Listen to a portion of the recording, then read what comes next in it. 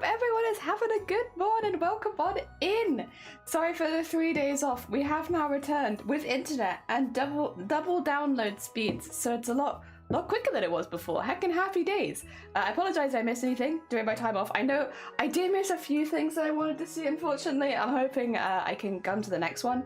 I missed a couple of people's first streams, which I really wanted to join in on. But that's how it goes sometimes. We don't get those choices. I had no internet. But yeah, I missed that. I don't think you guys missed too much on my... Oh, let me change screens. I'm just going to talk to you on starting screen otherwise. Where is it? There it is. Hello, welcome on in. I hope everyone's doing well. Yeah, no, you haven't really missed too much on my end because I've not had internet to do very much. I was going to try and be really productive with all of my embroidery and cosplay stuff, but to be honest, I think I really need something in the background to keep me focused these days because I've been using Twitch as like that focus for so long. So when I didn't have it, yeah, it was not the most productive weekend of my life. Not a bad weekend by any stretch, but like not super productive. So I think the music was just a little bit quiet, so let me get that up a little bit. And yeah, hell yeah. Welcome on in. I hope everyone's doing well. I am going to be doing some smocking today. I wanted to take a slightly more chill approach. I know it's not the first day of the week, but it's my first day. This is my Monday today, and it's very dark, and we're in the middle of a storm, and got really heavy rain outside, and it's like, when you wake up in the morning, it's still dark out there. It's like that kind of vibes. So I figured, we'll do something a bit chiller today, so that I don't have to wake up too quickly, because to be honest, I'm not feeling super awake right now. Not in a bad way, but like, it'd be nice to do something, wind up for the week, maybe.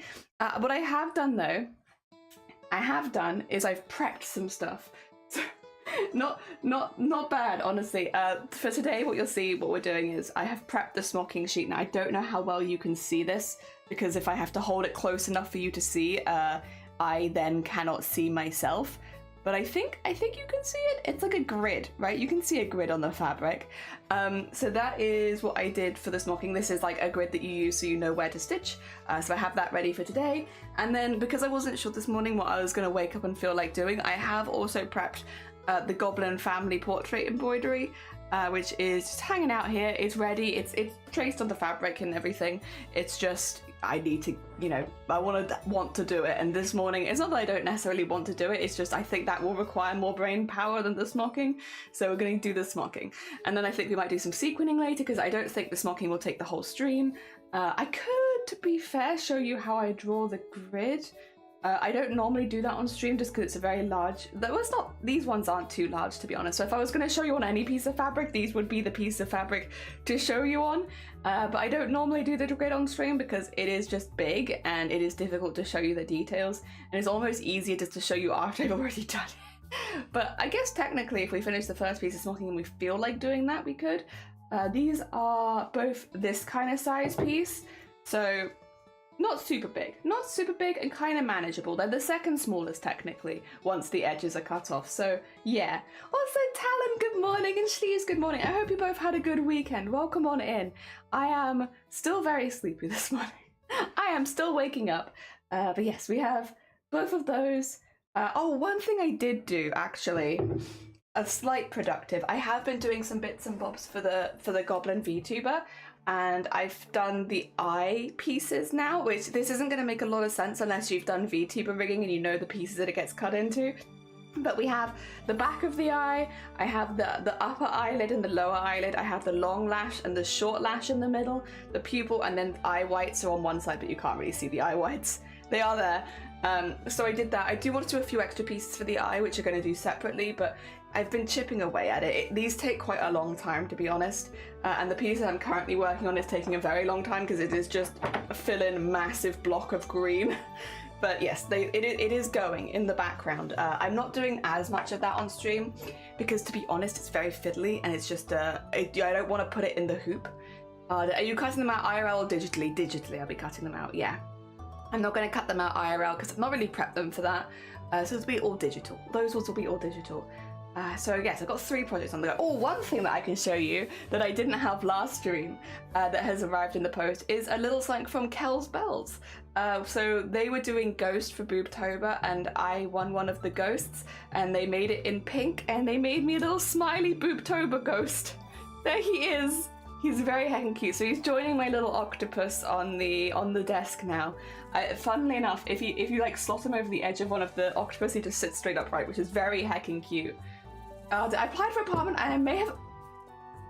Oh my god, Shadow. Heckin' weekend. Jesus, very heckin' cool. Well done. I'm assuming you've been very proactive this weekend then. Amazing. I hope it all goes really well. I hope that you get the apartment you want. And I hope that the stuff with the person goes well too. Hell yeah. Adorable. Yeah, they made... I can't remember how many. Does anyone here remember how many of these that Kel's made? Was it like 30 of them? They made quite a lot. There was a lot of these little guys. A lot of us have these little guys, but they're super cute. And I don't know how obvious it is on stream because sometimes it blows out the color, but this is pink. He's a little pink guy and I love him. Sweet, good morning. I hope you're doing well. Welcome on in. And Shifty, honk honk. How was the rest of the honk honk game? I'm sorry, I had to leave. I was just not doing so hot. But I hope the rest of honk went well. And Quita, good morning. Welcome on in. I hope you're doing well as well. Welcome, welcome. Ah, dear, we are going over the weekend, which was mainly good, but I was obviously offline, so I didn't do that much. I really underestimated how much I like to have streams on in the background while I'm working.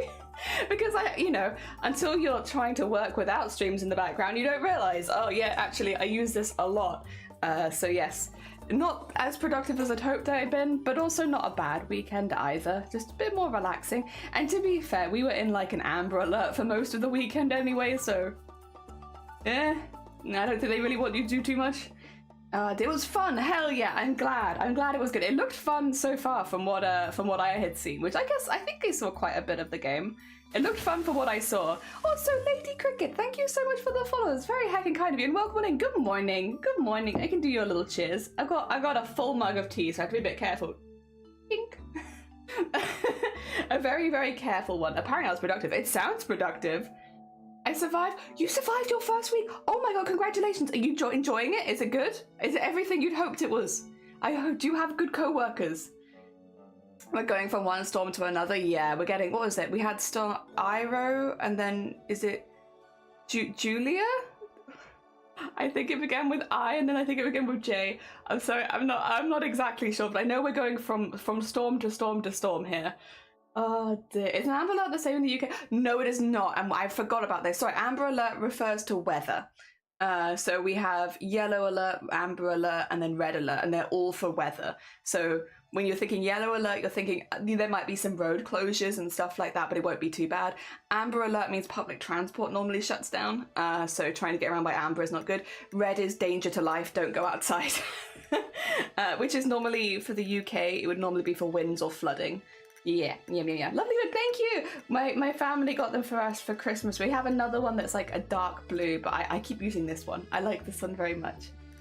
Oh dear, everyone lovely, and the work is fun too. Oh my god, I'm so glad. I'm so glad it's going well, because like we've been talking about it for like a while now, and I'm glad that I'm glad it's living up to the hype. Hell yeah, and that you've got good co-workers, because that makes make or break. Oh dear, ooh, yeah, I forget because somebody mentioned this before that Amber Alert means something very different in the US, but no, Amber Alert here is like, weather. It's always weather. It's nothing else, it's just weather. And yeah, we were technically in a Yellow Alert for wind and a Amber Alert for rain, so that's how, yeah. So you can have multiple alerts going on for different things as well. So when you looked at us on the Met Office map, you'd have like 2 overlapping puddles of colour because we were in both of them, and then I think that's happening again next weekend. Ah, god. Rambo, oi! Rambo, welcome on in! Hashtag Team Green. Honestly, when can green weather come back? Where it's not like everything is falling down and the fences are being destroyed and stuff like that. Yeah, I will say, it's been so windy that the neighbour's fence, or I say neighbour, they're not actually, they're like a few houses along. But the fence which is broken that slams has literally not been able to slam because it's been so windy. It's just been holding it open the whole night, so it's not been waking me up. It's the mild winds that get me. When it's like a 30 mile an hour wind, I'm like, damn it, and they're gonna slam the gate over and over again. But like, give me 50-mile-an-hour winds, and it's like, yes. The gate can't slam, it's too windy. Amber and the only child missing, yeah. See, it's very different here. For it, it's just weather. That's what, nothing too sinister, it's just weather. Which, I guess weather can be sinister, but like, it's not that. Yeah, abduction. Around the coast now, it's been heckin' windy these last few days. I see giant waves on the wind. Oh my god, you can see this here? I'm a little bit jealous. That's meant to be really good for your mental health, right? To be able to see the sea. Oh, I want to see the sea. Jelly plays for powerful winds. I don't need to pray, Rambo. My god, we have literally had like a storm every weekend for weeks, I swear. Like all like these named storms coming by. So I don't need to pray. They keep coming regardless. Oh, I was a little confused why you'd be shut down for an Amber Alert. Well, Amber Alert doesn't really shut things down. It's just the public transport normally that goes in an Amber Alert. Like for us in Wales, one of the ones, like it doesn't really affect me, but you'll see it, is the Severn Bridge was shut down in an Amber Alert. So the Severn Bridge connects England to Wales. There are other places you can cross as well, of course, they are connected. But like for the south, if you were going to like Cardiff, you might cross the Severn Bridge. And yeah, that one closes. That one closes for the first, like if it's a yellow alert, they might remove a couple of lanes so that you drive closer to the inside and stuff. But then if it gets to Amber Alert, they normally shut down the bridge, which means that you'd have to go the long way around to go from England to Wales and Wales to England, which again, it's not the end of the world. I think it adds like an extra 20 minutes to your journey, but it's worth knowing if you're like trying to get to work and you need to cross over. Yeah, you don't want to, if it's windy, you're going to want to give an extra 20 minutes on your journey kind of thing. I used to be able to see the sea, but then God damn it, Ross. God damn it, Ross. Welcome on in as well. I hope you had a nice weekend. Seaside living for the win, Essex coast, hell yeah. It's meant to be really nice. It's meant to be like good for you, isn't it, to be able to see the sea, even if it's really windy. Amber Alert often shuts down a lot of trains. It does, yeah. Amber Alert often shuts down trains, often taller buses. Yeah, so if you have like a double-decker bus, that'll shut down. They won't do that anymore. It's too windy for the tall beans. Oh, the Amber Alert is kid kidnapped, which is normally a parent that took the kids without consent, yeah. Luckily here it's just weather. It's just weather. I don't know if we have any alerts per se for stuff like crimes. We all have technically, well, not we all, but a lot of us have the alert on our phone now, right? Which is meant to go off in an emergency. All I remember is it going off at like 3 o'clock and panicking and then it never going off again. I know it helps my mental health, yeah. Like, but the times I've been like gone to see the sea, I do feel very peaceful. You're welcome, thank you. Also, I apologise if I'm coughing a lot. Again, not sick, it's just cold. It's cold and bad weather, and the bad weather goes into my lungs. I'm but an old lady in disguise, and my lungs don't like it. So yes, sorry if I'm coughing a lot this morning. I'll be fine. I'll get through it. Yeah, I don't remember the alert going off since. We've been in like red alert, danger to life alerts. Like we've seen them like because of the weather and flooding and stuff like that. And the alarm still hasn't gone off. So it's like, what are you warning me about? If you're not warning me about a red alert, which is a danger to life alert, what are you there for? What are you there for? It feels very sinister because it's like, I've looked and I don't know. I feel like we've been in some situations where that would have been useful to go off, but oh dear. He also helps my sea glass. I do love sea glass. I didn't even know what it was when I was younger, but I used to collect it whenever we went to the beach, like the little green pebbles, because I just thought they were so cool. And it's only as an adult that I've heard people refer to that as sea glass. And I'm like, I understand why people collect this, because when I lived closer to a beach, I also collected this.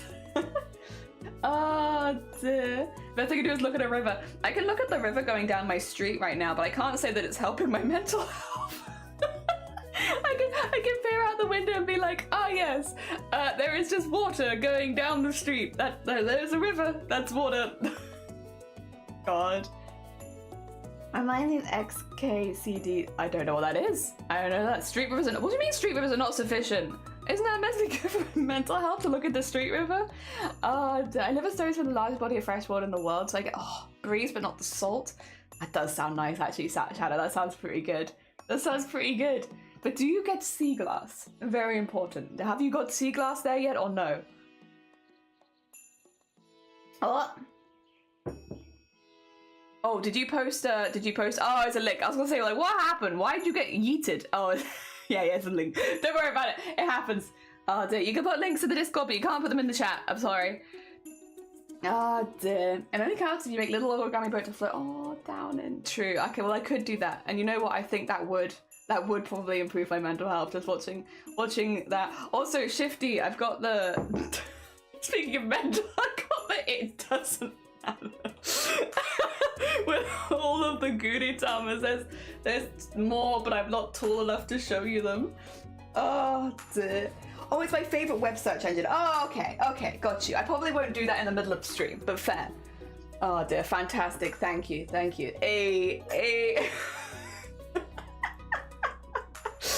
Oh dear. I do like it though. It gives me the good vibes. It makes me very happy. I love Gudetama. Gudetama is like such a good bean.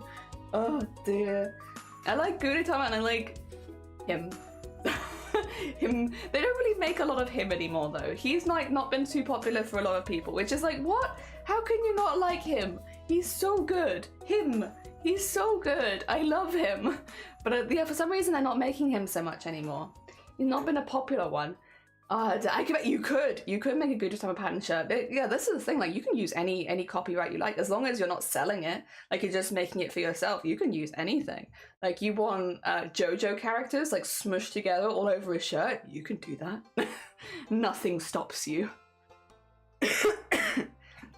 I could try and make more of him, to be fair. Nothing would stop me, but there's something about going and seeing him and purchasing him off a shop that I like that. I don't know, it gives me joy. I hope that people like him more in the future. My shirt says I have no idea what I'm doing. It has a puppy attempting to do a craft. Oh my god, that is fantastic. Hell yeah. Oh my god, I like that. I like that very much. No idea what I'm doing, honestly a vibe. A good crafting vibe right there. Hell yeah. Chucky, good morning. I hope you're doing well. Welcome on in. I hope you had a good rest of your weekend.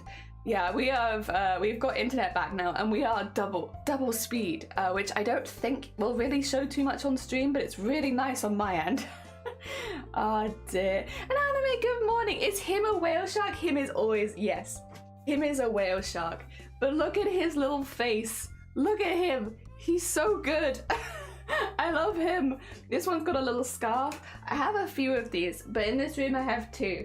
And this one is like I think it's of the cherry blossom one. He's got little, oh sorry. He's got little flowers on him instead of spots. But they're both good. Also the color of his eyes is more silvery. You see that? He's got like a little bit more of a silvery vibe.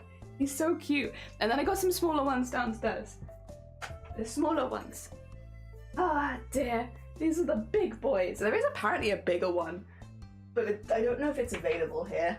There he is. He's so cute. I love them. Go! Welcome on in. I hope you're doing well. Good morning. Dear. What's your internet raised at? I don't know what it's raised at, but I know that I now get nearly 300 down, and before I had about 100. So, pretty good. It's pretty big improvement. I have a t-shirt that says, first I have caffeine, then I do the thing, and it's very me in the morning. Yeah, I couldn't start streaming without having a cup of tea first, I don't think. Yeah, I should probably get some seeds. No, Talon, get some good seeds. I think, congratulations on your hacking productive weekend. Very, very nice. I love him too. That is rather nice, yeah. Oh dear. Oh, hi. Did someone manage to get us? Oh my god.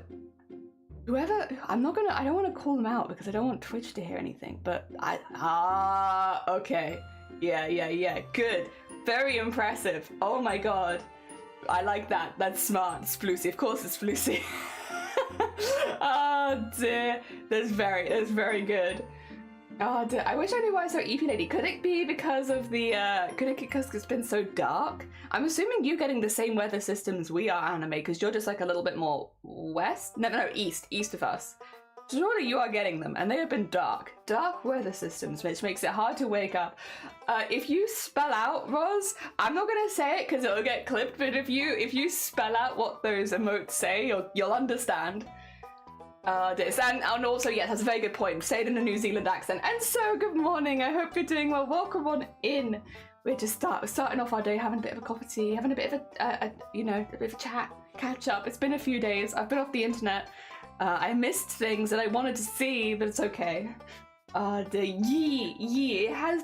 been really dark every morning. It's really hard to wake up when it's so cold and dark, especially if it's like also tipping down with rain. Manus, good morning. I hope you're doing well. Welcome on in. Good morning. I hope everyone's had a really nice weekend. I know that it's been like, at least over here, the weather's been pretty abysmal this weekend, but I hope you had a good weekend anyway.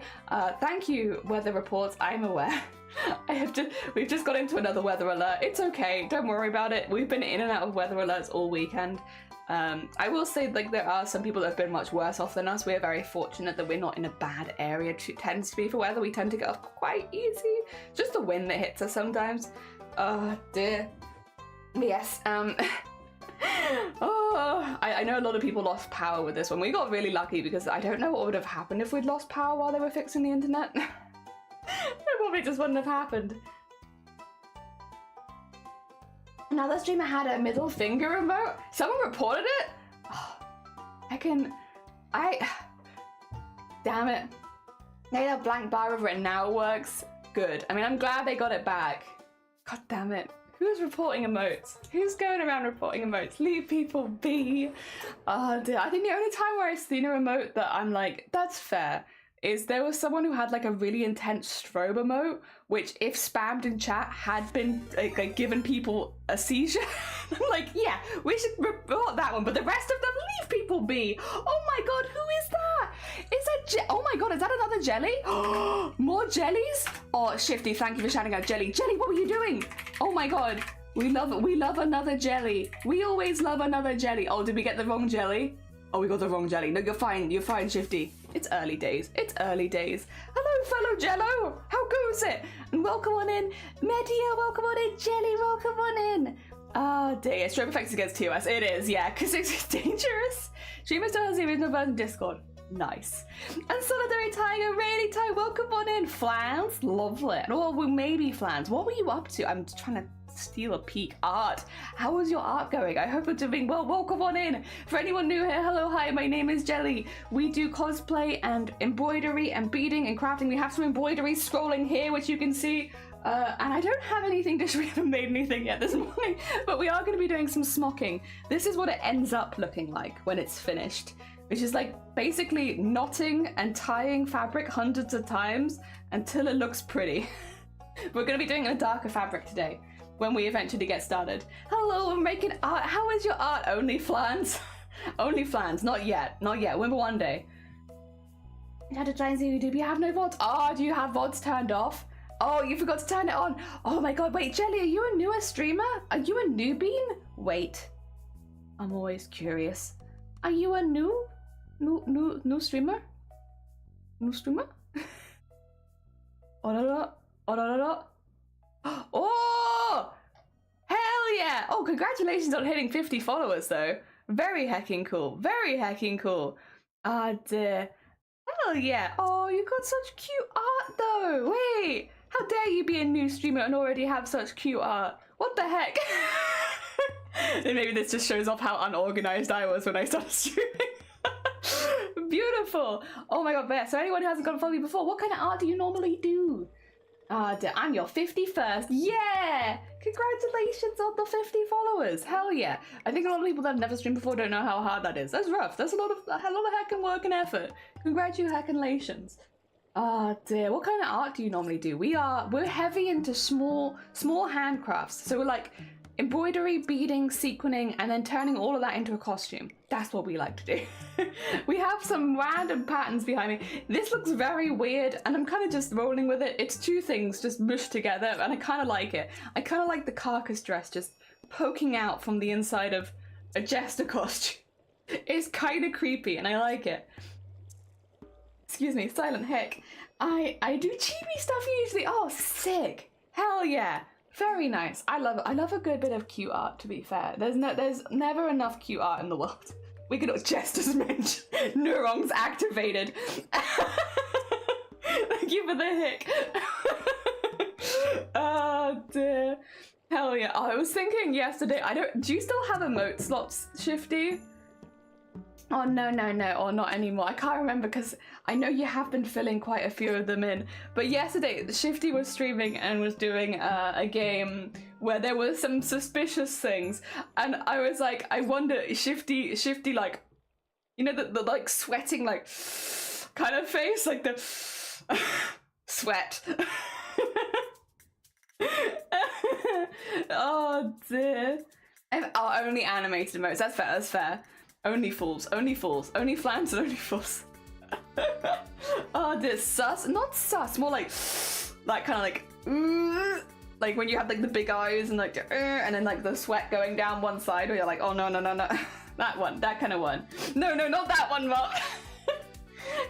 Follows, hell yeah. I should say always, Jelly, since you just raided, thank you so much for the raid. If you do need to go look after yourself post stream, if you need to eat something or drink or go rest or whatever you do after stream, please do. As much as you are very very welcome to stay here. If you need to go zoom, you're all good. And the same to anyone who's coming with you as well. If you need to all go zoom, completely understand. It was lovely to meet you. I'm hoping to animate some. Oh, okay. So if you were to animate some, then you'd have a space that will. I get you. Yeah, I was thinking to add one similar, but I'm like, it doesn't really. You kind of need a lot of lines, and it's like my jellies are very. Positive of having jelly emotes is it's really easy to draw. Negative is extra lines is hard. Yeah, you got another. Oh, this is fine. This is fine. Oh wait, I can't see it here. I can see it here though. Oh wait, is that one of the hype ones? Oh, nice! Hell yeah! Wait, is that new?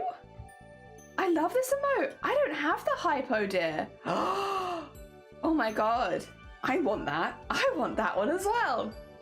Ah, dear. New as of December. I got you. One of the December ones. This is fine. This is fine. Everything's fine. Did I have anything else I needed to update you on? Oh, have we done all of the updates? I think that, we had a game win in the vote on the Discord, which means that I will be playing the Rewinder on Thursday, so that's good. We've got that done. Thank you for everyone who voted.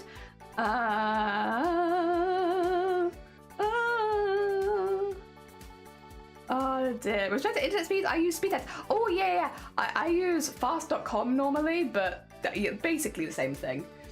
Oh dear. I would be truly sad if Jelly had an OnlyFans. Why? It's my body. If I want to show my titties all over the internet, that's my choice. Funnily, no one else has control over my tits. Only I have control. Oh dear. I got it a few weeks ago and I started hyping with a sub. Didn't realize until the hype train was over. That's really hecking cool. I really like that one. Oh dear. I'll show you what they look like, but it's a link and I don't think Nightmare would approve. I love the cup. Everyone loves this cup. I think they are handmade, but not by me, just to be clear. I don't have that kind of skill. Dear. No. I do not have the skill to make this, but I do believe they are. Because we have another one and they're not exactly the same. They're very, very similar. They're the same kind of size, but there's like some mild differences. So either they're glazed by hand or I don't know. I'm not sure. Unfortunately, there's nothing that I can see on it to mark it, but they're very pretty. Dear. Does anyone have an OnlyFans for their air conditioner?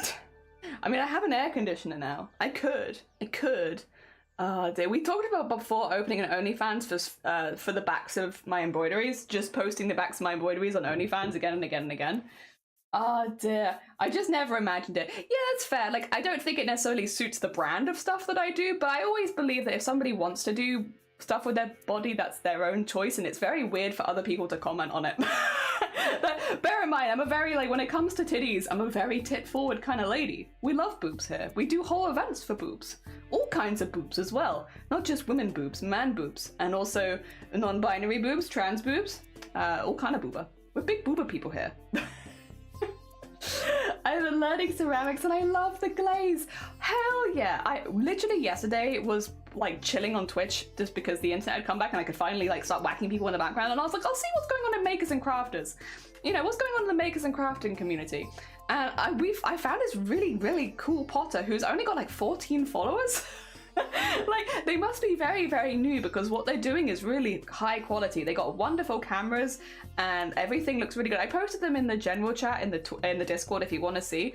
because I was like, genuinely, this is like, the vibe they have is like, they're quite soft spoken and like quite like deep, soft voice. So very much like, you know, like how Bob Ross talks, they talk very similarly in that kind of way, but they're throwing pottery. And, you know, they made like several mistakes, like things went awry while I was watching and they would like laugh and they'd cut bits off and then they'd be like, there we go, and this is how it ended up. It was not what we had initially intended, but I still like it. And it's like it's if you like Bob Ross and you are interested in pottery throwing, it is like Bob Ross I genuinely, I was watching, I was like, how does this person only have 14 followers? Like, shout him out, sounds awesome. It's in the Discord, I've literally linked everything there. I can't unfortunately do shout-outs very easily with this because I have the Restream chat open, which is it's a connector chat which goes between the two. Their name is Throwdown and I've linked them pretty heavily in the Discord. They've got a shout-out and a description, but I can't because Restream. Oh dear. That's okay though, we're managing. That's why we have the Discord. We have the Discord for everything else. Because Scuff is streaming. Streaming is Scuff, and I am Scuff, and that's okay. Oh dear. OnlyFans full of check your boobs. Yeah, it's like every time you're like, oh my god, it's a tit pic, and it's just me being like, can you check your tits? Can you check for lumps? Can you look for weird patches of skin? Have your nipples inverted recently? Nat, welcome on in. I hope you're doing well. Green Bean, welcome on in. Well, is it ever that unusual for us to be talking about tits? I feel like at this point, you can see at least the back sides of the Discord. Yeah, I've just been putting them in the sub chat because it's like, you know what? I'll put them here as a silly joke, and that's what I've been doing. Very open-minded when it comes to booba. We're very booba forward. We love booba here. Oh dear. It's human nature to be attracted to boobs. I would say that I am. It's weird though. I think it's because this is not an intentional flex. However, if you've seen thousands of pairs of boobs, if you've held thousands of pairs of boobs, it does become like more, I don't know. I'm always just, whenever I see, I've been completely tainted unfortunately by fittings. Whenever I see like, I'm like, is someone's bra fitting correctly? Are they wearing the right size? What are the maths? How do I fix it? It's kind of ruined it for me a little bit. Oops, oopsie doopsie. Oh, brilliant. Thank you, Sleeves. Bless you in your heart. I appreciate it, thank you. Oh dear. Grobbit. It's hard to do that with the boys. Jelly, heart, flower. I find it weird that there's ever not a weird time to talk into this chat. The chat is cute, thank you. Oh, there are thousands of pairs of boobs. It's a hell of a way to come into the channel. Wait, I'm trying very hard for it not to be a flex because it was literally my job. But yeah, it's like it. I guess. Whenever someone, well, which doesn't happen very often, just to be clear, and please do not show me your tits. I don't want to see. They're yours. Keep them to yourself or sell them. Whatever. Don't give them to me. But whenever I see them now, I'm just like, the bra fit is wrong. They could be wearing a better bra. This is not good shape for their size, kind of thing. Good morning, Sunkoi. Welcome on in. How are you doing? I hope you're doing well. Thank you for the party, Jelly. We like to party.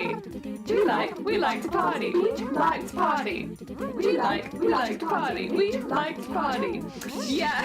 When boobs have been your job, it does kind of change boobs, unfortunately. Where you will not have the first initial, oh, there's boobs. It'll just be, they're the wrong size bra, or this is a bad shape for them. This is unflattering. We can fix this. Your back is rising. I think your straps are old. And it's like, ruined. Ruined. Oh dear, yeah, it is like working in a coffee shop. Made so many in a day, once you get home, the last thing you want to see is another coffee. It's like, yeah, unfortunately, yeah, working with boobs does change a little bit of how you view boobs. Oh dear, we want to give them to you, but you don't tell us that. I don't want them. Keep them to yourself or sell them. Do not give them to me. I do not want them. I don't want any of that. Thank you for the hecking party. That's another thing with Restream chat, and you can kind of see it here. The emotes don't move, so I don't get to see all your wonderful animated emotes anymore, and I miss that. I miss seeing all the really cute animated emotes. I love seeing those. But unfortunately, yeah, Restream doesn't allow that. Which, why? Oh, also, I will say, before we shout that down, I did ask permission. I'm being a really good bean. I'm not shouting people out without asking permission first anymore, because I realize some people don't want to be shouted out, and that's completely fine. That's completely fine. You do on Twitch what you like to do on Twitch, and so if I'm not if I don't mention some of the people that I watch anymore, it's because I haven't asked or because they don't want to be shouted out or they're a bit nervous and stuff like that. And I'm like, it's fine, that's completely fine. I'm a very loud person, I get it. And viewing your internet and all that. Oh, bless you, thank you. I've only been doing embroidery less than a year. I started trying to get better in July last year. So I'm new, but I'm having a good time. I'm enjoying myself. Not gonna lie, because of what I do, it's hard not to critique the clothes that are in stores. Yeah, like when you spend a lot of time studying one thing, it does just kind of change how you approach it. Like you have a different approach than when you maybe first saw it. And unfortunately for me, that's boobs. As someone who works with boobs and worked with boobs for a long time, boobs is the one that's me. You loud? No, I know. I don't even know who's described me as loud. Honestly, who could that be? Here, I feel that. I just had a mess with polymer clay. I love people's polymer clay art, and I find it so relaxing. Like when people make the shorts of them rolling polymer clays together and then cutting them into little jewelries and stuff like that. I can't afford another hobby. I can't. I've got too many. I'm already too invested in tiny things. But oh my god, like watching people like roll polymer clay, it's so satisfying. Boobs is the word. Boobs is the word. Speaking of, thank you to everyone who voted for Boobtober. I appreciate. Oh, a thing. Okay, this is gonna take me a minute because I can't do this in Restream chat. I can't do anything in Restream chat. God damn it. It's the one problem. I need to get into Twitter. Heads up. Excuse me. Okay, there is a bit of a story, and I at this point have had to come clean to the people that I nominated, so I don't normally talk about this kind of stuff because I was going to keep it a complete secret, and if you saw the stream when they mentioned it to me, I was keeping it real cool. I was playing it so cool. I was being so chill. I didn't give anything away. But I have been nominated for a Game Hers, which is really, really kind. Thank you so much for nominating me for Best Charity Streamer. Very hecking kind of you. Thank you so much to whoever nominated me. Thank you, thank you. Really, really sweet. Now, I would normally, under these kind of circumstances, be like, hell yeah, vote for me. However, I nominated someone. I actually nominated DJ, Jaina, and Blapple. I nominated both of them, and I genuinely believe, even though I received a nomination, that those two deserve to win this. And not it, yeah. DJ. What I'll do is I'll get the Game Hers page. Oh wait, did I put it in the Discord? Because actually that might be better than getting it from Twitter, huh? That might be getting better. DJ. If I take this link and DJ, thank you for the DJ, and put it in, then I don't have to get Twitter open, and put it in here, and I go pin, I can be like, vote for Blapple and DJ in the Game Hers. Not me, because I nominated them. Yeah, basically, I had a really good hard think, because I was like, after I realized that I got nominated myself, I was like, oh god, very, very hecking kind, don't get me wrong, thank you so much to whoever nominated me, really hecking sweet of you, and that doesn't change. But when I have like a really hard look at it, I still genuinely believe in my heart of hearts that Blapple and DJ deserve to win. So for those who don't know, Blapple and DJ run the Stream Stars team, which is the biggest fundraising team for Starlight on Twitch. It just is. They are raising the most every single year. They do this they've done this 4 years in a row now. This was their 4th year. It is a team of just 2 people raising over 100,000 for charity. Hundreds of thousands for charity. For the Starlight Foundation, which is a charity that gives gifts, toys, games, books, all that to kids that have to spend time in hospital. They always do the Christmas campaign, which is the one we take part in, but that's not the only campaign they do. They do Mario Day, they do one over the summer. They are literally every few months doing another huge campaign for Starlight. So while we do our one big blowout kind of for for Boobtober a year, they are doing that same level of effort every couple of months while working full-time jobs, while like literally Blapple works in the medical field. So they have busy lives and they are still working really hard, which is why I nominated them for the Game House, because they don't get a lot of recognition. So Blapple and DJ run a team where they are some of the smallest streamers on the team. They stream a lot, but they gather a lot of much bigger streamers together to basically get it done, which means a lot of the time the focus is on the streamers that are taking part and not so much on Blapple and DJ. And they've never complained, they don't seem to mind it, they're like quite happy to shout out the streamers that are like leading it. But none of it would happen without Blapple and DJ. And I think a lot of people don't even realize, they don't even realize that they are the people leading this team. They are doing all the hard work, all of the scheduling, all of the graphics and stuff like that. They are doing everything for like over 100 streamers, I believe it is at this point, over the last few years. They have been doing so much, and I genuinely believe that they deserve a lot of recognition. With Boobtober, people already associate Boobtober with me. We are very much interconnected. It is something that I founded, but it's not like I am not recognized as someone who works for Boobtober, whereas I think with Blapple and DJ, a lot of the time people don't realize that they are the people putting in all the hard work. They are the people that are making it so that we can do these streams, so that I can do the 12 days of Starlight stream is purely because of them. And yeah, I genuinely believe that they deserve a lot more recognition for the work that they're doing, because they're doing it, it's a very thankless task. And I don't know that they've ever been publicly thanked for the hundreds of thousands that they've raised for charity. And like when you put it like that, where like they've literally raised hundreds of thousands and I don't think ever been publicly recognized, it's actually madness. So if you're voting in the Game House, thank you to whoever nominated me. It's very heckin' kind of you, and I really appreciate it. I only found out on Friday because they didn't have my correct email address. So they tried to let me know, but they couldn't get through to me, so I only found out when I lost internet basically. But thank you. Thank you to whoever nominated me. Really heckin' kind of you. If you are voting in the Game House though, please do consider voting for Blapple and DJ, which are the people that I nominated myself. Because I genuinely believe that they deserve a lot more recognition for the work that they're doing.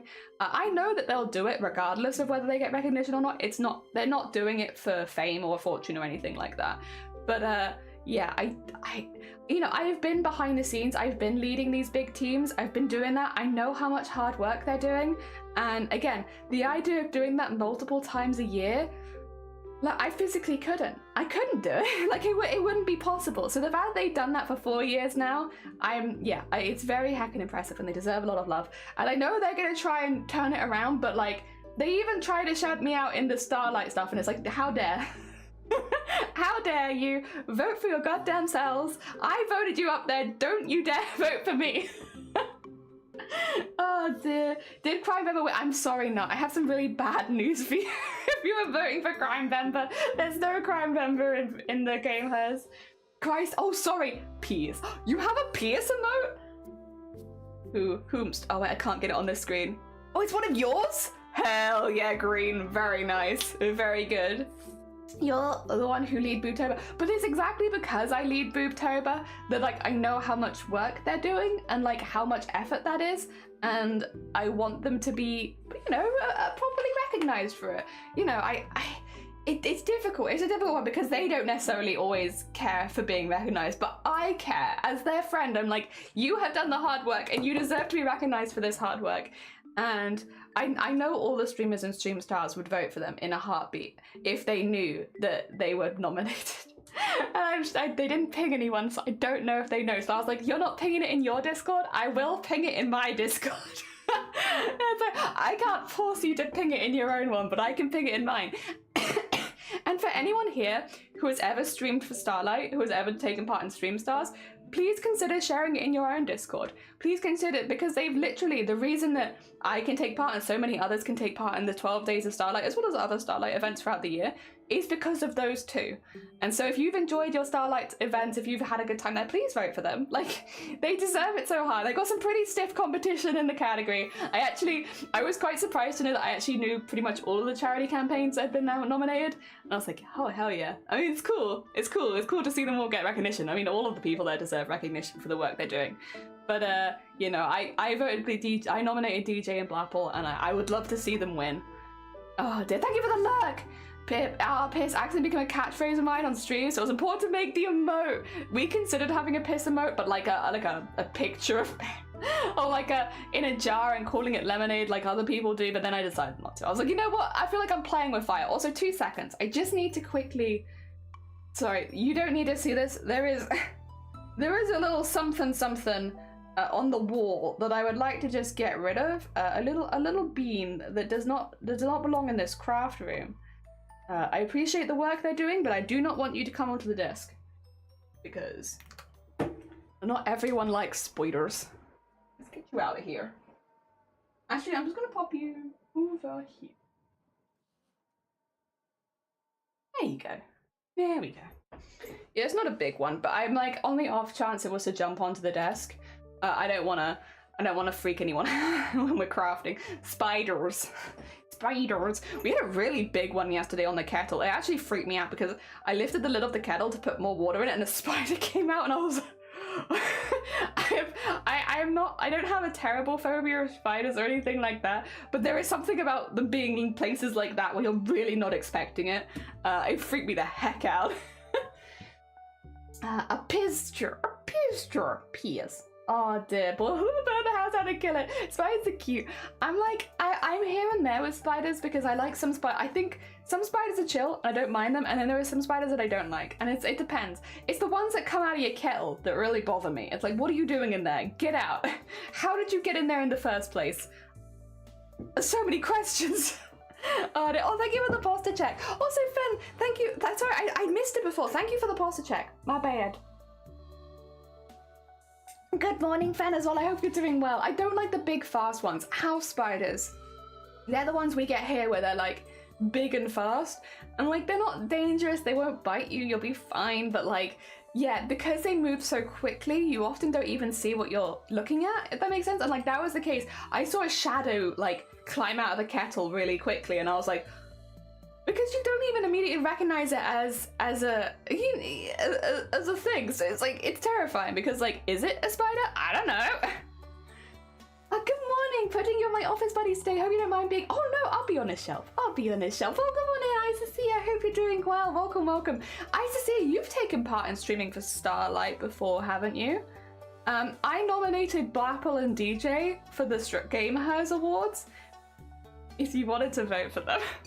If you wanted to vote for them, I don't know. Anyone. Oh, I love the energy. Oh no, you're fine. Take care, Jenny. To be fair, I should probably start. It's been nearly 50 minutes and I have not started crafting. Should we switch cameras just to like get me even in the vibe of actually doing some work? Oh my god. Ah, dear. Oh, I live in the Midwest. One of the biggest things to fear is brown recluse spiders. We don't have a lot of dangerous animals around here, but the brown recluse is scary. What's the brown recluse spider, if you don't mind me asking? Also, while we're working out what that spider is, can you see it? You can! There's like a grid on here. It's kind of subtle because it's on a darker fabric, which is why I don't often use the darker fabric on screen, because it's not that I don't like it. If anything, it's my favorite colorway, but it's just a little more difficult for you guys to see sometimes what I'm working on. But you can see it. It's like a little subtle maybe, but you can see it. It is purple, yeah. Let me just hold this up. You see the color? There you go. Yeah, there you go. You can see it on both screens at the same time if I hold it here. What do you think? What do you think? Oh dear. Thank you for the lurk. Not for Starlight. Oh no, you're fine. Is it purple or blue? It's purple, but it is this kind of purple. My camera's really bad at picking up purples. Unfortunately, all the work we're doing recently is purple, so we're just kind of having to live with it, but it's okay. Let's also say purple. Venomous and aggressive spider in the US. Oh, okay. Get to see the start of it. Yeah, there's a little bit of a grid there. I can talk you through what I'm doing, to be fair. Oh dear, so that you don't get left behind. And I'm gonna try and do the whole piece today. But this is the very first part of smocking. Again, I can show you what it will end up looking like by the end. By the end, in a different color this is, it will end up looking like this. But it's a long process to get at that point. And I haven't done it from the beginning for a while, so I thought it'd be nice to show people who have only seen like the last stages, what the first stages look like. Ah, oh, dear. All right. Excuse me.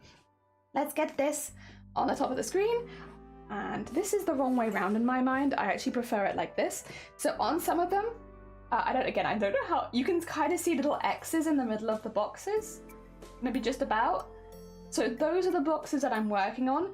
And what I'm doing is, on the corners of the box, I'm doing the teeniest tiny little stitch. Just a really, really small one. I'm just gonna get my thread anchored in there. What? There we go.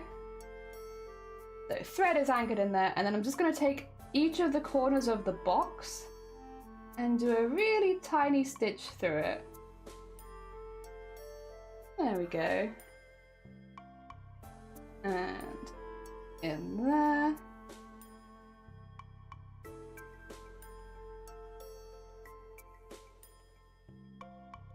And then in there. It doesn't matter that it's pulling tight because eventually I will pull it tight. Once I've gone the whole way around the box, we'll be pulling the box nice and tight. I'm also using a lot of thread, which, you know, I feel like it's never recommended to do like really long thread, but I'm just like, I can't be bothered to rethread the needle every time. Let's use long thread. And then I go back through the last, or I should say the first one we stitched through, where the anchor point is, and we have a nice little square of thread. There you go, nice and square, and they pull it nice and tight.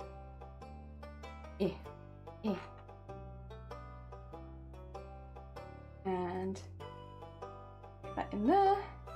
But now, just to make it easy, I'm gonna make sure all of the flaps, because basically it's creating these little flaps on the other side, like so. I'm gonna have them all out because it makes it easy to do this next bit. So next, just to confirm where the stitches are, I'm going to go to the opposite side where I had done, it would have been initially the third stitch. Put that through there. Get that nice and tight. And then on this side, do the same thing and just stitch it diagonally to prevent it from moving. And where's the other side? There it is. Oh, did I miss it? Did I miss it a little bit? There you go. Get that in there. And then get that in there. So it's difficult to show because it's all very, very close together. And it's important to be very neat. Otherwise you'll have uneven boxes, which, who wants an uneven box? Not me. And then once that's all in there, tie it. And that is one piece of smock. One little tiny piece of the full smock. And then cut it off. Nice. They do commission work today. Nice little bit of banjo. Nice little bit of banjo. And then you have this on the other side, which is like, it looks pretty weird right now. It's just a little lump. What I will say is this little lump that I just made there, like that, will end up being one of these little bows. These little bows with the beads in the middle. That's what we just made. We made one of those. It's just a very, very early stages of one of those. Now I need to do the whole line. So in the line, I believe there is 4. Yeah, that sounds about right. We'll just do it 4 more times and then we'll have a full line and then we can start kneading in it. Fancy! Welcome on in, din din din din din din. Welcome, welcome. Yeah, it is kind of just a really easy way of making any fabric look super, super fancy. But it is fiddly. That's the only problem. It is a very, very fiddly. Ah dear. A difficult one to film, that's for sure. You'd have to really go in with a good setup to show it, because especially on a dark fabric like this where you can't necessarily see the points that I'm stitching. And if this was white fabric and I'd drawn the grid in black, that would probably be the best way to like visually show it. But unfortunately, there's what I need. That's a long name. You'd get a lot on Scrabble, yeah. Din din din din din din din. A good Scrabble name. Here we go. Through that. And then I got a nice square on that one. Look at that. That's nearly not been pulled at all. And then pull it through, make sure that's on that side. There we go. Oh dear. And then whoop, flip it around again and go. So I'm actually using my finger on the other side of the fabric just to make sure there's nothing underneath my needle and guiding my needle through just one piece of fabric.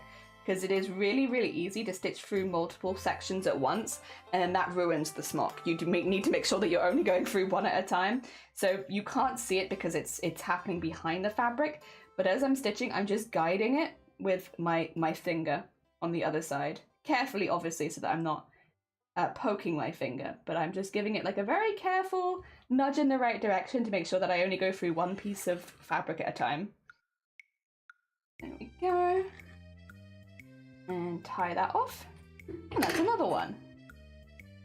It's not going to look like anything special for a minute though. Get that there. I'm also going to take this off because actually I'm too warm. To be fair, it's really, really wet and stuff at the moment, but it's not that cold. There you go. So it looks it looks a little weird right now. We'll get there, I promise. It's like a, what do you call it, like a swan. It looks really, really weird until it doesn't, and then it looks great. That kind of vibe. Oh dear. Alright, I got 2 more. And then we'll have the first row and we can do all the neatening up at the edges, which I always kind of just do as I'm working on it, because otherwise it's not the most fun job. So I feel like if I leave it to the end of a piece of fabric, I just don't want to go back and do it. Oh dear. There you go. And get these ones done a bit quicker. What I would say is if you're interested in smocking, there are thousands of different smocking patterns you can do. If you literally go on YouTube and look at smocking tutorials, you will find some really, really interesting patterns you can make. I wish I had a better setup for showing you what I'm doing. Unfortunately, again, with the fabrics that I want to make, I'd have to probably change the color of the fabric. Having it being a shiny fabric on the inside as well, I think makes it particularly difficult to see. So I can talk you through what I'm doing, but it's a little hard to show it in detail, unfortunately. There we go. Although, to be fair, the nice thing about this is what you'll get is you'll see like when it's at its messiest, and then like 2 seconds later when it looks really neat and organized, which is the best bit of smocking. The bit where it suddenly looks like really well planned and everything's gone really well. Ah dear. There we go. And what? My thread got a little stuck there. I'm just gonna make sure that's gone the whole way through. I'll untwist it after I tie it off. Okay, and then, well, actually, if I do this now, there you go. And this side, make sure that bit's in there too, like so. Nice. Very nice. There we go. I'd love to have a bag. It would probably look really nice on a bag. Like a small accessory like a bag or wallet. It would probably, because then it wouldn't take you so long because you wouldn't be making really, really big pieces. But you'd have like a beautiful detailed panel. Yeah, that'd probably be really pretty. When you said smocking, I came in, I thought you said, if you're interested in smoking. Yeah, just me getting everyone into smoking. Yeah, super addictive. You're all gonna love it. Sunkoi actually has done smocking. Actually, Sunkoi did smocking on a nearly white fabric last year, where they did a really, really big panel of smocking. They're actually using the same initial starting technique as I am, but then we used both different sides of the fabric, which is a really cool thing about smocking, is like the patterns on either side do end up being different. I use the patterns on the reverse side, whereas Sunkoi was using the patterns that turn up on this side. And I'm assuming knotting on the other side. So basically like this, but backwards. Or forwards. Actually, no, I think I'm doing the backwards version. I think Sunkoi's doing the forwards. Oh dear. Not that it really matters. Regardless, it's the same starting point. It's just we do it on different sides of the fabric and we use the opposite sides. Because yeah, with this one in particular, if I was to use this side of the fabric at the end, you can make a really beautiful like flower pattern. It's very, very pretty. But yeah, I don't unfortunately need any flowers. I need squares. Just squares for me. I make myself a bag every year for my birthday. Oh, in this case then, yeah. Like definitely would recommend having a little look into smocking. It's quite once you get like the hang of it, it's because it's very repetitive, it's honestly quite relaxing. Yeah, the only thing is you need a lot of fabric. You need a lot more fabric than you think you will because it reduces in size so much when you keep tying knots in it. Maybe actually that does make sense, but for me, I ended up having to buy more fabric. I bought fabric on Christmas Day because it was on special. Christmas special. But then I ended up having to buy more fabric about 2 weeks later after I did my smocking test, because I was like, I need like double the amount that I thought that I needed. Because smocking just takes up so much goddamn fabric. Oh, what is this? There we go. No knots, please. Oh, another one? Oh, that's very rude of you. Why would you do that, huh? Can't you see I'm trying to be productive? No knotting, I'm trying to be productive. Oh, dear. I know someone who smocked the sleeves to the red. Yes! See, that is the kind of costume where it would look really good. Because it really does add like that kind of detailed touch without adding lots of sparklies. I love sparklies, don't get me wrong, and I keep adding sparklies to it. But a lot of people don't like sparklies. A lot of people are not so fan of sparklies, which is like fair. Everyone likes different things, and that's all good. And if you're looking to add detail to fabric without specifically going and embellishing, like, yeah, it works really well. Ah, dear. Always backwards, yeah. Oh, dear. All right, that is our first row, and it's gonna look really weird. There it is. Isn't it beautiful? Is my smocking just stunning? So with this one, it looks really, really weird until you get to like the neatening. Oh dear, why do random knots always appear? Well, in this particular one, the knots are appearing because the thread is very cheap, so it has like a lot of lint coming off it as you're threading with it, and the lint gets caught on itself and creates knots. So the reason that this thread is knotting is because it's cheap, but you don't see this thread in the final piece, which is why I use a cheap thread for the back, because then I can use more expensive, nicer thread on the front where you actually do see it.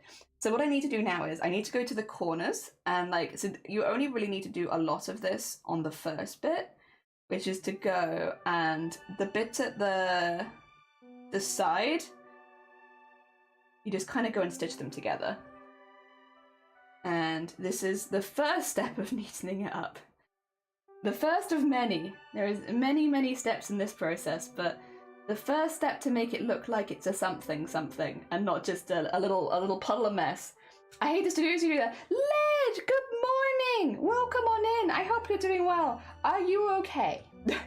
I hope you're all right. I hope you had a good weekend. Oh dear. Whoa! Listen up! Oh, you don't hate to do that. Thank you for the blue. Always on the wrist texture and depths. Yeah, smocking is really cool. Are you smocking me? Could you? No? Hide smock of face. The window and a blue Corvette, and everything is blue for him and himself and everybody around, 'cause he ain't got nobody to listen to. I'm blue, dabble dee dabble die, dabble dee dabble die, dabble dee dabble die, dabble dee dabble die, dabble dee dabble die, dabble dee dabble die, dabble dee dabble die. There we go. It's okay, I just waited for you to finish the. Oh, bless you, thank you, Led. Dabble dee dabble die, dabble dee dabble die, dabble dee dabble die, dabble dee dabble die, dabble dee dabble die. Yeah, generally with thread, it's not always the case, just to be clear, but when with thread, if you use cheaper thread, so I'm using like this kind of thread, like on a massive spool because I can get it for cheap, it tends to be like, if you look at it close and like really, really close, you'll see more lint coming off of it, so it's hard. I can't really unfortunately show you this because it's so small, but if you get your thread and look really, really close and there's a lot of lint coming off it, normally that means that the thread will knot easier. So like more fluffy thread will knot easier because it's easier for it to get caught, like for one of those threads to get caught, for multiple bits of those threads to get caught. When you start using more expensive thread, finer thread, like that isn't quite so fluffy, it tends not to knot as much, but it still can. It's not like it can't knot suddenly, but silkier and smoother threads tend to like, they might rub against each other but not knot, whereas like when it's like rougher thread, it will knot easier. And yeah, longer pieces of thread always knot more. Yeah, that is true too. So using a long piece of cheap thread is like, you kind of asking for knots, but that's fine. I can live with it. Saw blue, had to hit blue. Do not blame. Thank you for blue. I appreciate it. Also, I hope you had a good weekend, Led. Explains why my cheap thread knots. Yeah, and like, I don't think there's anything wrong with using cheap thread. Like, I am very much using cheap thread right now because you won't see it. And so even if it does create knots, I don't have to worry that much because I can just cut it out and do it again because you don't see the back of this fabric ever. So it's not always a bad thing. There's definitely a time and a place to use your cheap threads, and this is like, if you're doing smocking and you're on the back of the smocking, that's a really good time to use your cheap threads because no one's ever going to see it. Like, you don't even, I could do this in any color I wanted, technically. I'm not going to, because if you unfold some of the smocking, you may see it, but yeah, you technically could do this in, oh! Hello? Are we still here? Oh, that was a heckin' hiccup. I hope you guys didn't get that on your end. My screen just flashed. We are in a storm, I guess, technically. Whoa. Yes, hello, hi. Hello, I'm still here then, I guess. No, when she said good. I had a good weekend, I hope you did too. I did, I got to meet up with some people, which was lovely. We didn't have any internet for the weekend, so I did miss some stuff that I wanted to see, but generally it was good. Like, I wasn't as productive as I wanted to be at some points, but that was about it, and like, if that's the only bad thing that happened on a weekend, I think that's pretty good. Yeah, I got to have some nice food, and have I done anything else this weekend? I'll be honest, I didn't do too much this weekend, but I don't have too many weekends where I don't do a lot. So in some ways, even though I didn't do much this weekend and it would have been nice to get more done, maybe that's what I needed. I needed a weekend of doing nothing. So yeah, it was not that bad. I had a lot of drives around in the car and people were taking me in car all over the place, which I love. I love being in the car, so I got driven around all over the place. I went on like 6 car trips. It was like, hell yeah. Not doing anything, just, you know, sitting in the car. Having a nice time. Ah dear. Hope the storm's been okay for you. It's been alright for us. I know a lot of places in Wales have lost power, but we're quite lucky because we're on the side of a hill where we don't really get hit too hard most of the time with the majority of storms. So we're quite lucky. The worst we have normally is that the internet will go out because of where the box is. Which hopefully won't happen anymore, but we'll see. So we're normally in a pretty good position. But yeah, no, we'll obviously be keeping an eye on it. I hope that everyone else in the UK, yourself included, Sunquay, has been safe in the storms. Because I know that they've been pretty intense in a lot of places, especially with flooding and stuff like that. You've started Bellsprout? Oh my god, I can't wait to see Bellsprout added to the group. I can't wait. Bellsprout's such a good bean. Such a good bean Pokemon. Hell yeah. Oh dear, that's one thing that happened this weekend that I kind of completely missed because I was not online at all, is that game that's very similar to Pokemon but with guns has gotten very, very popular. Oh dear, it doesn't look like a horror game, so it's not really on my radar. It's like, is it a horror game? No. Don't know what to tell you guys. Pal World, yeah, that's the one. Has been popping off online. Did a lot of stuff like that. This is cool. Hell yeah. Honestly, give Pokemon some competition. Also, there you go. I've neatened up the edges. It doesn't look like it, but this is now in a really good position to start neatening and making it look good. I want to show you guys properly what it looks like before you start doing any neatening, because it does kind of look weird and confusing and not very good. But then when you start neatening it, it looks a lot better, I promise. So the first thing you want to do is go in, and there's all these little lumps, and you want to just push the fabric through to the other side. So it creates these little like flaps, these little triangle flaps. Yeah, I'm trying to keep them as even as possible for stitching in a second, but just going through and creating all the little triangle flaps that are meant to be on this side. This is, if you were doing Sunquay's method of smocking, I would have obviously sewn this on the other side so the thread wasn't on this side, but this would be a really important step in making the flowers. But I'm not making flowers, so it is not for me an important step. It is more just like getting it on the right side of the fabric so I can stitch it in a minute. But if you were making the flower one, then this would be important. I can show you kind of what it looks like. I'd still say go and check out Sunquay's VODs for like the proper how it's meant to look. But there you go. So now on this side we have this really pretty, what would end up becoming petals. But on this side, it looks like it's starting to become squares. And then what we do is we go through and we stitch these together. So this means that they can't flip back to the other side, and that's pretty much the only reason I do this, is so that they can't move. So you want them to stay on one side while you're working with it.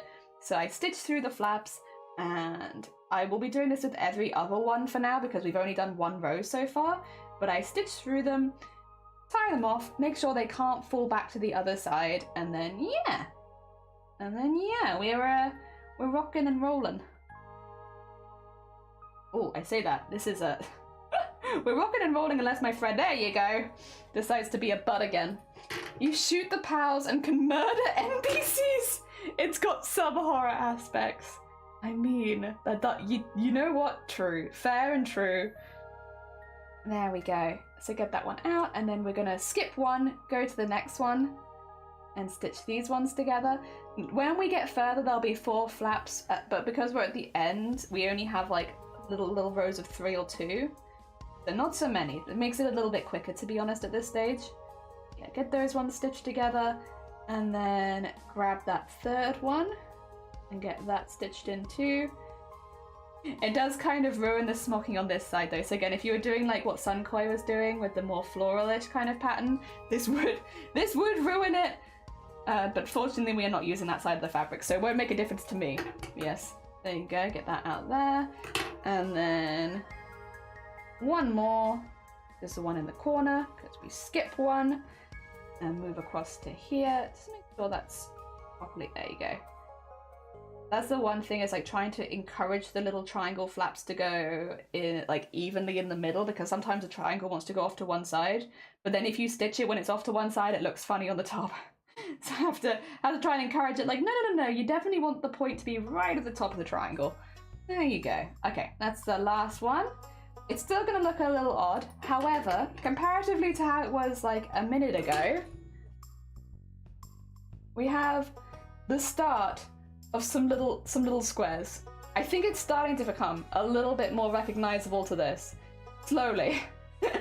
Slowly. So these little squares that we've made, there's 4 of them in a row here. These are actually going to end up being the bows on this. So they kind of like border it.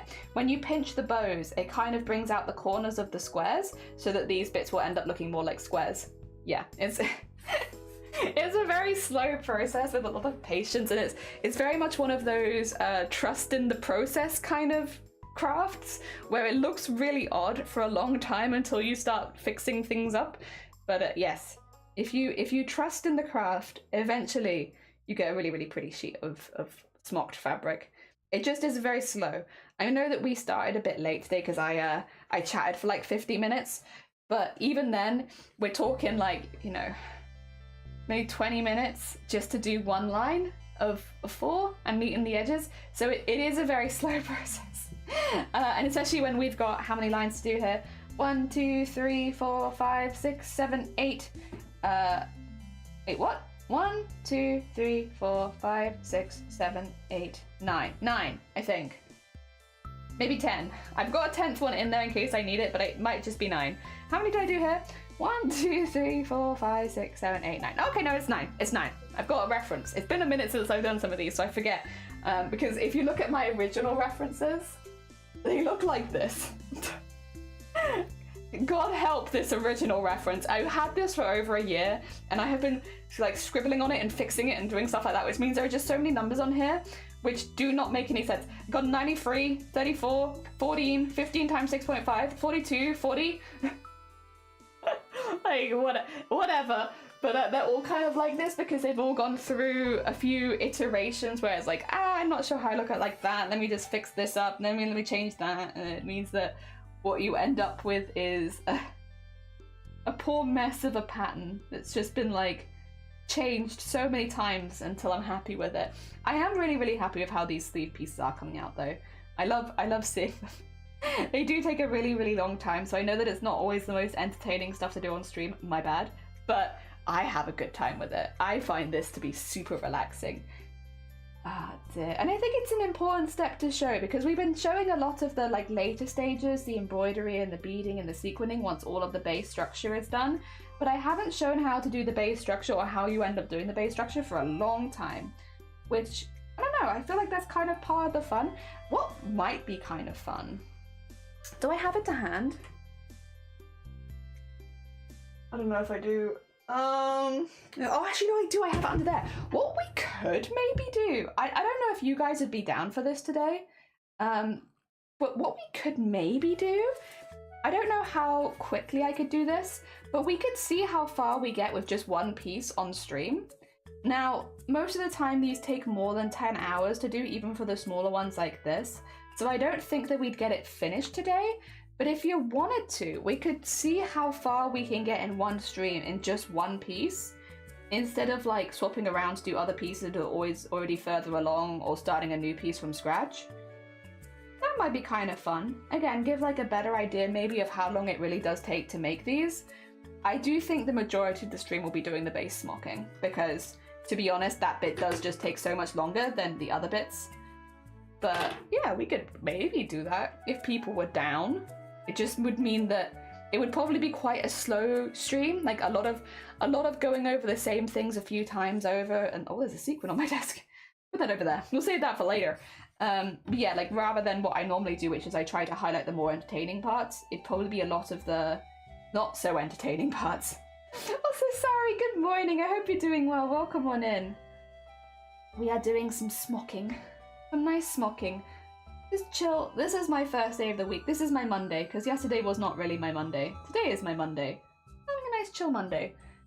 Love to see the process from start to finish. Really shows how much work goes into it. Yeah, I wish I could do like the whole process from start to finish, but I would have to start planning for like a 12 to 15 hour stream if I wanted to do that, which I guess I'm not against doing, but it takes a lot more planning than a normal like 6 hours. Really interesting. Let the race begin. I mean, we could try. I think if I did an impromptu 12-hour stream, though, that Shiny might ask some questions like, excuse me, why are you still live? We have things to do. And it's like, yes, but what if I did a 12-hour stream where I make one tiny piece of smocking?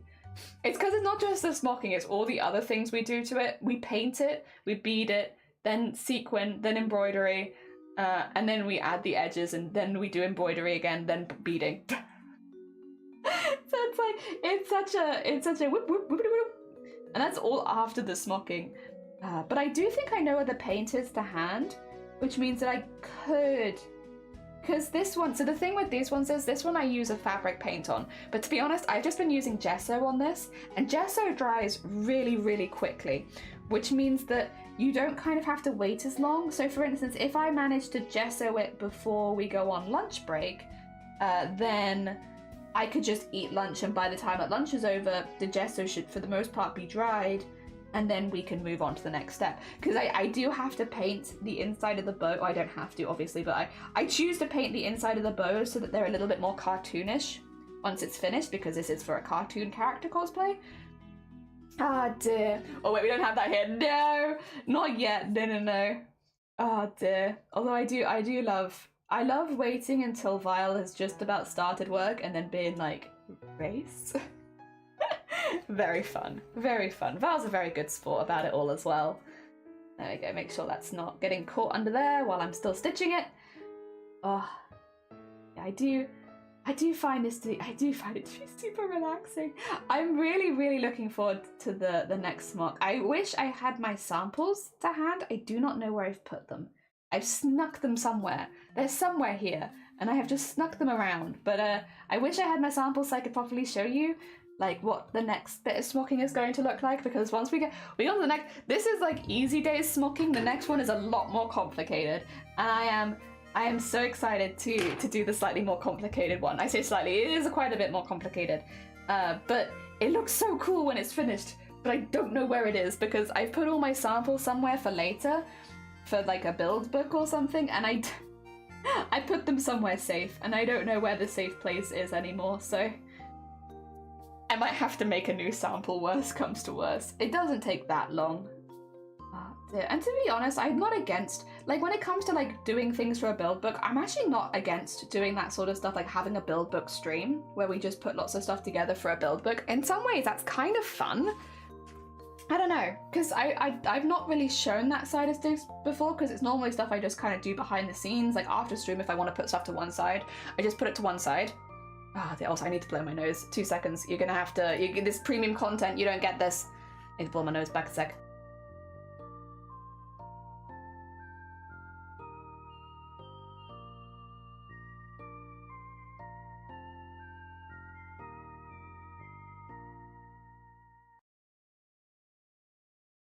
There you go. Secret premium content is over. Sorry. I will not do that on stream. I will not subject you to the sound of me blowing my nose. Oh dear. Yeah, the curse of the safe place. Yeah, I think I put them somewhere safe, and I haven't seen them for months. I don't know where I put it. Me being up this late is expected since my schedule dictated by Teacup. Oh, Vile, welcome on in. Vile, did you see what Chucky posted in the Discord for the 3D printing stuff? We were talking about it the other day, and we were talking about, because it's basically like a little finger with chameleon eyes. I have a copy somewhere. If you scaled it up, you could put it on the end of the barrel of your blasters, right? There it is. Because it's like a little chameleon eyes, like, whoa!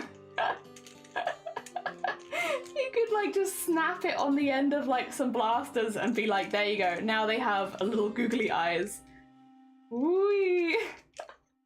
That's so cute. Yeah, I have this. I'm like collecting little thingies and knickknacks. Oh dear. I hope you're doing alright though, Vile. I hope you're doing well. I hope that your weekend has been okay, all things considered, without dogs or Teacup. I hope you're doing okay. Oh dear. Oh dear. Oh, Vile! I learned a very valuable lesson about the Mimic mod. I'm not going to tell you what it said because I will not say it on Twitch. But I have learned that when you go into playing with the Mimic mod, it's really important to remember that even when you're in your first initial lobby, that the game is still recording you. Because if you're telling a really personal story, and again, I'm not going to say what we were talking about, but if you're telling a really personal story, the monsters will repeat it back to you, and it's very cursed. Very, very cursed. Remember that the Mimic mod is recording as soon as you enter the game. So, oh my god. Yeah, I can't talk about the off-stream game that I had with Shifty the other day because I literally can't say what it was talking about because it was very personal. But I had a bug fall on my head and then tell me my personal story back to me in Shifty's voice when they were repeating bits of it. And I was like, you gotta be careful. If you're not streaming it, then it's not a problem. But if you are streaming it, you need to be careful. Like, whatever you do, don't go into Lethal Company and say your, like, social security number and PIN. Don't do it. Don't do it. Very bad idea. Especially not if you're live on stream. Don't do that. Are you telling them? No, I didn't tell them. I said I told Var not to say a personal story. I thought we said that was a good idea to tell them. Don't tell personal stories. I didn't tell them what the personal story was. I made it very clear that I wasn't gonna tell them what the personal story was. But I am telling them to not say personal stories on Lethal Company with the Mimic mod. Because it will repeat them back to you. I see. Yeah, no. I was like, absolutely not. Are you mad, Shifty? Things. I will say many things on stream, but absolutely not. Oh my god. Hecking. That's what I thought. there has to be some boundary. Oh dear. The only cat ears, animal heads, put them on the end of barrels. I'm sure someone would love to do it. Hell yeah. Ah dear. Even records when you have push to talk on. It literally records you non-stop. Which was really odd because it means sometimes you get really good ones. The first time I played with the Mimic mod, the only things I got were Vile and Shifty breathing. So I didn't get anything good the first time I played, which I think Vile and Shifty got a few more interesting bits. But yeah, the first time that I played with it, the only things I got were breathing noises, which just meant that some of the enemies were breathing with Vile and Shifty's voice. which is not the most interesting. Oh dear. It's more, when I was playing with Deimos though, I got some really good ones with Deimos. Because the monsters were like, Deimos telling me that I was doing things wrong, and it was just like, oh my god. They were like, you haven't got enough scrap to hit the quota. It was like, shut up. Shut up, dead Deimos, speaking through the mouth of a monster. It was very fun. Oh, Sister Ward, welcome on in. I hope you're doing well. Welcome. Oh dear. So I have ended up having some good ones now. But yes, the first time I just got breathing and it's like, it's creepy, but it's not that exciting. Can't wait to get those personal details possible the moment I get in the lobby. Yeah, it comes in. By the way, I live at this address. This is my full legal name, and this is my social security number. Here's the numbers on the back of my bank card. All right, now go live. You got a couple of creepy ones. I have been some really creepy ones. Oh dear.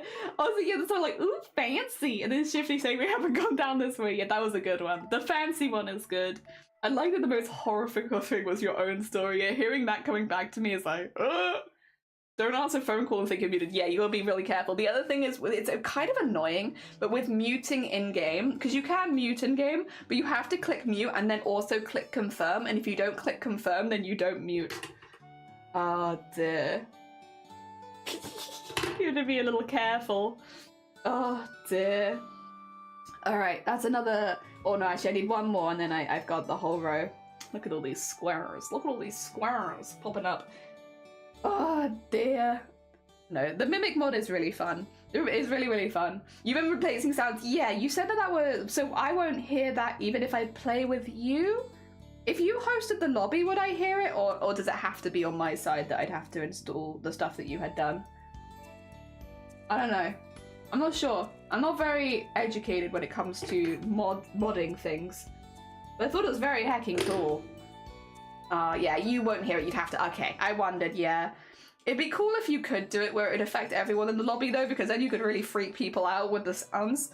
But, yeah, I guess it makes sense. Someone must have... Yo, yeah, 100% someone has a mimic being like, thanks for the gift subs! Oh, dear. That'd be kind of a good one. Elja, welcome on here!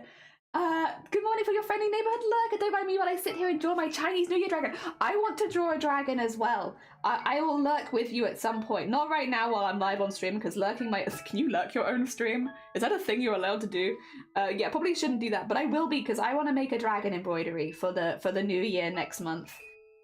Because this next year is meant to give me really good fortune, and so I don't want to anger anyone, and I'm like, you know what, I'll make a piece of art for them, and then it will give me maybe the best fortune.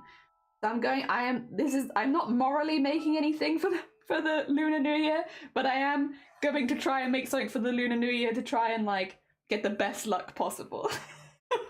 Because it's meant to be good luck for me anyway.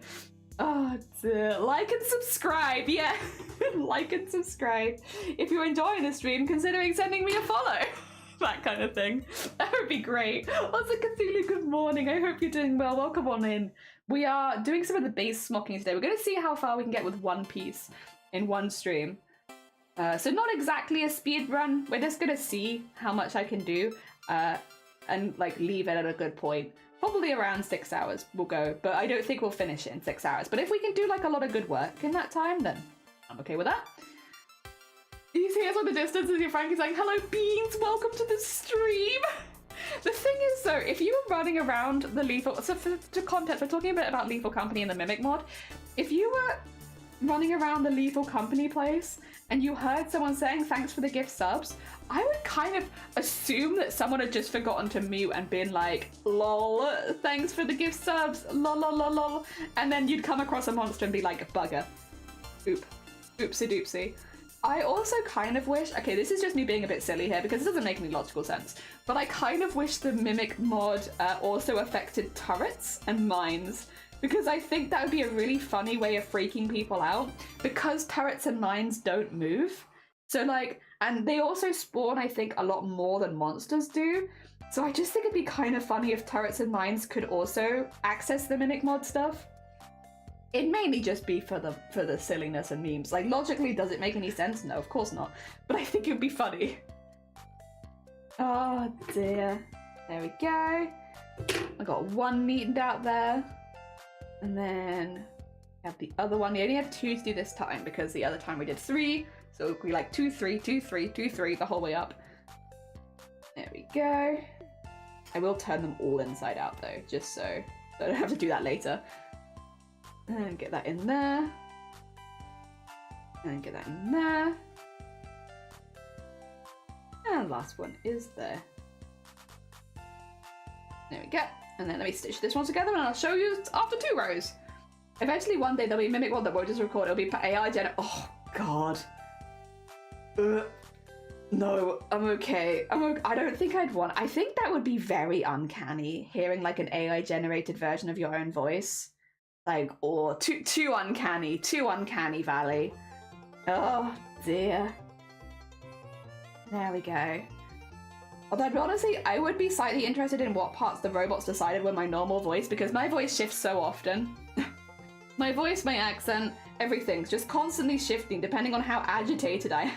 I don't know if AI has like an agitated meter where it's like, depending on how agitated I am, I sound very different. When I'm calm, I sound more like this, but like I get pretty high-pitched or low-pitched when I get more excited, one or the other. Oh dear. Depending on how passionate I am, I slip into a different accent again. Oh dear. I'd be curious how it manages that. Alright, you ready for 2 rows? Ta-da! Look at that. See? The squares! They're appearing! Well, they look more like circles right now, but we're meeting them into squares. Yeah! It's getting there! It looked so messy a minute ago, and it's slowly looking more like a real thing. Slowly. Very, very slowly. It is a very slow process. But, hell yeah. And you can start to see the bits that are more raised and the bits that are more like dips. The dips are the places where we put the sequins and the embroidery and stuff later. So we leave those dips there. Hell yeah. It's slowly getting there. Let me have some tea. Let me have some little tea sip. Ah, hell yeah. We have 9 rows to do. We have done 2 so far as well, just so you can keep an idea of the time. 9 rows to do. We've done 2. After we've done 9 rows, we have to paint, and then we have to re-smock basically on the top where we do all the neatening and pulling things into place and doing like the stitches that basically hold things in certain places. So it's not exactly the same as smocking, but it kind of it is still part of the smocking process, but we have to do it after painting. Ah dear. I know that Tango AI TTS has difficult recognizing non-US accents, so you might have trouble. I could try and sound more American. Ah dear. Sorry. Again, massive apologies for all the coughing today. It is nothing sinister. It is just it's cold and damp. Oh dear, more uncanny if I suddenly become American. I never really had an American accent though, I would say. It's only on very specific words, and that's just because my family's American, so when you hear certain words with certain twangs and that's the first way that you've ever heard it, you kind of pick it up. Yeah, unfortunately, it's a weird one, right? Where it's like, if the first time you hear a word is with an accent, that's the way that you'll say it. Yeah, I was born American though, so maybe I'll have an edge on doing an American accent because I was American. I'm no longer American. Well, I guess technically I'm still American. I don't know how this kind of stuff works. I'm just not officially on paperwork American anymore. But I was born American. Oh dear. There we are. Ooh, but no, I've never had an American accent. Just the odd word. Just the odd word that I probably heard for the first time with the accent, and then it's just stuck there. Although, what is it? We were having a conversation with this the other day. YouTube accent? This is a very weird way of going, but YouTube accent? Yeah. Yeah, you're right, Din. I was born with American citizen. I did renounce my citizenship, so on paper at this stage, I am is it called an expat? I am basically the one of the people that was like, I was American, and I am no longer. I do not want to be affiliated with this because I don't live there, and I don't plan to live there either. So I got rid of it. Technically, yeah, you renounce and that is different. Okay, that's like I did pay to remove it. Not for any. It's nothing against Americans in general. It's just it's a lot of It's not even to avoid the tax so much. It is a pain, but I've never earned enough where I've had to be taxed by America. It's just why, like, every year I have to fill in the expat or the a citizen living abroad tax returns forms, and they're so complicated because they make assumptions that you're earning millions, and you have to basically every year convince them that you're not a secret millionaire living abroad. And it's really frustrating to go through it every single year. So it's not even to dodge taxes because, like, I wasn't paying anyway, I don't earn enough, but it was just really annoying. And then one year, this is what really tipped me over, to be honest. One year, apparently, I got a message in the mail to say that I had filled my form in wrong and they were fining me. And I was like, okay, right. So I had to pay a fine, and they said, if you don't believe this fine is correct, give us a call. So I called them, and the phone line is no longer active, and I had to go this really long way where I had to like mail them that I think they got it incorrect, and they had to then call me because the one on the form doesn't work anymore. It's like been discontinued or whatever. And then when I called them about it, they were like, well, we can refund you, but at this stage, because we've already had to do this work that's already been paid for, the refund would basically be nothing anyway, so there's no point. And I was like, and bear in mind, I paid them $500 $500 in fines, because apparently I hadn't filled my sheet in wrong, which was wrong because I had filled my sheet in correctly and they had got it wrong, and then I still had to pay $500. And then they wouldn't give it back to me because they said, you know, because of processing fees at this stage, there would be none to send back. And I was like, unemployed, sending them $500. And I was like, you know what, I'm getting rid of this. And that's why I got rid of my citizenship. Like literally before then I was like, it's fine, like it doesn't bother me. You know, it's a bit of a pain to do this form every year, but it's not difficult. I don't earn enough that I'd be taxed anyway, yada yada yada. So I wasn't too bothered about it, and then that happened, and I was like, okay, you know what? I've changed my mind.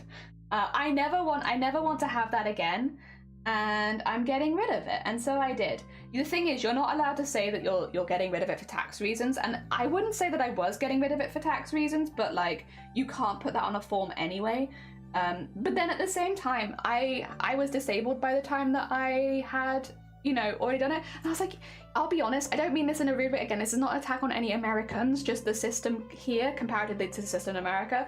I would rather be disabled in Wales, where I get free prescriptions and free healthcare, than go to America, because every single one of my injections is $300 or more than $300, and I need those. So I don't want to be paying like thousands of pounds a month on these injections that are not covered by, I can't get health insurance over there because I'm already have a pre-diagnosed condition, so I would have to pay for it, and so why would I?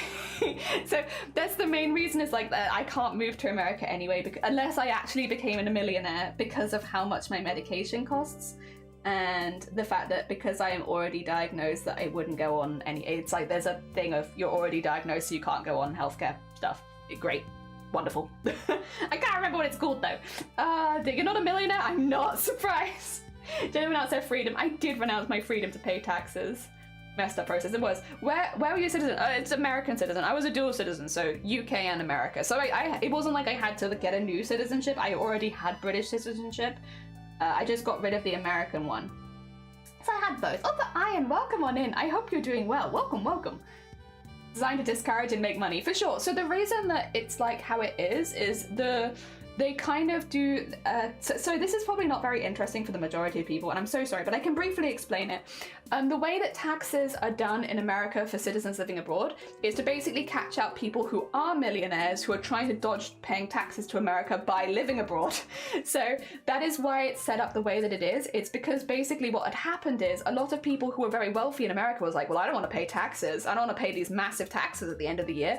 I'm going to move somewhere where the taxes are better and then no longer pay American taxes. And so America put in laws in place where even if you move abroad as a citizen, you still have to fill in tax return forms. They're slightly different to the ones that you fill in if you live in America, but they're similar, which means that it is one of the only 2 countries in the world that forces you to declare your income even if you do not live in the country anymore. So that basically if you are a millionaire, you still pay taxes to America. Okay, so that's how it works. The problem is, this was a system that was put in place specifically to catch millionaires, and unfortunately, the majority of American citizens that are not living in America are not millionaires. We're just normal people who have to now fill in these forms convincing them that we're not millionaires every single year. So it's a really annoying system if you don't live in America, because it is the assumption that you're earning money and then you have to prove that you're not. Not the other way around. So it's that's where the forms differ a little bit, where you're basically just consistently having to prove that you're not really, really wealthy. And it's difficult. It is frustrating, and it's a lot of pages and there's a lot of stuff to fill in, and you're not trained on how to do it in this country because we don't have that in this country. That's not how it works. So yeah, it is difficult. It is very difficult, especially if you don't have anyone to like check your stuff for you. Luckily, I have had people to check my stuff for you, but if you were on your own, you'd be screwed. Oh dear, I got one sleeve in, time for a breather. It sounds like you deserve a heckin' breather. Hell yeah. Oh dear, Atlantic, you got ads, welcome on in, how are you doing? Hello, welcome, welcome. It's mind-blowing how sick is making people bankrupt in the USA. Yeah, it's very scary. Pre-existing condition, I think that is what it is called, isn't it? A pre-existing condition makes it a lot harder to get health insurance. Yeah. Oh dear. Also, thank you for the posture check. I will posture check myself. I am hell nervous right now. Are you okay? Oh dear, I'm sorry that you are nervous. I'm sorry if I made you nervous. My bad. That's not my intention. Is it the needles in my hands? Because honestly, fair. I think they should make anyone nervous. Me, with sharp objects? Terrifying.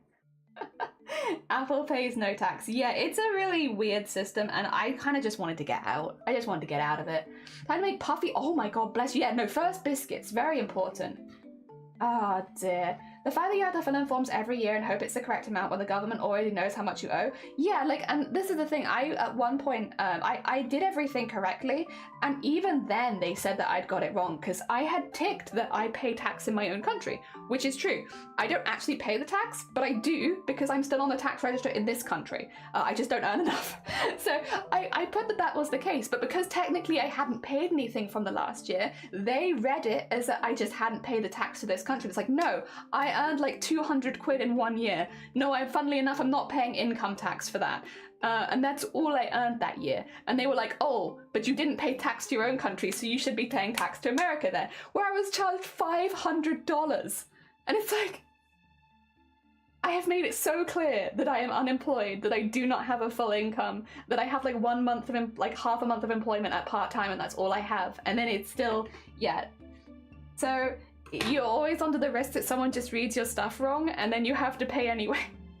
Because again, it's if you can't prove that you're not a millionaire, then you have to pay. So it's not quite the same vibe. Very, very difficult. Again, I would always, to be honest, there are services you can go to if you have an American embassy. They have one in Cardiff, they have the big one, where they can help you and double check stuff if you don't have someone who is in your family who has experience, because it is hard. You're looking at like hundreds of pages of work, basically. It's a lot.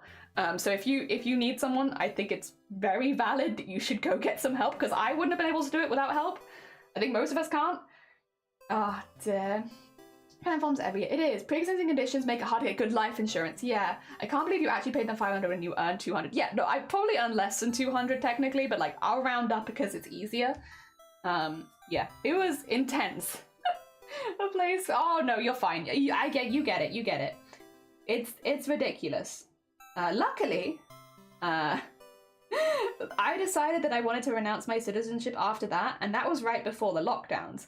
And during the lockdowns, American citizens got paid, what was it called? It was the amount of money that they thought they were like, oh, you need this to live when you can't work because of the lockdowns. What was that money called? It was like a stimulus package. Thank you, Din. I got my stimulus package, which was more than I had paid them. Now, should it have been like that? No, but I did get it. So they sent the stimulus package to citizens living abroad as well for the same reason. And the stimulus package did repay me the amount that they had taken from me unfairly the previous year. I still wasn't happy, but they did get it. So it ended up working out that I didn't lose money from it. But yes, I only got the first stimulus package though, because by that point I had already renounced my citizenship, so I didn't get any more after that, because of course not, but yes. Want to confirm I still genetically respire every 5 years for my disability status? Really? Wait, is that something that's not a, wait a second. Wait a hecking second. That's not a, okay. Do you have to confirm it every 5 years? I can understand if you were like going through something temporary. Maybe you had like a back injury and you were recovering, or you'd gone through cancer and you were recovering. Like, I can understand in those kind of cases, but I feel like with a lot of these are like permanent diagnoses. It's not something you just get better from. Oh my god. Wait, why are your parents in America? They're not. They're not. They're over here. They're sometimes in America and they're sometimes over here. They're over here right now. I'm actually going to see them next weekend. Good segue. I'm not streaming on Monday because I'm going to be with my parents. I'll be doing basically the same thing next week that I did this week, which is just doing Tuesday, Wednesday, Thursday, Friday, because yeah, next week I'm seeing my parents. Imagine suffering from migraines while in America. It's actually mental though how different it is over there, because they have so many more treatments for migraines than we have, because you have to pay for them.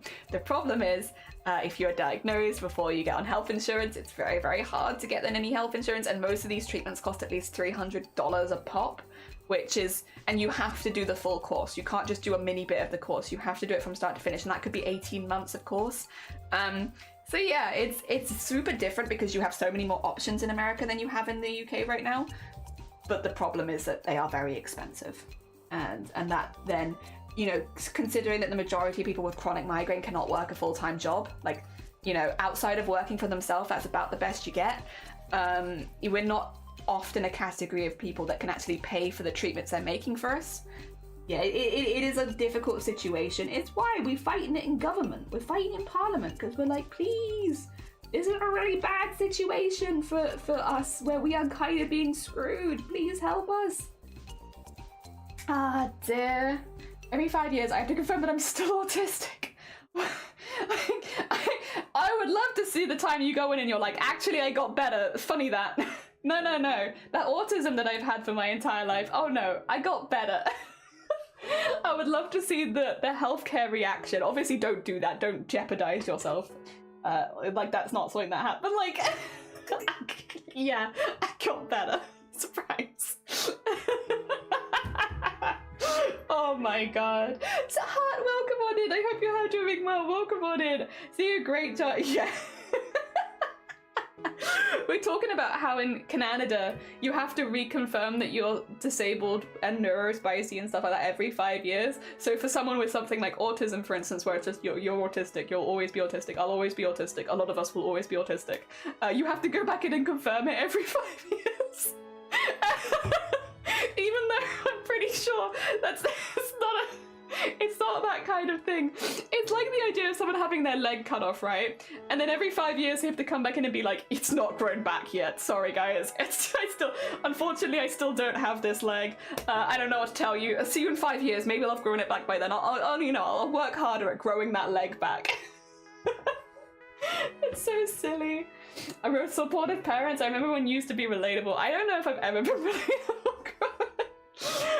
I remember very vividly, like, in one of the first streams, someone came in and were like, Jelly, what do you want to do? Why are you streaming? And I was like, because I'm going to become world cosplay champion, and I don't care about any of this. I care about sharing my process with you because I am going to become the world cosplay champion.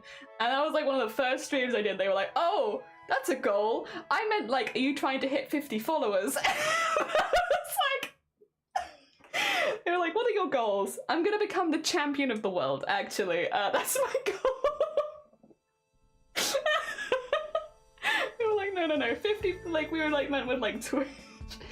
Oh my god. Good times.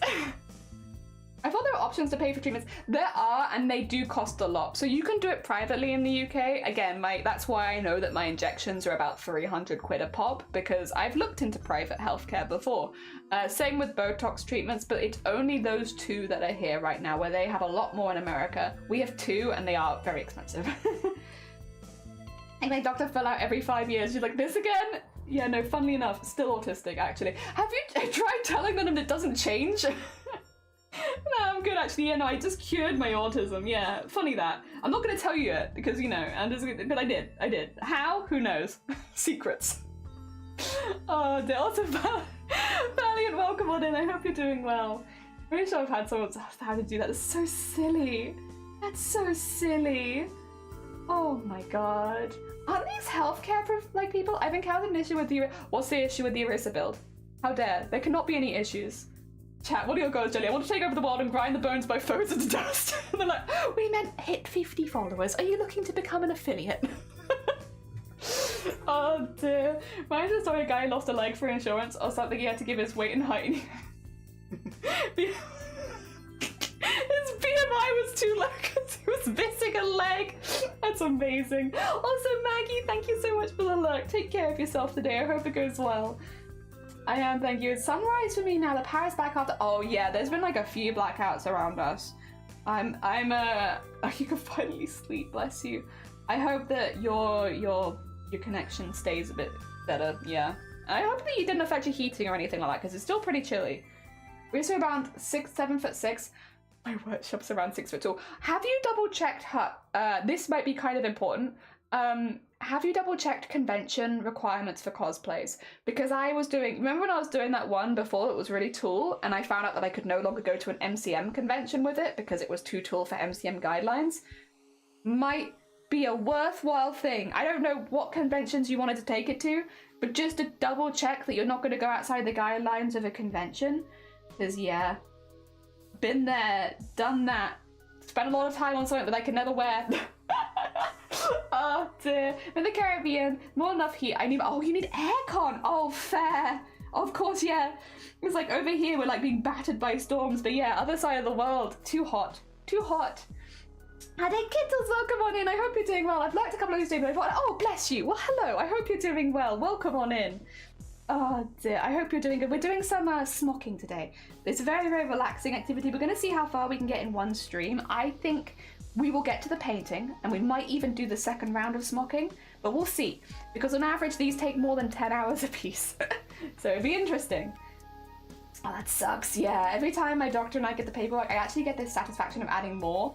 Oh, I guess that's true. Yeah, like maybe this is actually them shooting themselves in the foot, because yeah, if every time you can go and add more, maybe you can claim more. I mean, if you're suffering with it, you should be able to claim more. But lucky with the power cuts here, but my mobile signal is like rave on, rave off. How am I doing, Maggie? I'm doing good. I'm very sleepy this morning because it's been super dark. Because we're in the middle of a storm, right? So like waking up and it still being very dark outside, I think it's sometimes harder to wake up. But other than that, I'm good. It's just that, I guess. I'm a little sleepier than usual. Oh dear, I look at work and think I could never do that. So much patience needed for the fiddly deals. I look at my drawing, it reminds me of how much patience. This is the thing, I want to show the bits that are like more boring sometimes, just because I want people to feel like they can do this. Like this is not, it is a process, and it, you know, the more practice, the quicker you'll get, but it's not that hard. Realistically, what I am doing is 6 stitches and tying a knot and just doing that over and over again, which is, I genuinely think any of you could do it. What I would say is having a base, like knowing what you're like, what you call it, like a pattern that you can follow does make it a lot easier the first couple times. I don't need to use them at this stage because I've done this enough times, but having something to reference does help. But other than that, yeah, it's just slow. Most of the processes I do are just really slow. They're not hard, they're just slow. So yeah, I guess patience would be the key, huh? Ah, duh. Maximum size for cosplay is 2.5 meters in any dimension with MCM. Yeah, I was above 2.5 meters. That was my problem. I was a big bean. I was like I was more than 3 meters tall. I was nearly 4 meters tall. I was just a little bit out, we'll say. Just a teeny tiny bit out. Oh dear. If it gets cold and starts snowing here, I'll let you know so you can prep for Armageddon. Thank you, I appreciate the heads up in advance. Pup, welcome on in, how are you doing? We do have internet again. It's been 3 days. Would you go to AX? I would go to AX, actually. I just, not in the near future, but at some point I would absolutely. I've heard good things. I can sew toys and bags and have made a basic skirt. Coming up with cosplay stuff is too advanced for me. But like a lot of cosplay stuff is just regular clothing with like a little bit of trim or a little bit of extra stuff, or throwing my needle at the camera.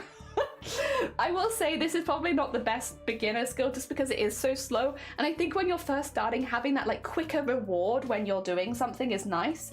Makes it feel like the work's going a bit faster. But difficulty wise, it's not too hard, it's just really slow. But if you were like, we were talking about it earlier, someone was talking about making it into like a purse or like into a bag or something like this. If you were making just a small bit to make into a wallet or a purse, that'd probably be a really good call, because then you wouldn't have to worry about making loads and loads of things. Just a little tiny little bag. Diagonally from the bottom of the back to the feet is about 2.5 meters. Okay, you're safe then. I think that means you're completely safe. Right, Hut? You were on stilts? No, it was just really tall. I was not on stilts. The costume was on stilts. As someone who managed their first level song on Sunday, it's actually not as difficult or needing as space. Yeah, literally, we watched Cthulhu. I watched Cthulhu make it in person. I was like, it looked like smocking, and then I was like, is this smocking? And then they made a beautiful little. It honestly would have been like a wonderful like piece to join 4 different patterns up, I guess, in the middle. It was very, very pretty. And yeah, they did it literally while we were having a cup of coffee for the first time ever. Yeah. Oh dear. So, yeah, anyone can do it, anyone, all of us. We would all get into smocking. Pretty sure Sunkoi got into smocking for the first time last year as well. A lot of us. We're very, very new beings to it, but it's not that bad. It's not bad. It's just a bit slower if you're doing a big piece. So I barely get in. Wait, Jelly is 3 meters tall? More than 3 meters. Surprise. I didn't really want to know. I was going to make... are you familiar with a series called Madoka Magica? Because I was going to make one of the witches. And that's why it was so tall. Because they're big beans. The witches are big beans, and it was mainly just straight up tall, but it was very tall. By the way, Jelly, I've been selling model kits and stuff, and I'm now expanding into fabric. Into wholesale account clears. I'll be able to get fabric at wholesale prices. Oh, really? Oh, hell yeah. Wait, how are you getting into all these? How are you getting into all these things? How do you do it? Tell me your secrets. Tell me your secrets. What connections do you have? I was thinking of smocking a pincushion would be a really good one. That would be a really good one, Anime. If you just wanted to give it a try to see if you liked the process, because that's the thing, is like, I wouldn't normally recommend doing a process if you don't actually find it enjoying or relaxing. So like, you could do like a small piece for like a pincushion, see if you enjoy it. I'll be honest, knowing Anime, I think you probably would, because you're very good at fabric crafts already. So I imagine it would sit in your brain quite well. But yeah, like, see if you enjoy it, and if you do, then make bigger pieces. Been selling model kits and paste for about a year now. I'm fully registered business. It's a lot easier to get wholesale. I see. Yeah, if you have a fully registered business. This year will be the first year where I have to announce my business, which is very exciting. So getting all that sorted. Oh dear. I still feel very fresh though. I still feel very new. Like, I'm still learning a lot. The other day, Cthulhu and Chucky gave me a lot of really valuable information.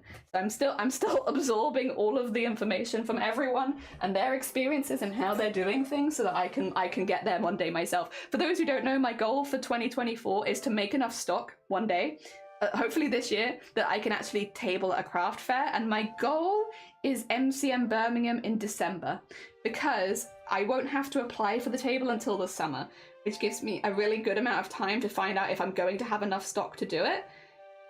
But that's my goal. My goal is to make enough stuff that I can actually table at a convention.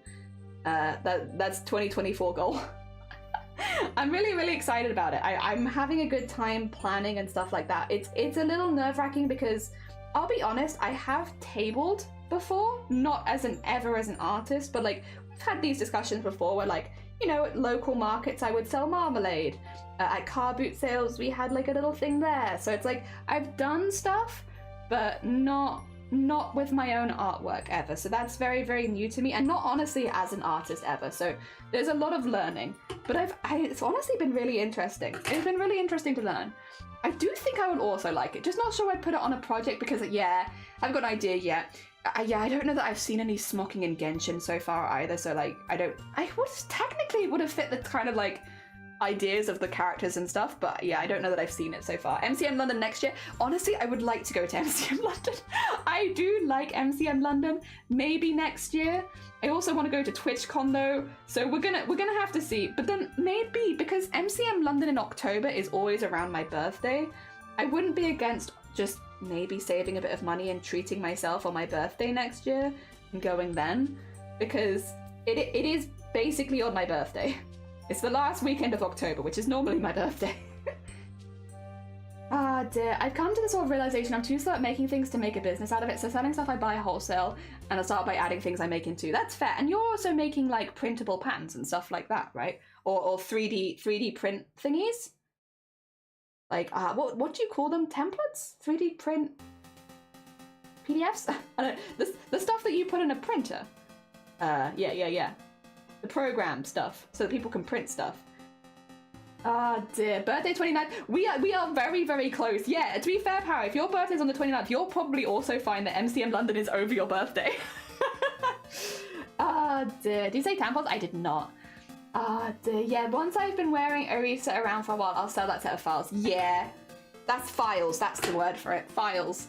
Listen, awesome girl, I decided that this dragon year would be my year, and I'll attend a big for the first time. It's an artist. I'm scared. Oh no, my god, that'll be so much fun though. That'll be so much fun. Hell yeah, fire. It'll be absolute fire. Hell yeah. Oh dear, that's a heckin' good goal. Yeah, it is Year of the Dragon, and I think a lot of signs are meant to have more luck this year. I know that I'm meant to have luck, and I'm riding on that. I don't necessarily always put a lot of faith in this sort of thing, just to be clear. Like, I'm not someone who has a lot of information, but when someone tells me that I'm gonna have good luck for a year, I'm like, okay, I'll listen. You told me I'm gonna have good luck. If they told me I would have had bad luck, I wouldn't have listened. But they told me I'm gonna have good luck. Okay, you have my attention.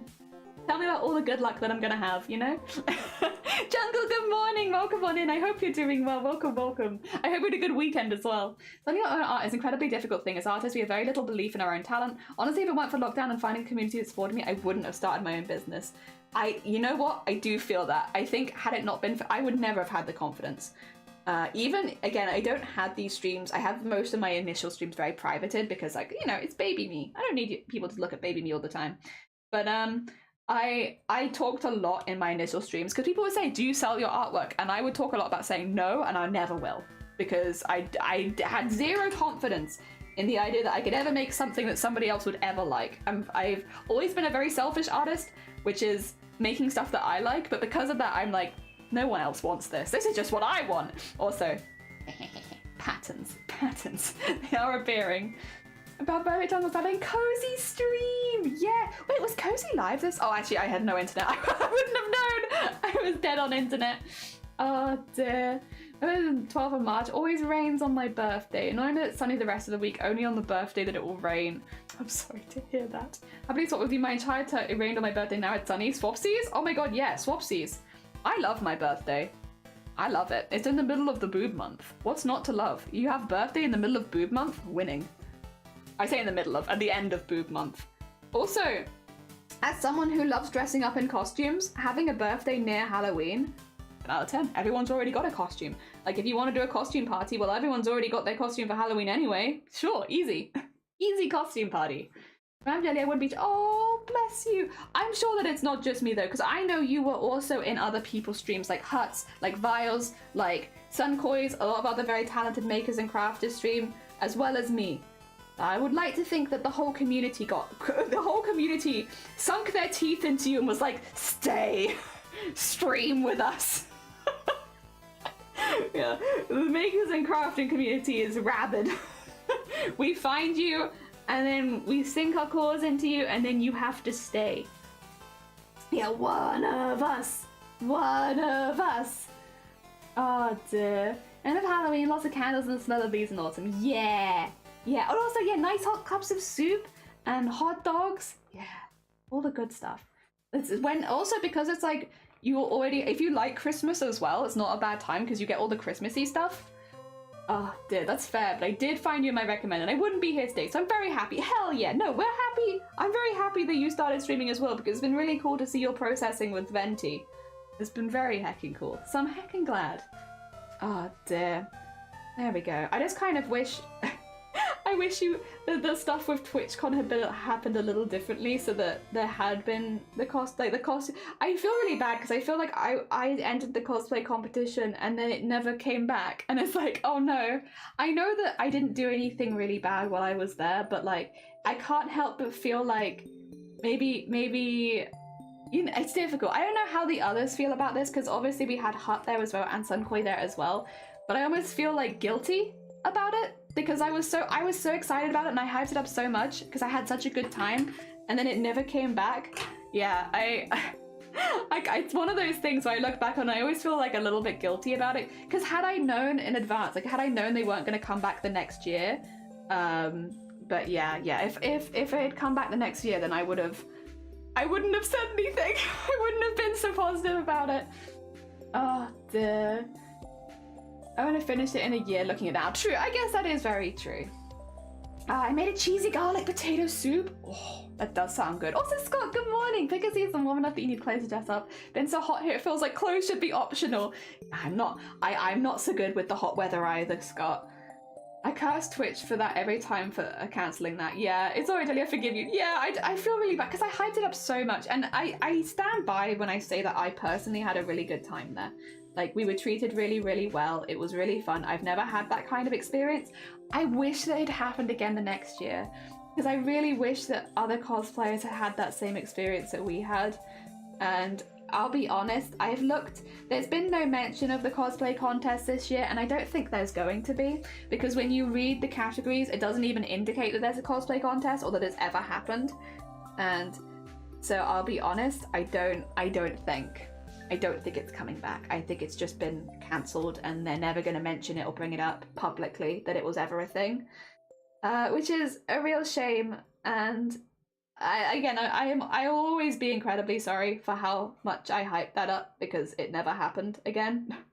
While what I said was not a lie, it also did encourage, I think, a lot of people to try and make a costume for Twitch, and then Twitch was just like, nah. And while I don't have any control over what Twitch does when it comes to that sort of thing, I do feel bad for hyping up an event that no one's ever been able to take part in again. Oh dear.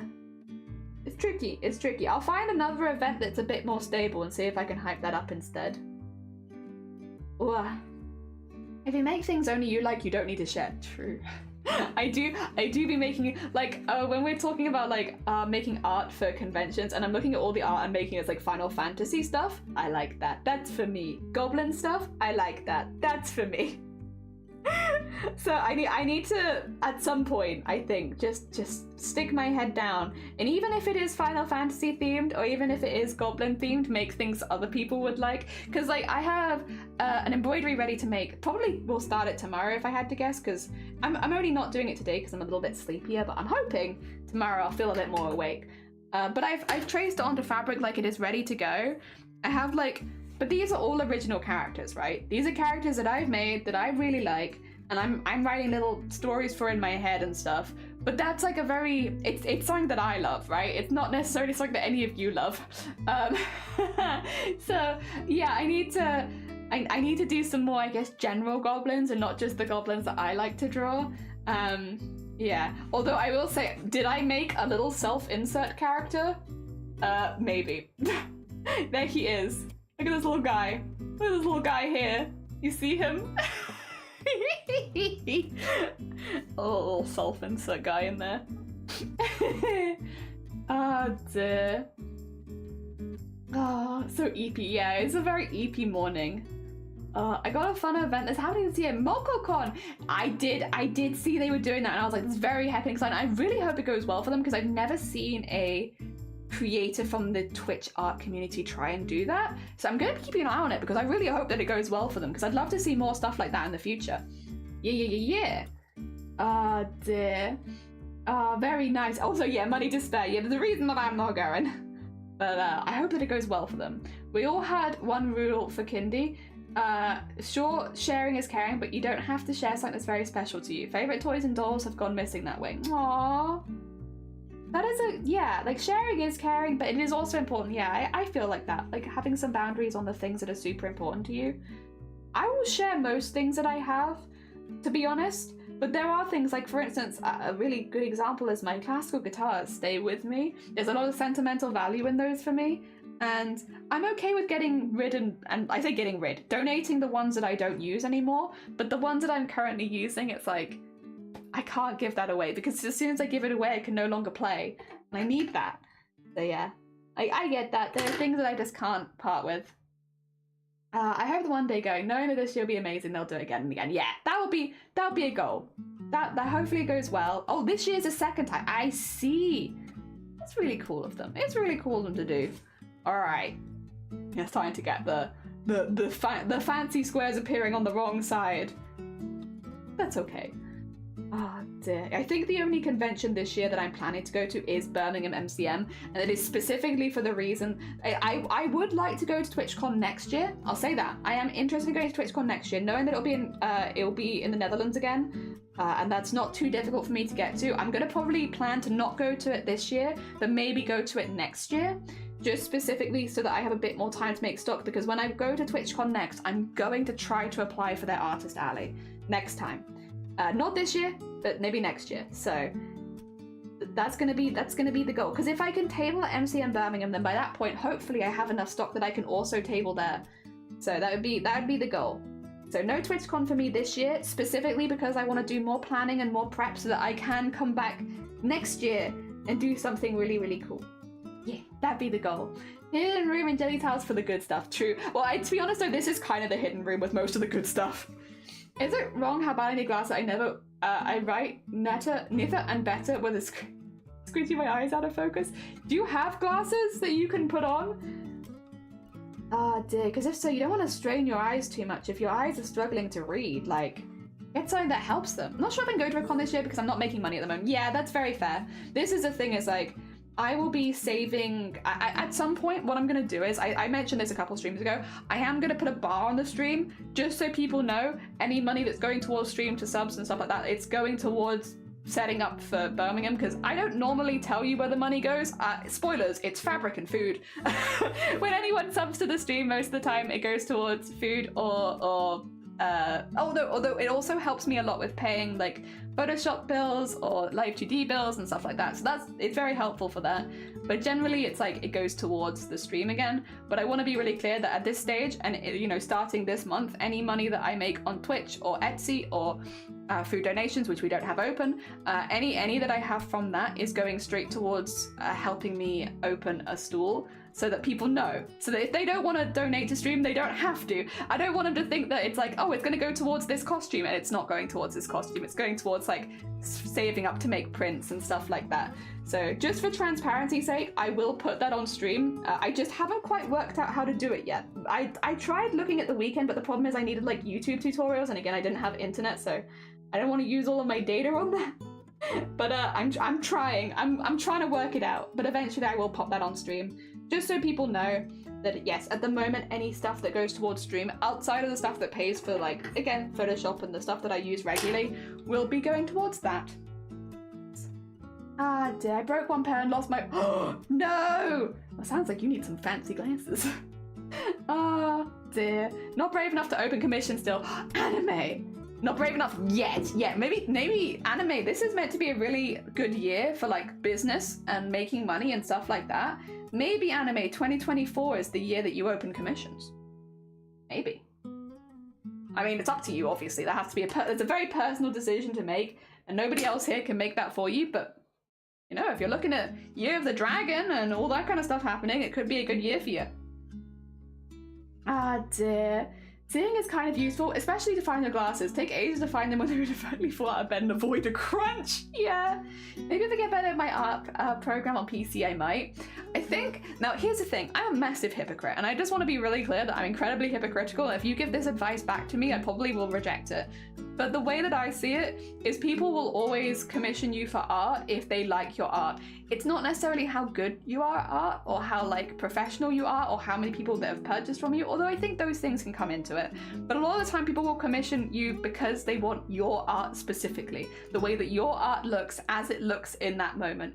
Which means if anyone, even if I was to open commissions right now and do stickmen, people would only commission me if they wanted stickmen, and I would, you know, provide stickmen. There would be, so if you have examples of your art, enough examples to show for a portfolio, for instance, and then you open the commissions, people will only ever commission you if they want that.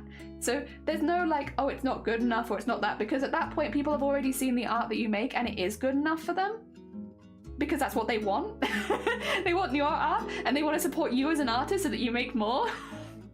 At least that is the way that I see it when I'm looking at artists and I'm like, I want to commission people. I'm like, I'm not looking to commission Picasso. I'm looking to commission someone who does a very specific thing that I like. And that's what I want. Like, if we're being honest, let's look at my t-shirt as a good example because it's pretty simple, right? You know, is the art on my t-shirt like Picasso? Is it in the Great British Museum? Is it in the biggest art galleries in the Louvre? No. But I like it. I like this goofy little guy climbing out of an egg and having little feetsies, like the little feetsies. I like that. I like him just giving up and lying down. It doesn't matter. Very funny. I like it. And so I buy this t-shirt. But it's not like it's got like ridiculous art on it. It's not like you look at it and you're like, oh my god, that's the next new artist of our generation. It's eggs. But they're eggs that make me happy and I like them. So yeah, I think that's the thing. It's like, again, I'm a massive hypocrite, and again, don't expect me to take my own advice with this because I won't. But thank you for the egg smash as well. I appreciate it. Oh dear. Found a tracker vendor. I don't have an eye test till June. I see. So we have to wait a little bit. I hope that you get some nice ones when you do get them, though. That's a better statement. You can do it. Yeah! I get that. Just trying to find my style back in a way. I think, yeah, there is like a balance of being happy with your own art as well, though, because if you're going to be really stressed out and like selling your art, that's not fun. You want it to be fun for you too. So I do get waiting until you're happy, and it's a very personal decision to open commissions. So it has to be a decision that you make wholeheartedly with your whole body. Yeah, I look forward to hopefully seeing that one day you are popping your art out there more, because I like your art. I think a lot of people like your art. Especially, I think the fact that you can draw ponies really well is a really big boon, because there's a huge market for that already, but also you're very good at it. And horses is a hard thing for a lot of people to draw. I can't draw a horse. I think most of us would struggle to draw a horse. Being able to draw horses, as weirdly specific as it is, it's like a pretty intense art skill. Oh dear. If you believe you can get better, it just takes practice. And I promise that if you ask me my opinion, I will tell you the truth. Yes, we will. If you ever ask for critical feedback, I will say, if people aren't asking for critical feedback, just everyone in chat, don't give it. But if people are asking for critical feedback, I'm sure we have a lot of people in the community that would be able to give you some really useful feedback. Different ways to escape an egg. Survival for chicks, yeah. The one that draws hands. Another thing that is really hard for a lot of artists to do, to specialize in hands. I mean, I'm heckin' proud of my sketch this weekend, saying the whole stream, I'm not good at drawing humans, and now here I am. I missed it because I had no internet. Damn it. Oh dear, but I bet it was good. Also, thank you for the hick. And Sonny, good morning, welcome on in. I hope you're doing well. My horses look like very sad dogs. Yeah, I really struggle with horses. I think a lot of us struggle with horses. Horses generally are quite difficult to draw. But yeah, anime can draw them very quickly. Anime is a speedy bean when it comes to horses. So like, again, it's just one of those things where it's like, maybe from an outsider perspective, I feel like that's something that, you know, a lot of people would be interested in because it's hard. Oh, you posted Discord? All right, let me tie this off and then we'll skip over and have a little look. I did a huge... Oh no, you didn't. Sonne, are you okay? Oh, Sonne, isn't this about the same time of year that it happened? You did your first ever human speed run as well? Is it like the anniversary of the human speed run? Human any percent fountain? Oh God, heck! How unlucky! So unlucky, Somne. How are you doing now? Are you slowly on the road to recovery? I know that it takes a little while before you feel better after that sort of thing. Maybe seeing some of Anime's art will make you feel better. 2 seconds. Let me get Anime's art up and see if we can make you feel a little bit better. There we go. I need to get it on the display while that loads. Oh, wait, Anime! Oh, that's very different. Oh, wait, you can't see it. So, there you go. That's very different. Oh my God. Oh, those wings, though. The heck, that's really good. Wait, this is just a sketch? But wait, I also wish to emote to it. Thank you. Let me get my emotes on there. Oh my God, Anime's amazing, it is! That's just a little, oh my God. And this person who's like not confident in their art, what the heck?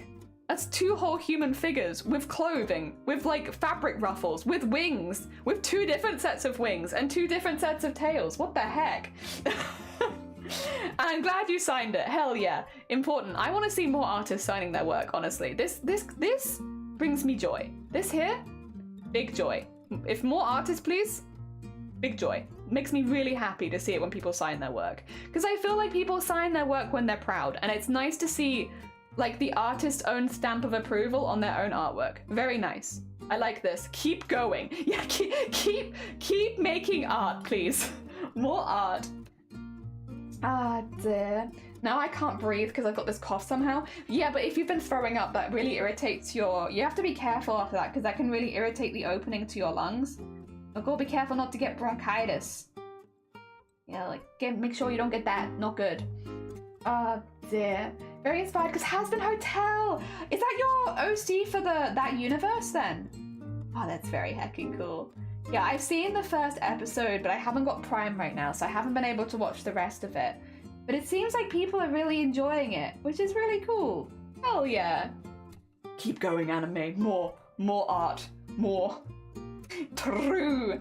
Yeah, you probably irritated your lung opening from being ill. I feel that.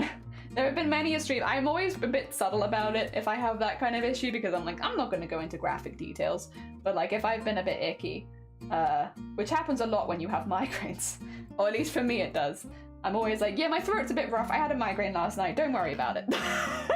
Because it irritates the opening, and then you're just like for a while. Oh my god. There we go. And that's not even with like human speedrun any percent fountain. That's not even that. That's like a lot worse. Let's ping all these out. Even an angel version, I might be writing a description story for them. Honestly, I think sometimes writing a story or like a description of like more of their lore can help you really flesh out the drawings as well. It's like a lovely back and forth where you write more lore for them and then it fleshes out the drawings more, and then you write more and you draw more, and then that fleshes out the lore more, and it just ping pong back and forward to have like a really cool, well-made character. Hell yeah. You should, if you have the time and you're already interested, definitely go for it. I can only see it making it cooler. There we go. That in there. What?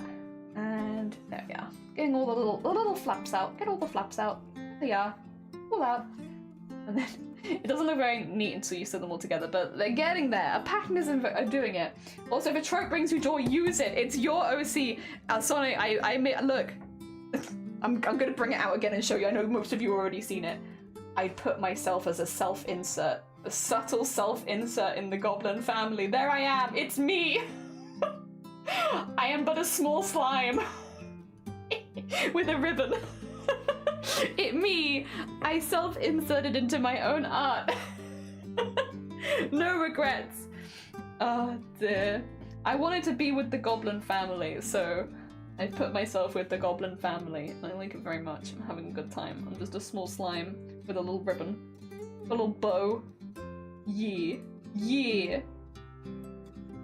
I still need to work on doing a piece of event art at some point. I'll be honest, I thought about doing it this weekend, but then I was like, I think I'm just not very good. I'm not very good at doing, I know that you should be as an artist, but art from the heart, I guess, because I'm only very good at doing art that I'm excited about, things that interest me, but it's not really art, I guess, event art. So I need to do some practice on that at some point. I had intended to do it this weekend and I just couldn't. I was just like, yeah. I'm finding it very, very difficult, to be honest. I know that other people, it's not always the easiest process either, so I'm not alone with that, but I'm finding it a lot harder to do it than I thought that I would. Ah, dear. Oh, look at this. My needle has like magnetized to my scissors. You see this?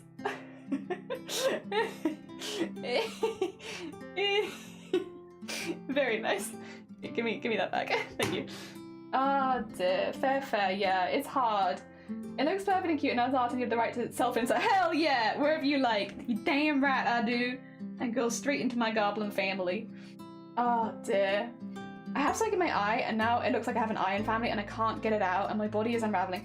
When one thing goes wrong, unfortunately, like, because your system's trying to fight stuff off so bad, it's so much easier to pick up other things. It's why when you get sick, a lot of people get sick again immediately afterwards, because their body's not fully recovered. So yeah, it is very unfortunate. And when you get ill, your body just is like, no. Venard is not something you can rush. Yeah, I feel a little bit of pressure to do it because, like, I think it's a really good idea to try to vision. So, like, I think Shifty already knows the context, but for everyone else, the context is I do a lot of stuff with the Migraine Trust because I have chronic migraines, and we work together a bit. And one of the projects that they had mentioned was getting some artists who have chronic migraines to visually describe, like, show what it makes them feel like in their own mediums, to help people who have never had a migraine kind of understand what it feels like to have a migraine. And they wanted to do it through the medium of art because it's a bit more punchy, it hits you around the face a bit quicker, and it doesn't mean people don't have to read paragraph after paragraph of description, right? And they reached out to me knowing that I'm an artist, asking if I'd ever made anything like that. And I was very honest, I said no, I'd never made anything like that. And I've kind of just said that I'd be happy to give it a go, but it would be the first time that I'd ever tried anything like that. And they said, there's no rush, you know, take your time. And they've been really nice about it, but I almost feel like there is a rush because they want to do this project and I'm one of the people that they've reached out to get involved. And I'm like, I haven't been able to do it yet. Oh dear. I'm just finding it very, very difficult, to be honest. I find it really, really hard. It's already a topic that I find it's much easier to just pretend doesn't exist a lot of the time than to try and draw attention to it. And making vent art is very much drawing attention to something that I would normally just push down. So yeah, I'm finding it quite hard. I would like to try and do it. In some ways, there's a part of me that's like, you should do it on stream because it's something that you struggle with. And most of the time I don't do art that I struggle with live on stream. And it'd be like an interesting part to show. But at the same time, it's so personal that I just don't know if I could make that kind of art with people watching. So I don't know. But then if I can't do it with people watching, how am I going to share it to go in a gallery? Like, I don't know, man. God. I'm in a bit of a conundrum right now of what to do about this. Because I want to be helpful. And like, I am an artist, and I surprisingly, right, I do some art, and I don't imagine that they have anyone else who's doing embroidery, so like, I would love to fill that gap, but I'm finding it very hard, because like, you can do, how to put it, I don't know how to put it very easily, but like, if you see art of migraine, a lot of the time what you'll see is a brain with flowers coming out of it and stuff like that. But I can't say in my mind that's ever how migraine feels to me. But if I put how migraine feels to me, it would be against TOS. I literally couldn't put it on Twitch. So like, I don't know how to balance this and make a piece of art that is not unpleasant to look at, but also true and realistic to me. And I've not even managed to storyboard one thing that I've been happy with. So we'll keep working on that. That's where the vent art is. In case anyone was wondering where that conversation goes, it's very much, it's there. It's on my mind, but I can't quite work it out. Dear. But if isn't it meant to be unpleasant, if that's what it should look like, it's tricky, right? Because like, you can't put gore, really. Well, you can put gore in it, but I couldn't, if I was to show it on Twitch, it can't be hyper gory, right? There are certain TOSs against things. I mean, migraines I get, my doctor doesn't do much. He's like, I'm a woman of a certain age, it's normal. We literally, so power, I've been fighting for this behind the scenes for quite a long time, and this year we went to Parliament and we've been fighting about how people are treated in the medical industry with migraines. In this country, obviously it'll only affect people in this country. We're fighting for better support and stuff like that, and one of the main points that was brought up was people with menopause. People going through menopause who also have migraines are effectively just not treated until the menopause is over. And it means that anyone going through menopause that gets migraines, which can happen as a result of going through menopause, has to wait like an extra 4 years before they can even start treatment. It is madness. It is, and this is also a treatment that's already taking like 7 or 8 years to get through, right? So, and during that time, if you have chronic migraines, you are having a migraine basically every single day of your life. And you can't, what life is that? Yeah? There's like no life there. But it's a very hard topic to talk about in detail. It is hard. And I think it makes sense that it's a hard topic to talk about. It's something that affects me every single day. And it's not easy to put, how do you put something that affects you? Like, I would honestly, it's a difficult one because I don't want to call anyone out and I don't want anyone to feel like they have to discuss this. Vent art is very, very personal and you don't need to join this conversation if you don't feel comfortable with it. But I wonder how people manage, because a lot of people who do vent art is like mental health, stuff that does affect people every single day, right? Yeah, I don't know. It's hard. Hard. How do you put that on paper for every single day? Vent art is supposed to be your truth, even if it's really uncomfy. Yeah. I think, yeah, it's difficult. This is not an invitation for everyone to, oh yeah, sorry, Power. We have, do not share your age in chat. Please do not. Thank you, Sonny. Can't be, sorry. I apologize. I should have made that more clear when I was mentioning menopause. Big, we do not share ages in chat. Because we've talked about this before. I don't think I need to talk about it again. It's not at you. No, it's not you. It's a. I'll mention it very briefly so Power doesn't feel bad, because I don't want Power to feel bad. The reason we don't share ages in chat is because when you share your ages, it encourages other people to share their ages. And when other people share their ages, there's always someone who's underage that tends to come out of the woodwork and say, I'm 10 years old. And then as soon as that person has said they're 10, they're a target. There could be people DMing them behind the back of the stream. There could be people keeping an eye on them and watching where they go. This is why we say no ages in chat, because unfortunately when someone who is an adult and safe to share their age shares shares it. Someone who isn't an adult and isn't safe to share their age, you know, might. And then there's a minor in my chat who's now in danger. And I just don't want to encourage it. Yeah, that's why. It's not you. It's not you. It's just a Twitch thing, unfortunately. It's Twitch stuff. Twitch not making things safer for minors a lot of the time. Yeah. You don't look your age at all. I need your skin. Yeah, what we need is not your age, but your skincare routine. Give us that, and that we will take any day. Although I'm actually getting pretty happy with my routine, which is really simple. It's just I'm very dry. My skin is always dry. I thought I had combination skin. No, turns out I'm just 100% dry. And so since I've begun doing better, like not exfoliating too much and also doing more just soft stuff with your skin, oh my god. Night and day. Things have been so much better. I thought I was combination for so long. Nah, I'm just dry. I'm just really, really dry. I've only made vent art recently, but honestly, if I hadn't felt the way I did, I probably wouldn't have made it. Yeah, it's tricky. I've only ever done a vent art once. Not going to go into details unless you want me to. It was for me, and I needed it, and I couldn't do it every day. Did you? Okay, I won't ask you to go into too many details because when it's private, it's private. Did it? Would you say that it took it out of you the day that you did it? Because I'll be honest, when I've been trying to drop storyboards, it's been quite tiring. Like, I don't feel relieved at the end of it. I just feel tired. And I thought vent art's meant to make you feel better. Oh dear. How are they getting signal in the lines? How are they doing that? How do you become moist? You don't have a skincare routine? How dare you, anime? Because your skin always looks pretty good. Or how dare you not have a skincare routine and have good skin? Banned. Banned. The same as anyone who's good at drawing hands and horses. Banned. How dare you? Oh dear. Imagine having skin res routines. I should be straight. Oh my god. You don't. Somne! Maybe actually though, Somne, you've had a really rough weekend. You're struggling a little bit with health stuff going on. You've had like the human fountain any percent run. What a good time to go into like somewhere that can test your skin and like when it's been struggling and tell you the things that you could do that would help it.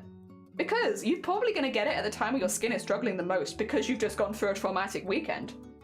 So go book yourself a little appointment, have your skin looked at, and they'll be like, oh, you have this type of skin, which means a good routine for you would be A, B, and C. And then you can A, B, and C. Why would you do that? So if you go to certain places, in the UK at least, there's a lot of brands when they have their own shop that will do it, but also like we have Boots where they have like a lot of makeup and skincare brands in one place, and you can like go onto the Boots website and just book yourself in. Same with Superdrug, I believe, if you've got a big enough Superdrug near you.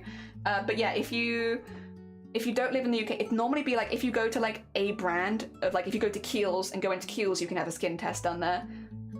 Not all shops will do that, they tend to have to be big enough, but if you have somewhere that's big that does skincare stuff, they might do testing there. That's kind of at least here in Wales, it's just the size of the shop that makes kind of a difference. If it's a big shop, they'll probably do it. If it's a small shop, they probably won't. Yeah. Oh dear.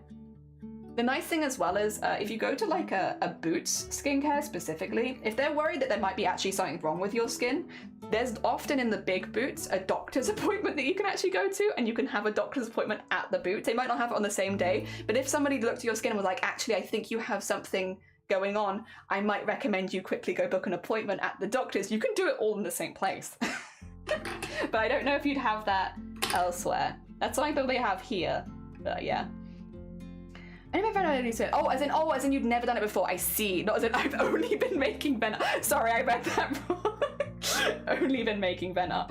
That's true. I think I've seen other things you've been making. Oh dear.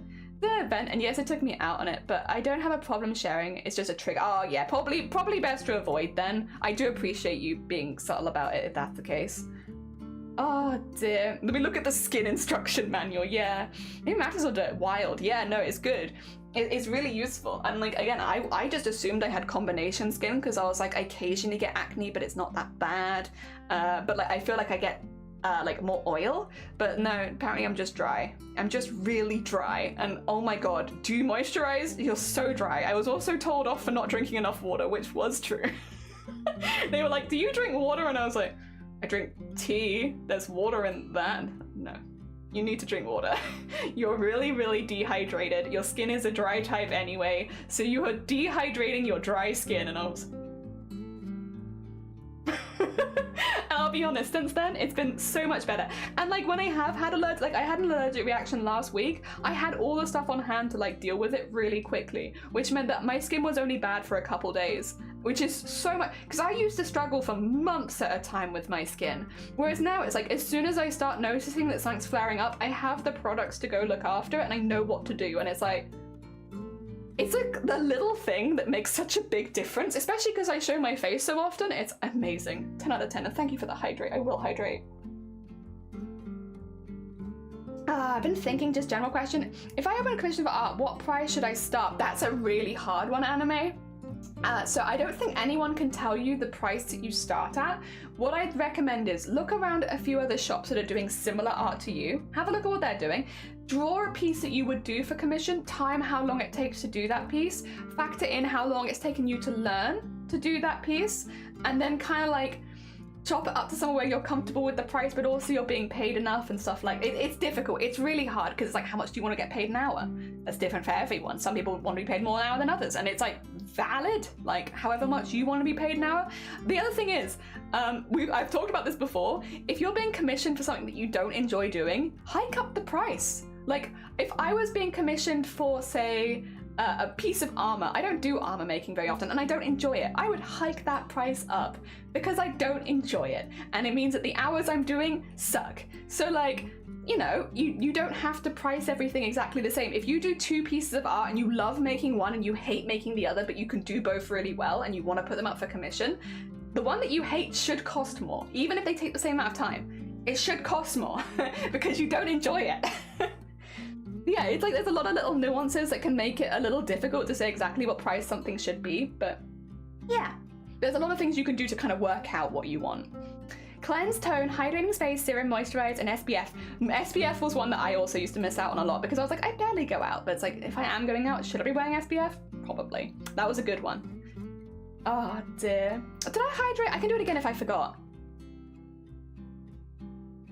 Oh, and lip scrubs, yeah. I've heard good things about them. I don't get such dry lips, thankfully. It's mainly just the rest of my skin, but it can happen. I have a few things for lips now, in case it does happen. This is the most difficult part. I started at £10 an hour, and then I found out McDonald's paid more. I read online that they should charge the same as a plumber, that's about 45. I now charge 30 because I can't go, because I just can't go that high. Yeah. Add a lip mask. I've never done a lip mask. Would you recommend? I've never done one. I've done hair masks before. I've done hand masks as well. Hand masks I do recommend. If you've been doing a lot of crafts and your hands are starting to thicken up, get yourself a hand mask. They're like rubber gloves just full of serums and stuff, and you just hold your hands in them for a while, and then afterwards your hands feel nice and soft again. Good. Recommend it. Pretty good. Tails, hard work, flat fee. How much do you enjoy it? But this is like where it gets difficult, right? Because like it's not that simple. But I guess that's a really good starting point, though. That is a really good starting point. Materials and hours worked and the flat fee. Yeah, that's a really good starting point. And then factor in the ones you enjoy more, the ones you enjoy less. Factor in how complicated, if you have any add-ons and stuff like that, or if you're just going to include those add-ons, and if so, up the price in general. Ah, dear. Flat fee is the amount that you'll pay regardless. So even if, say if I would say with my Live 2D models, I always have a flat fee of at least 20 quid because that covers Live 2D. So it's covering the programs and Photoshop, covers the amount that I'm using and that I have to pay. So there will always be a 20 quid fee, and then you start from there. So for me, my prices start from 20. That's quite low. You can go a lot higher than that. But for me, I start at 20 quid. And then I put the hours on top of that because my flat fee is always 20. Dear, lip masks are really good, especially in winter. Yeah, I was just thinking about that because like obviously it's been very chilly recently. It feels like a good time of year to try it. Ah, dear. Okay, dokie. So it's like the amount that you always have there that you do not get rid of and you start at. And most of the time there will be a flat fee, and unless you're doing very, I guess if you're doing like maybe smaller amounts, like very like things that might cost like 5 quid to 10 quid, like smaller commissions, it might not exist as much, or it might be a much smaller amount. But yeah, generally most places will have a flat fee. You just might not know what it is. That's a secret flat fee that nobody knows about. But what I would say is have a little look around at people that are doing similar art to you, see what they're charging, do some practice pieces for commissions of like what you would have commissioned of you if you were, say, doing pony personas. Do a couple of pony personas and time yourself. Time how long that it takes to do them, and then you have an idea, and then you have to work out how much you want to get paid an hour, and nobody can tell you that. That's your choice. Ah dear. Flat fee at 50 cents, yeah. I don't know how much to charge. It's a difficult one because it's like, how to put it? I am also a hypocrite because I don't earn minimum wage with any of the commissions that I do. I've been quite open about the fact that I don't earn minimum wage and that price will go up at some point because I would like to. But I think it's really important to properly time yourself, like actually set a timer on your phone. Don't just guess. Set a timer on your phone, make it from start to finish. Maybe take breaks and include the breaks on the timer. When you're doing it, if you're taking a quick tea break, don't stop the timer because that you would normally have breaks at work. Most workplaces will offer paid breaks. So as long as you're not taking like a 10-hour break, like if you're taking like a quick tea break, don't stop the timer. That's part of the process because you can't just not hydrate while making things. Keep that going. Get an idea of the time and do a couple. Don't just do one, because if you just do one, that will be one commit. You do a few, time a few of them, so you get an idea, because they probably won't all take the same amount of time. Keep going, keep making them. Ah dear. Flat fee is a deposit. That's also a thing. If you want to pay a deposit before you begin, I don't offer a deposit, so I'm not really good with that, unfortunately. I'm like, you pay when I start the art, and as soon as I start the art, if you haven't paid, then I won't start it. And that's how I do it. But that's because my turnaround is pretty quick. Like you're looking at 2 weeks. So that's for a full all art and rigging for a VTuber model, because I work just pretty much 24/7 when I get a commission until it's done. So we don't do the whole faffing around with the deposit and stuff like that, because like literally once you've paid, you'll get it pretty quickly. I think actually the longest has been 2 weeks, and that's just because we had a lot of changes at the early stages where a lot of changes were made, so I had to redo a lot of the art. But other than that, it's pretty quick. But I won't take payment until I actually am. I'll be like, I'm starting work tomorrow. If you could, I will invoice you the amount.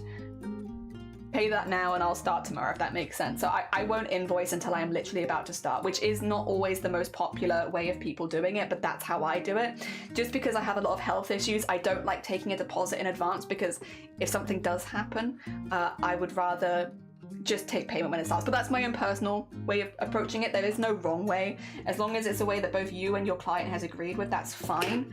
Make sure that you have proper contracts written up to protect both you and your client when it comes to things. For instance, I have, once you've paid and I've started work, there is no refunds because I'm already working on your piece. That's how it goes.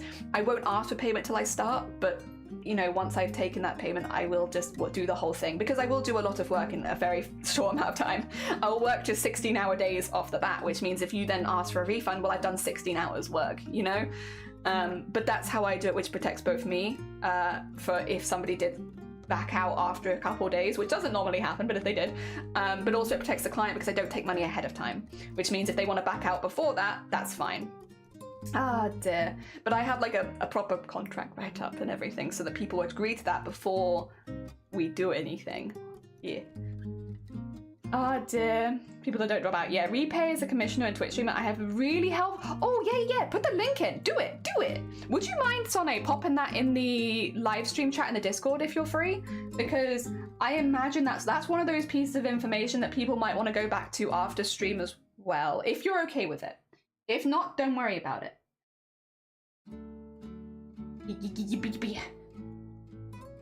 Ah dear. Oh yeah. Yeah, commissions is complicated. Oh, bless you. Thank you so much, Sonne. Thank you. Yeah, I think it's like one of those things that we have a lot of people that are just starting out for commissions and stuff that probably really benefit from that kind of information. Because it's really hard. It is hard. Like, I don't think anyone's going to say it's really easy to work out, like, how to do commissions for yourself and what you have to be comfortable with and stuff like that. It is hard. It's a lot of stuff. Oh, yeah, be careful of transaction fees. Yeah.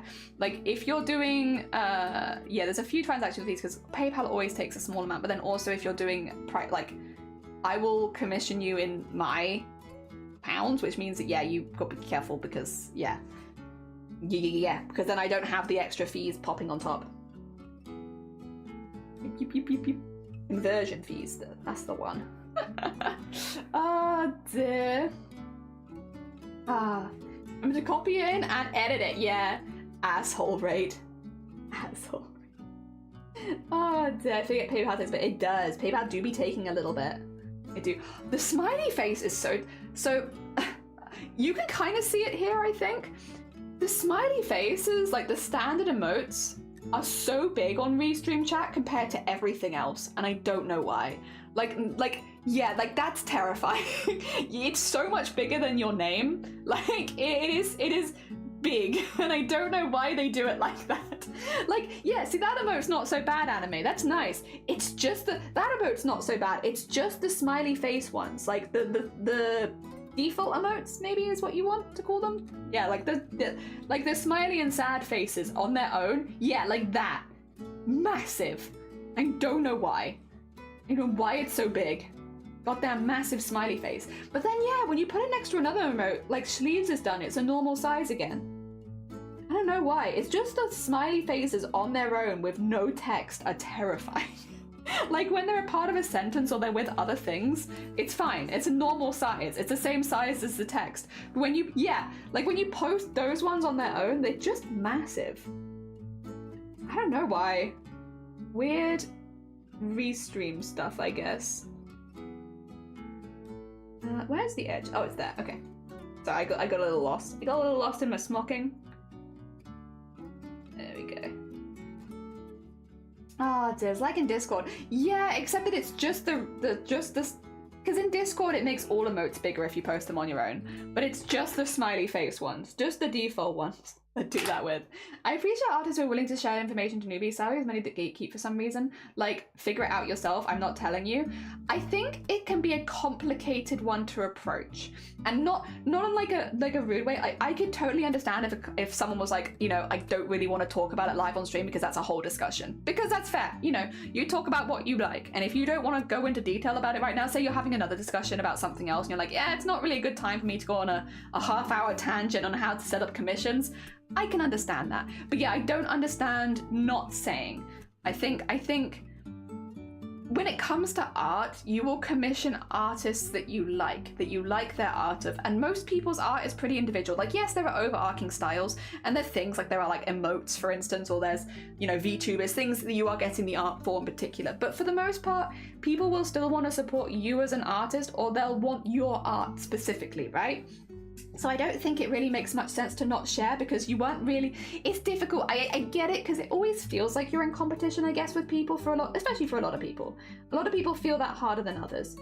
And when it's your main source of income and you're already feeling competitive, I could see it coming across as like, maybe not the best. And maybe saying some stuff that you don't mean.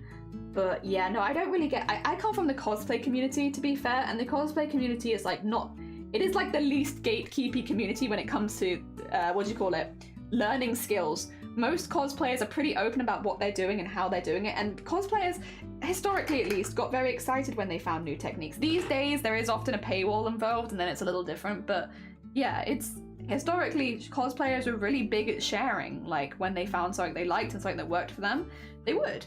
It's not as good as it used to be, but it's still kind of like, that's the vibe that I came from. That's when I started cosplay, was when everyone was sharing everything and it was really, really fun.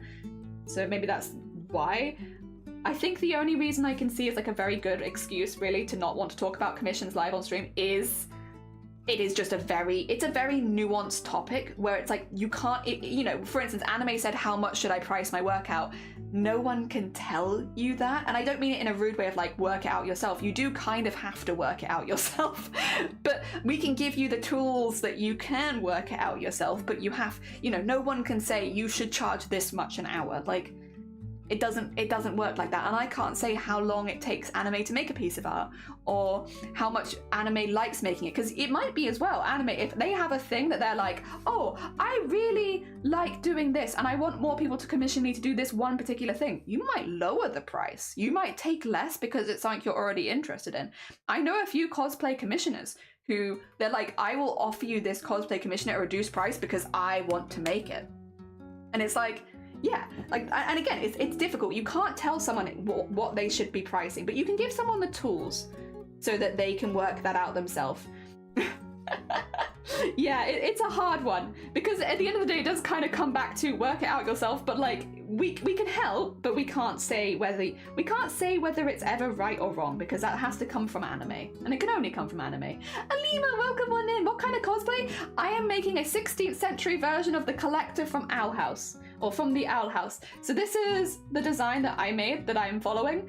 We are doing a lot of smocking and hand stitching techniques, because again, we're kind of pretending like it's the 16th century right now, and we only have 16th century techniques to fall back on.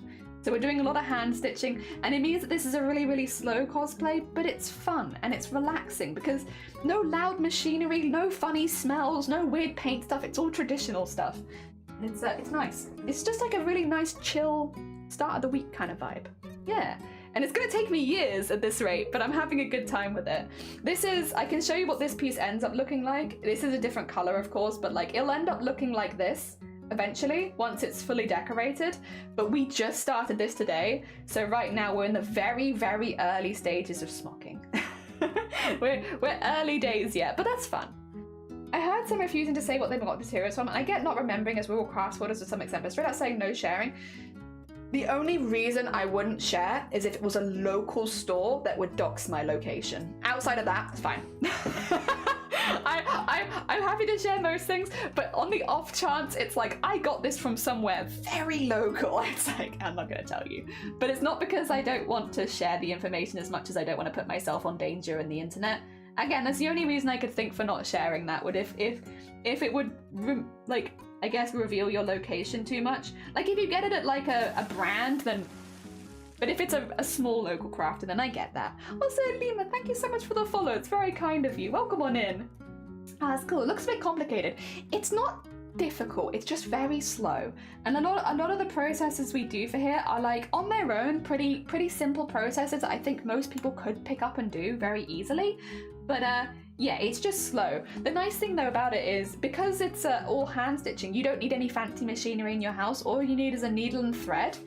And then when you get your piece of fabric, you draw a grid onto it, which is very subtle because of the darkness of the fabric and it being shiny. But I've drawn a grid onto it, and then some of the holes, the bits in the grid, so where is my camera? There it is, have crosses in them. So you can kind of see these crosses, and those are the ones that I'm stitching. So I have a plan that I'm just kind of following. I do have my initial grid plans for both of my smocking techniques. They look like this. It's very simple. It's just lots of X's. But yeah, I'm just following that. I'm doing like stitches around all of them and then doing an X in the middle, and done. It's 6 stitches per piece of smock. It's not that bad. It's just very slow.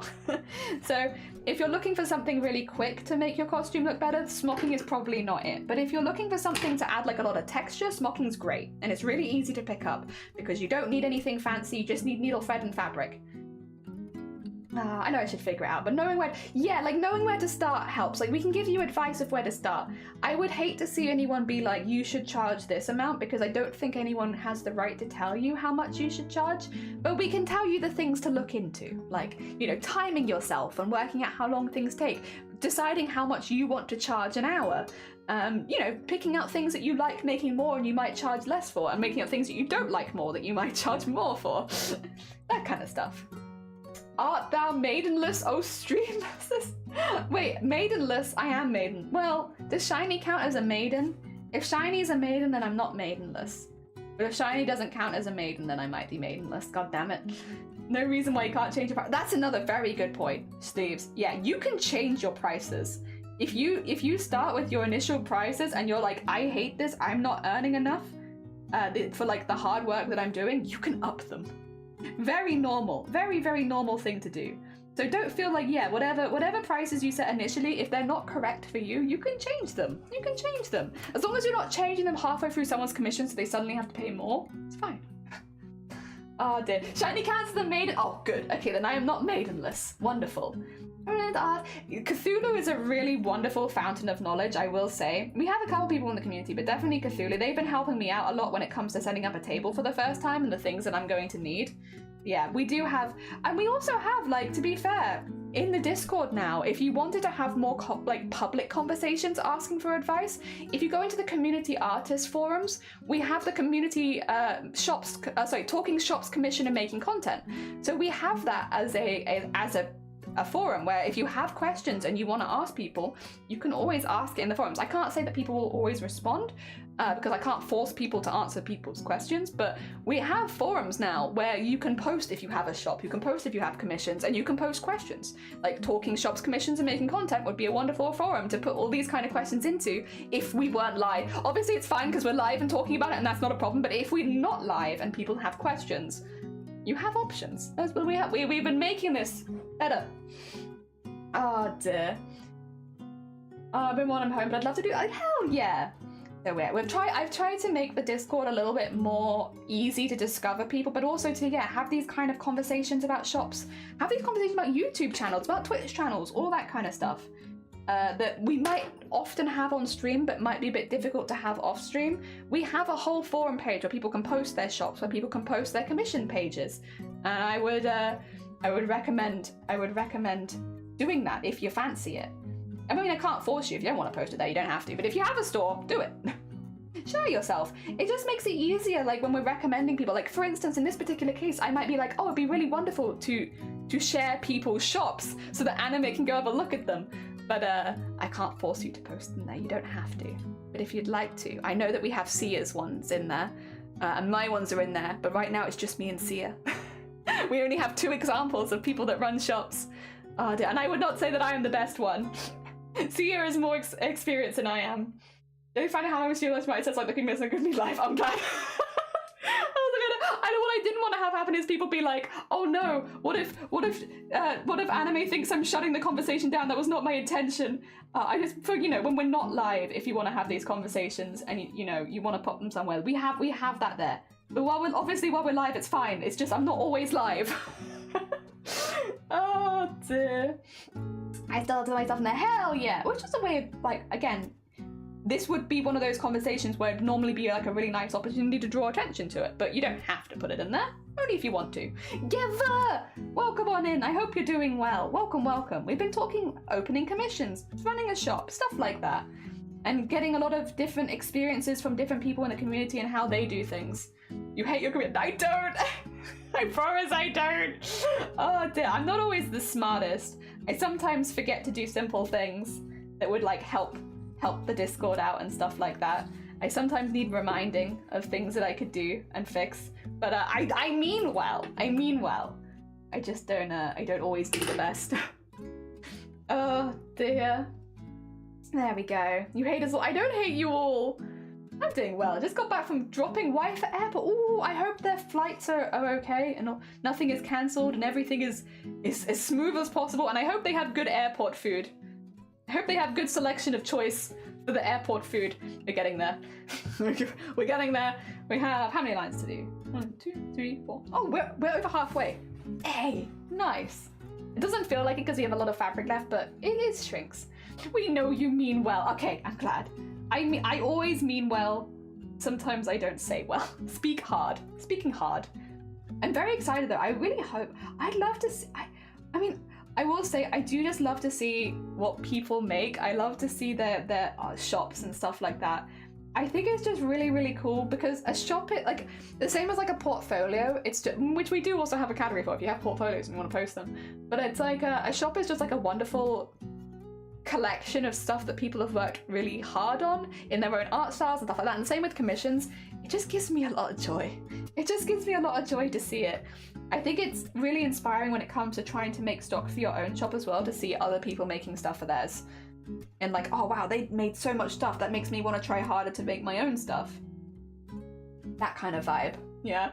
I didn't realize you were shutting down. I didn't mean it. I wasn't intending to shut down the conversation. I promise it wasn't my intention. It's not ideal. It's not bad weather though, so I'm confident of a good flight. Okay, good. You always kind of hope that if it's going to be windy, it's behind you, so you actually get there earlier rather than me. You never know. Bad weather doesn't always mean a slow flight. Maybe the wind will be behind them and they'll just whoosh right over there. Right on over there. Oh dear, that would be the hope. There we go. Yeah. I don't know. I love seeing it. I love seeing it. And to be honest, there's been a lot of people in this community that I didn't actually know had shops. That was the real eye opener. It's like, because we talk about different stuff every stream, right? So we don't always land on this kind of topic where we talk about commissions and stuff. And it's really nice, like, finding out that people actually have these stores and stuff like that, because otherwise I just wouldn't know. Like, I would have no idea. So it's like, it's really cool. And especially if people, because before we had people posting in the, what is now the Community Night Live Now channel, and like people would post their shops in there and it would immediately just get buried by other people's going live notifications. So we'd lose it. And like, don't get me wrong, I do love browsing them to see when people are going live and see if I can catch that sort of stuff. But yeah, it's just kind of a shame when you like lose the shops and stuff like that, and they're the more permanent stuff. Ah dear, so you enjoy gaming. Final Fantasy IX. Final Fantasy IX I really like. That is a big game that I enjoy. But generally horror games. I like cozy games for my own time. Like, I've played a lot of Animal Crossing New Horizons and Stardew Valley and Slime Rancher and all that kind of stuff. I love those for off stream. On stream, we have a thing called Spooky Thursdays, which doesn't make any sense because it doesn't rhyme. There's no alliteration, but we still use it. And on Thursdays, we play horror games because I find horror games is a really wonderful form of stress relief. Like, I obviously am quite tense during the game, but whenever we finish stream and stream is over and I've played the game for a while, I feel such an intense sense of relief and relaxation that literally nothing else in my life gives me. And I don't know, my brain is broken, I think. But yeah, like, I think it's just the adrenaline afterwards. I feel so relaxed after those streams. And like, I think it's maybe because I come on stream and I do crafts that I don't always find crafts to be as relaxing. I like it and I enjoy them. And especially ones like this, I do find quite relaxing, to be fair. But no, it's just nothing's quite on the level of playing like a really scary horror game and then just wah afterwards. So on Thursdays we play horror games because I like it. I know it's not a cozy game, but it gives me that vibe afterwards. What so you were talking on archiving posts and keeping a neat and clean Instagram portfolio versus kept unweeded art portfolio. Oh, that's a difficult one. So I don't think that I've ever pruned my art. I mean, I technically have deleted 1 or 2 posts because, to be honest, I've deleted 1 or 2 posts because they've technically had doxing information on either myself or somebody else. But those are the only times, and that's before I started streaming, so like before I realized I'd have to be more careful about posting stuff. I've removed those posts, and I think those are the only posts I've ever removed. And again, the only reason I removed them is because they had certain information and it would just not be safe to have out and about. Other than that, I've never changed anything, which does mean that my Instagram is really, really weird because I do a lot of different crafts and I go through phases. So I don't know. Is it better to prune it and fix it? I'm not sure. I've never really thought about it, to be honest. What do you mean? Spooky Thursdays is a little... It's spooky. Spooky Thursdays. Thank you. That makes me feel better. Yeah, spooky. Spooky Thursdays. Oh dear, me neither. Mine is very long. Yeah, mine is very, very long as well. I don't know if neating it up... I don't know. Would it be worth it? Thing is, I'll be honest at this point, if I wanted to make like a really neat Instagram, I'd probably make a second Instagram page with just the stuff I do for commissions on it and leave all of the other stuff out. So I think, to be honest, I would just make a second Instagram if I was to want something that was really neat and organized. And so far, yeah, no, I haven't needed that in my life. I don't think I'd clean up the one that I already have, because the one that I already have is a lovely history of all the stuff that I've made over time and like the charity events we've taken part in and stuff like that. It's a lot of stuff that I'm really proud of. And it has some very personal posts in there, like between everything else. So yeah, no, I don't think that I'd change how it is, but if I wanted a more professional looking portfolio, I would make a second page for it, yeah. Because I don't necessarily think that that page looks professional. But I haven't really been in a position where I need to look professional, not yet at least. The most professional that I've had to be in was literally a couple weeks ago in Parliament, and they weren't asking about my Twitch stream, funnily enough. Although a couple of them did. God, that was a weird... Going in and them knowing that you stream, it was weird. It was really weird. They don't watch the streams, just to be clear. They're just aware that that's what I had some social media stuff going on. But yeah, like going into Parliament and having like the MPs, we had like shadow cabinet people there, like talking to us and being like, "Oh, you stream?" And it's like, I don't know. It's just weird. It's just like, fair enough. I know MPs and like, you know, Parliament people are human beings at the end of the day, but it's like when you see your teacher outside school. It's weird to have them mention that you stream. It is just a very like weird, I don't know, that kind of vibe. My Prime Museum has 12 images dating back. Oh my god, 10 years? But that's so cool though. That's such a wonderful progression as an artist, like through different genres, doing different things. Because I'm assuming, oh, this might be getting a bit loud now, huh? I'm assuming you have your like, what do you call it? What do you call it? The heckin' jewelry making on there now, which is completely different to the stuff you were doing before.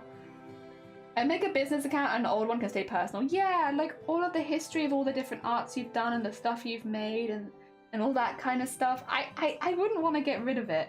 In many cases, it's the only place that I have those photos.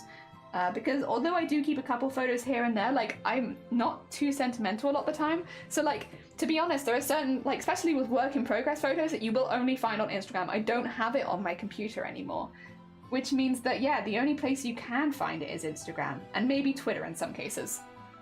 Also, I know that you want me to get up and stretch tonight, but I just don't know if I want to get up and stretch right now. I'm having a nice conversation, and if I get up and stretch, it kind of like knocks everything out of balance.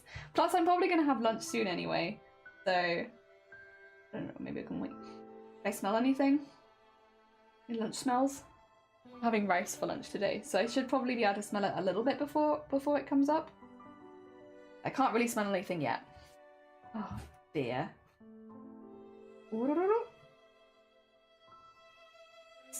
Another one. We've been actually, I know that I said earlier that it would have been nice to be able to paint it before lunch, but we're actually making really good progress. And I'm really happy with this. We've been zooming. The fact that we're like, I said that, but I kind of in my heart of hearts knew that that was not going to be the case. Because even though I've been like pretty consistently smocking, I think I've only taken like my hands off of it a couple of times in the last couple hours. You know, when you're doing this much, it's just slow. It's just a little bit of a slow one. It was a little bit slow. But I'm kind of thinking of, should I make a business account?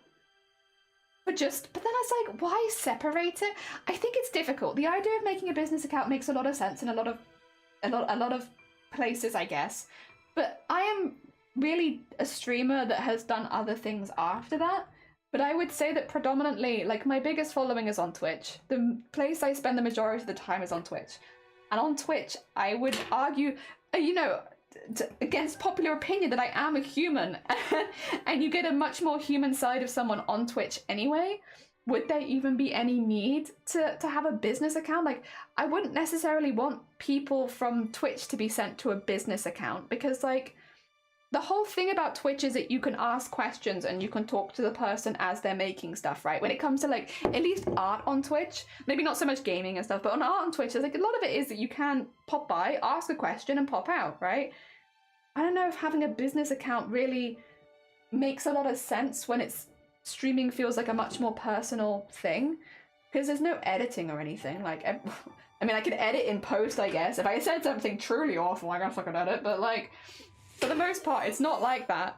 Oh my god, it's Spark! Spark! 2 seconds. I just need to open Twitch up on this side so that I can shout you out. How was your stream? I hope that it was good. Oh god, the heckin' scuff. The hecking scuff of this. It's fine. I'm managing. We're managing and we're doing it. How was your stream? How is Portal? Is it your first time playing Portal? I hope you're enjoying it if it is. Hecking good puzzle game. Are you playing it on your own or are you playing it with a friend? Because both is good. Both is hecking good. I hope you're enjoying yourself. Oh, come on in to Spark SP by the way. Hello, hi. We're doing some smocking and we are basically just gathering fabric using knots and tying it up until it makes pretty patterns, and then we're going to paint it, and then we're going to do more smocking on the other side, and then we'll bead and sequin and all that kind of stuff. It's your first playthrough. Oh my god, how are you finding it? Are you enjoying yourself? I mean, I think Portal is just one of those, it's just a very good puzzle game. It's just a really, with like some kind of spooky futuristic elements. I don't know if I want to listen to this OST right now. I like it, but I'm not feeling it, you know? I think I want this. I want something a bit more chill. It's not quite so orchestral, you know? Yeah. Oh, I just sit there for several seconds going, ah! And then after a bit it clicks. This is the thing, it's like you can work out the puzzles in Portal. It's not impossible, but yeah, they do be taking a bit of brain power. I'm glad to hear that you've been enjoying it though. Hell yeah. Sorting, washing, and folding clothes is tiring. You right. Heckin' right. Portal has some big mods. Yeah, I never really got into the modding side of Portal, to be honest. Every now and again I still hear, what's the song? Oh god, I can't remember if it's in Portal 1 or 2, because I know they both have a song. It's the, oh god, how does it go? Bam bam bam bam bam bam. Bam bam bam bam bam bam bam bam. Bam bam bam bam bam bam bam bam bam bam. That one. Oh god. Every now and again you still hear the songs and it's like, oh. Still Alive. Thank you. Yes, Still Alive. That's the one. That's like I can remember the tune, but I can only remember like very random lyrics. I used to know all the lyrics to that song though. Oh dear, how did it go? I only remember the last goddamn. How's the first one go? It's also hard to think of another song when you have another song playing in your ear. You know that song? Yeah. Still Alive. Ah, dear. Oh, laundry. Heckin' laundry. Ugh. Oh, dear. Oh, that was a triumph. I'm making a note here. Huge success. It's hard to understate my satisfaction. Aperture science. We do what we must because we can. For the good of all of us, except the ones that are dead. But there's no use crying over every mistake. We just keep on trying till we run out of cake. And the science gets done. Something, something, something, something for the people who are still alive. There we go. Thank you. Shifty, that was all I needed. All I needed was that was a triumph. I can take it from there. Wait, Val, you're still awake. Vile! Oh, bless you. Thank you so much for popping by, but yeah, please go to bed. You're all good. That's heckin' late. Oh, dear, you can go. Yeah, you're gonna go to with that being in your head now. Sorry. It's a very... I probably am allowed to play it on stream, right? Because it's game OST, right? And it's called Still Alive, right? I'm assuming this is allowed. Oh, wait. No, this is a different song. This is Demi Lovato. That's not what I was looking for. I was looking for Portal. I'm sure this is great. Oh dear. Isn't it the song I Will Be Here Even If You Are Dead? Probably. I can play the whole thing. I can play the whole thing and we can have a little karaoke. I won't sound very good, but you might sound great. Oh. This was a triumph. God, it's quiet. I'm making a note here. Huge success. It's hard to overstate my satisfaction. Aperture science. We do what we must because we can. For the good of all of us, except the ones who are dead. But there's no use crying over every mistake. We just keep on trying till we run out of cake. And the science gets done. And you make a oh, Nina Gunn, who are still alive. Yeah, we get rabbit sleeves. You join in now. I'm making them angry. I'm being so sincere right now. Even though you broke my heart and killed me and threw me to pieces and threw every piece into a fire. As they burned, it hurt because I was so happy for you. All these points very make a beautiful line. And we're out of data, we're releasing on time. So I'm glad I got them. Look at all the stuff we learned for the people that are still alive. It's such a good song. It's so creepy. Go ahead and leave me. I think I'd prefer to stay inside. Maybe you'll find someone else to help you. Maybe Black Mesa. That was a joke, haha, fat chance. But anyway, this cake is great. It's so delicious and moist. Milking when there's science to do. When I look out there, it makes me glad I'm not you. Like it's something to be done on the people who are still alive. And believe me, I am still alive. I feel fantastic. Oh, and I'm still alive. I feel fantastic and I'm still alive. Oh my god, it's been so long. I'll be still alive. And when you're dead, I will be still alive. Oh my god. It's been so long and I still remember that song. It's so good. It's unfairly good. Wait, moist? It's so delicious and moist. George, welcome on in. How you doing, George? I hope you're doing well. So we got raided by Sparkus, who was playing Portal, and now we have gone on to a full Portal side quest of playing the Portal songs and singing them along. Hell yes. I threw my Instagram from 418 to 100. Oh my god, so many.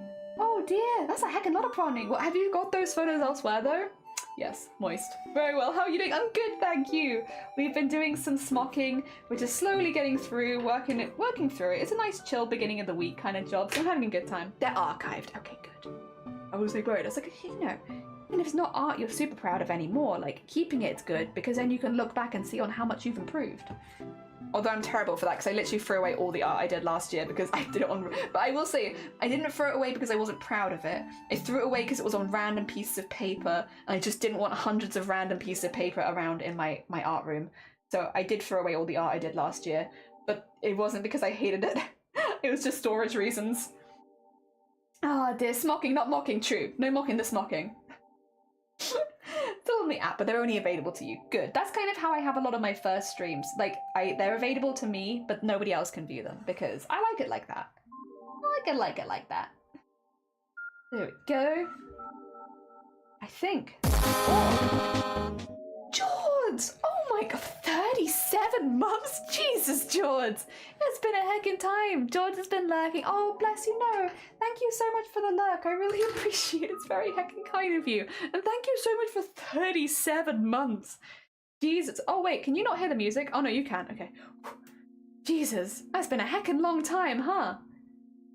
Oh, dear. Then again, I've been streaming for a while now. We're coming up to 4 years on Twitch soon, which is very exciting. I mean, I kind of know what we'll be doing for it because we always do something a little just silly when it gets to that. And I have a feeling the embroidered VTuber will probably be finished around the right time to debut that for our 4-year anniversary. It keeps the theme of doing something kind of weird or cursed. So yeah, that'll probably be what we do. And I'm looking forward to that. We've still got a few months though, I should say. We're not there yet. That'll be in April. It's been amazing. Yeah, I've had a really, really good time. I'm genuinely, one of the best decisions I ever made was to start streaming on Twitch because it has been consistently like, especially because like if we're being honest, 2020, 2021, 2022 were kind of sucky for a lot of people. Like a lot of us were not having a good time doing those years. And I think it's pretty self-explanatory why so many of us were struggling, even if it wasn't directly because of the pandemic. I think a lot of it was indirectly because of the pandemic. A lot of us had a pretty rough few years. So like Twitch being such a positive place to consistently come back to has just been, it's been a pleasure. It has been an absolute pleasure. Definitely, I can understand why so many people started streaming for the first time during the lockdowns. And as someone who did the same thing, it was easily the best decision I made during that time. Ah, dear. The only thing is that I wish I'd started streaming sooner. Like that's my only regret is I wish I had taken the initiative a bit earlier and just given it a go. Because knowing now how much I enjoy it, it's like, I wish I'd had extra years on that. I wish I'd have even more years of streaming. Oh dear. But I'm glad I did start streaming when I did. No regrets there. And it's been really, really good. Definitely kept me ticking over during the rough months. It was already, I was already been like that pre-pandemic. Yeah, to be fair, same. Had been trapped inside for a few years before the pandemic, so nothing technically changed, except that everyone else was in the same position as me suddenly, and it was like, oh, okay. Now we're all trapped inside. I was already here. I've been housebound for a while. If anything, actually, right before I started streaming, I had probably one of the worst health scares. Like, what about 5 months before I went live? Or no, longer than that, because pandemic was March, we had our first lockdown, and it would have been September of the previous year. Actually, a few more months than that, like 7 months? 7 months before? I think I'd had, like, probably the worst, but I had been stuck for a while. It wasn't just then. So yeah, I was used to staying inside, but I wasn't used to everyone else being inside with me. So it was a good chance to still be able to communicate with everyone else. And I will say, like, I think people that were on Twitch before, like myself included, probably Maggie, probably a lot of people here, did see like the influx of people just onto the platform. And as someone, I also watch a lot of streams. I've been watching streams for a very long time. I'm like at my 10-year anniversary on Twitch at this point, probably more than that. But yeah, I've been on Twitch for a hecking minute. And I've always been a lurker. I've always watched streams. It was really, really nice to have so many streamers who did go live during the pandemic to keep me company and for everything like that. It was so good. We had such an amazing boom of people, and not everyone has stuck around. Obviously, people go back to work and stuff like that, and they haven't been able to keep up with streaming, which is completely understandable, like completely fair. But I would say even just having them during those few months when we were on lockdown was really, really nice. It was really, really nice. It was lovely to have them keep us company. Or keep me company, at least, because I do watch a lot of streams. I had a really nice time. Yee. All things considered, with everything going on in the world, Twitch was just such a lovely little nice place to go and chill. And crafters, yeah, we've had, I would say, even though, I don't think, maybe again, I'm being too optimistic because I'm very invested in makers and crafting on Twitch, but I feel like even recently, I have been seeing a lot of new makers and crafters popping onto Twitch. Like, I've been seeing a lot of people doing their first streams, or giving the makers and crafting category a go. And same with art. Like, I still feel like, despite the fact that things have calmed down post-pandemic, I feel like there's been a lot of new people, a lot of people giving it a go and showing their crafts, which is really, really exciting. Oh dear. It means I'm gonna have to start browsing more, I think. Because, like, you know, for a while there, you know, I kind of just knew a lot of people in the makers and crafting community, and especially people that would be live after me, so we raid the same few people a lot because I know they're gonna be live after me, I know they're gonna be going for a while, and I know they're a good time. So we would raid the same few people. But, like, I need to do more, like, digging around the categories, finding some new people, because there's a lot of new people, I feel like, that are suddenly popping up for the first time that are doing really cool stuff. Like, again, I will try and post them in the Discord as and when I see them, but like just yesterday, like popping onto Twitch and like having a little wander through the makers and crafting category and finding someone with one viewer throwing pottery, and like they have the most beautiful camera setup. It was so aesthetic. Their vibes were like Bob Ross meets pottery. I was like, who wouldn't like this? I feel like all of us love this. This is up everyone's alley. Oh dear. And yeah, but they'd only just started streaming, so they were very, very new. And it's like, dude, when people find you, you pop off. I hope more crafting streamers do pop off. It's been really lovely as well, though. Like, don't get me wrong, we have the staples in the category. Like, we have Cozy on the weekends, we have Kells in the week, and we have Ophi in the week. We do have some big crafters who are, you know, in the makers and crafting category who are doing some really, really awesome stuff. And yeah, I guess my hope for 2024, I would like to see... Let me just double check, make sure they're not in my chat, because that would be a bit embarrassing. Sorry, 2 seconds. I have to get it open again because I have nothing open while I'm live at the moment because it's hard. Let me just make sure certain people are not in my chat. We keep this a secret. This is a secret between you and me. Okay, we're safe. Okay. I hope Kells gets partner this year. I hope Kells gets partner soon. Because yeah, Kel's not been streaming that long, but they're doing so well and their streams are so good. I hope that Kel's gets partner soon. I won't say this obviously to their face because I don't want to put pressure on anyone, which is why I'm being careful about who's in my chat right now. I don't normally double check who's in chat, but I will just to make sure that I don't put any pressure on streamers who might not be aiming for it. But I genuinely hope that Kels gets partner. I hope that Ophi, to be honest, gets partner as well, because I love Ophi's vibes and I would love to see Ophi being better pushed by Twitch as a partner. And Cozy, I think, is just a matter of time. I genuinely believe, I've been seeing the numbers on Cozy for a while, and I think soon they should hopefully get it. Like, again, I'd be really disappointed if they didn't, because they are such a champion of mental health and they do a lot of really lovely stuff on their streams. They only stream at the weekends, they do 2 streams a week, but they stream for long enough, I think, that they could apply for it. I would genuinely like to see a few people just pop off. There are some people that I watch on streams regularly that I'm like, I'm genuinely surprised that more people don't hang out here, because it's such a good vibe. I think if they were just discovered easier, that they would just fly off very quickly. But it's getting them that discoverability in the first place of getting those people being reviewed. And that's unfortunately, a lot of it is down to Twitch, you know, pushing for those streamers to be better viewable. But I have hopes. Basically, by the end of the year, I have hopes that there will be more partners in the makers and crafting community, because there's some really amazing streamers here that deserve that recognition, and a few people are close. I think Kels and Cozy are very, very close, and I hope that they get that. I think Ophi should be pretty close. I wouldn't be surprised if by the end of the year they got it. And then yeah, I kind of just hope that a few people just pop off. It's like, they might not be specifically close to partner numbers right now, but they should be, you know? Something else hasn't been streaming that long. I know! Also, Doctor, good morning! Welcome on in. I hope you're doing well. Welcome. I've just been gushing a little bit. I'm very, very passionate about makers and crafting. Like, it's where I spend the majority of my time on Twitch.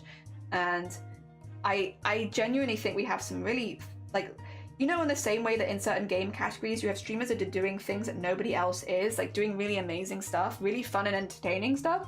We have that in makers and crafting. It just doesn't get super advertised by Twitch themselves, which means sometimes it can be a little bit hard to be discovered. So I'm kind of hoping we have a few breakout beans from this category soon. That'd be really, really cool. Ah, dear. I should say as well, obviously all these people that I'm mentioning, you know, all these people that I'm mentioning, do go share them your support. Like, they are getting very close, and if you see them live, like I think Kels is probably live right now based on timing.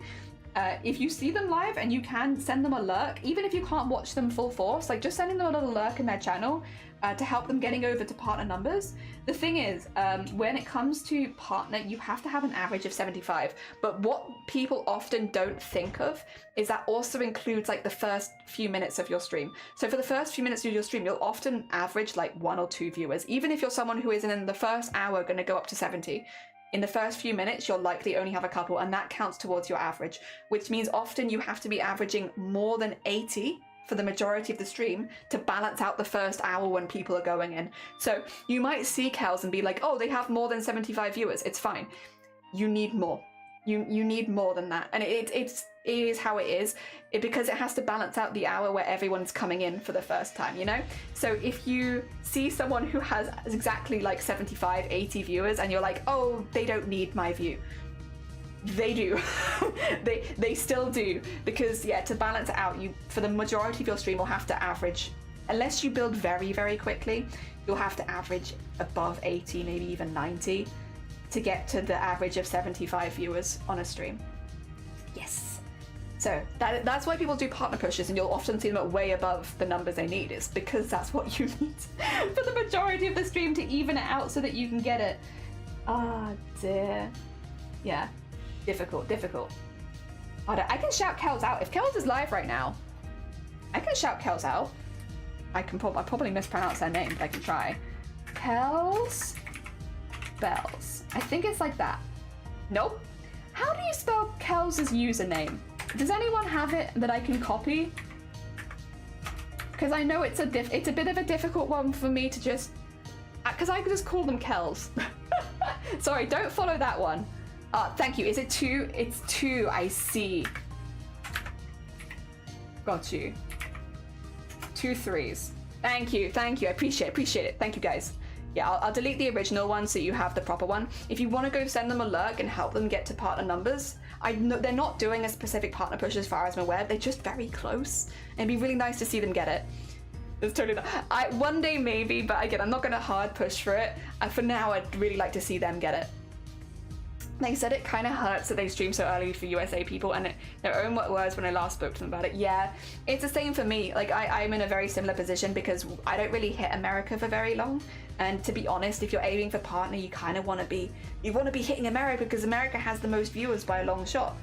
So yeah, if you're streaming earlier, it is generally harder, but it's not impossible. Again, look at Kels. They're doing fantastic. They're super close. So like, I do believe even if you're not streaming at the best time, like, you'll have a personality like Kels and you're putting in the hard work that they are. Yeah, speaking of Kels, look what I have. They made this. They made this for Boobtober. The tiny local Boobtober ghost. Oh dear. I'll try and get more guests. Oh, you don't have to. You don't have to. I don't feel forced, but it's just like if you happen to be on Twitch anyway and you're okay with leaving a lurk, like it goes a long way, and it definitely goes further than I think a lot of people think. I think a lot of people think, like, how many viewers does Kels have right now? Sorry, Kels, I'm like full on calling you out. It's because you're live. They have 40, okay, but they're in the first view. So for instance, they have 40 viewers right now about 1 hour in, which is fantastic. That's really quick growth, and they should be super proud of that. That's amazing. But it means that for the first hour of their stream now, if we're going to cut that in half, they probably average about 20 viewers, which means to then counterbalance that to get up to 75, they're going to need over 100 at some point. You see how it becomes difficult of like, because the first, and it's no one's fault, the first hour, people are like coming in for the first time, you know, people are getting in bit by bit by bit. It means that, yeah, it lowers the average for the full stream, which means you either have to stream for longer, which a lot of people can't commit to anyway. They have their stream length and that's what they do. Or, yeah, you know, they have to just, it's hard. It's why a lot of people do partner pushes. But yeah, if you ever have the chance to lurk and you have that availability, I unfortunately will not be lurking while I'm live because I have too much open and it will start to lag my computer out, but I can lurk after streams. And just give that little extra view. And I'd say, yeah, if you see Cozy Fern on, if you see, oh no, sorry, well, Cozy Fern is very sweet, but Cozy Witch is who I was thinking of. Cozy Witch, if you see Kels or if you see Ophi, and you happen to be around and you're happy to leave them a lurk, I'm sure they'd really appreciate it. Ah, dear. Nomadic, I like Gnome. I like Gnome and I like the calm vibes. I feel that as well. Hell yeah. Not that they're pushing for partner and I don't want to push. Well, I mean, you can always have that conversation with them on stream. Like, when they're live next, be like, hey, are you by any chance looking to become a partner on Twitch at some point? Even if you're not pushing right now. Is that a goal that you have? And if so, then you can come back to this community and let us know. And the next time they pop in here, I can be like, this person's aiming for partner. I'm like the obnoxious mum. You come in here and I'll be like, oh, I'm just here to lurk. And I'm like, oh, we're just here to lurk. Okay, well, everybody, while they're lurking, this person is actually aiming for partner. And we have it under good authority that they're getting their numbers up and we just need to send some extra people over to them. And then they get called out. But obviously, I do check that people have permission before doing that sort of thing, because otherwise I don't want to I don't want to legitimately upset anyone, and I don't want anyone to be uncomfortable or feel like they can't come over here anymore.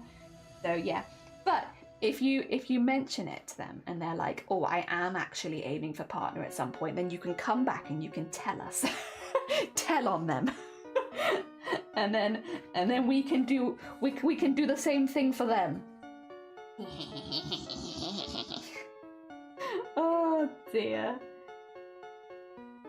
Wow. And that's the other thing, if you're a streamer yourself, it doesn't matter, to be clear, it doesn't matter how many viewers you are. If you see like Kels is live and you're happy to raid into them, we try not to raid the same person over and over again because it can cause basically some problems where it's like people don't stay around as often because you're always raiding the same person. So it can be a detriment to stuff in the future. But like if you happen to not have another raid target and you see Kels is live, send your peeps over. It doesn't matter if it's just one person. Like, if you're raiding with one person, it still boosts the visibility of the streamer. So, because they're receiving more raids, which means the more raids and the more like subs and stuff like that the streamer, the more engagement a streamer is receiving, the more likely that Twitch is going to push that towards the recommended page and the front page and stuff like that. So even like whenever people are like, I don't raid because I only have one person watching, it's like, That's fair, and if you don't want to raid, if you just want to dip, that's completely fair. There's been plenty of times where I've been busy after stream and I've just had to dip immediately. But if you are looking to raid and you're worried that your raid is too small, it's never too small, because a small raid still pushes you in the algorithm. Like, you might not meet as many people from the raid, I guess, but I would also say quality over quantity. If you're bringing a few really happy, cheery, like hyped up beans across, that goes a lot further than someone raiding you with like hate. So yeah, I think it doesn't matter. It generally doesn't matter, especially if you're bringing some people over that are really chill and good vibes, nice to talk to. I rated Kel's doing Boobtober. She's cool. She is cool. She is cool. Not streaming, but I really plan to. I've wanted to for ages, but my kid gets me going at a snail's pace. Honestly, a vibe. I completely feel. Oh dear.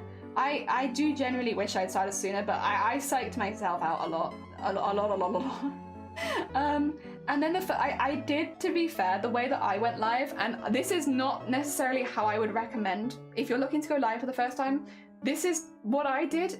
Is not necessarily the recommended, and it was something that I did because it was good for me, so don't take this as like this is what I should be doing. It's not. But the way that I did it was I was a huge lurker. I always lurked. I never typed in chat before I went live. I just lurked because I was so shy, and I think a lot of people hear me and they don't think that I'm a shy person because I'm very chatty, but naturally I'm an incredibly shy person, and especially when it comes to talking online. I'm much more likely to talk to you in person than I am to talk on messaging, because I'm always so concerned about being misunderstood. So I just didn't message at all because I was afraid that people wouldn't understand, and so I just didn't message ever. And then I went live for the first time. So I had been lurking like in Blackpool's stream and a lot of other makers and craft stream, a few that I can't mention because they no longer go live and they have different names. But yeah, I lurked in loads and loads of streams first, and I never spoke. And then I went live for the first time and nobody came.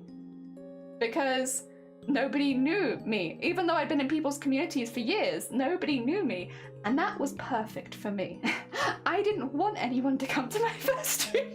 I went live fully like, I will be happier if nobody turns up and I can just talk to myself, because I was so anxious about talking to other people that the idea of people coming to my live stream made me nervous. And the first stream, I have the whole thing. I just talk and talk and talk and talk, and I'm so happy and no one's there. And that's what I wanted. And it was only over time that I started to feel more comfortable talking to other people, because when people first came into my chat for the first time to say hi, they weren't nasty, they weren't mean, but when people first came in and said hi, I was incredibly nervous about that. I was a lot more nervous talking to people than I was not talking to people. And I also was coming from a background of having no interactions on Twitch. I had no idea how people interacted on Twitch. I knew certain bits of Twitch lore because I've been around for a while, but I didn't have the confidence of any of like the silly Twitch things that go around on this platform because I never engaged with them ever. So yeah, that's how I did it. It took a lot of the pressure off me going live for the first time though, because I knew no one was probably going to turn up, and that's what I wanted. Sometimes it's difficult, right? Because you have to do it in a way that's comfortable for you, and the way that was comfortable for me was nobody knowing and not having to tell anyone and keeping it really secret and having it be just something for me. And I'll be honest, if I had like 100 people coming to my first stream, I think I would have quit, because it would have been too overwhelming. I wouldn't have been able to manage it. I would have been very afraid. But like down the line, by the time that I did hit my first, when I got like a really big raid for the first time, I was ready for it and I was prepared and I'd practiced and it was okay. And it went really, really well. And I met a lot of people that still hang around now from that raid, which was really, really lovely. But that's why I'm these days as well switching more to, I will only, how to put it, shout people out who aren't actively here with permission, because I wouldn't want to put someone in that same position that I would have been in, where it's like I would have been really nervous about people talking about me. Even if it was all good things, I would have been very anxious. So I've been a bit more careful with that recently, because like while now I'm a lot more confident talking to people on Twitch and like getting the idea of how Twitch goes, it's taken a while to get to that stage, and I completely understand that a lot of people are still new and are still getting there, and I don't want to put that pressure on people. I don't want to be the person who puts the pressure on people. Oh dear, same, yeah, I'm definitely a serial lurker, same. I didn't say anything about being streams either. Grand total of 1 to 2 viewers for the first week. So that's actually higher than me. I had 0. I managed to get a whopping 0. I did 6-hour streams to literally no one, and I was great. I had such a good time. I like Ophi. I love Ophi's stream as well. I really do. I didn't say anything about mine. Elfie's a nice stream too. Nice. I'm on an extended break from it now. No, you're fine, you're fine. We're talking about streaming. The only reason we say no self-promo is when someone comes in unprompted and is like, I'm going live right now, and it's like, good for you, mate. Like, it's a little different when it's people in the community, but it's difficult to write rules where it's like, if you're in the community, I want to know. If you're posting for the first time saying that you're going live somewhere else, I don't want to know. Oh dear. Glittering, welcome on in. How are you doing? It's going good. So I literally put it down to talk. I should keep going. The nerve-wracking ones are better with a smaller audience. Yeah, like when it was much easier to handle just one person at a time and stuff like that, especially when I first started.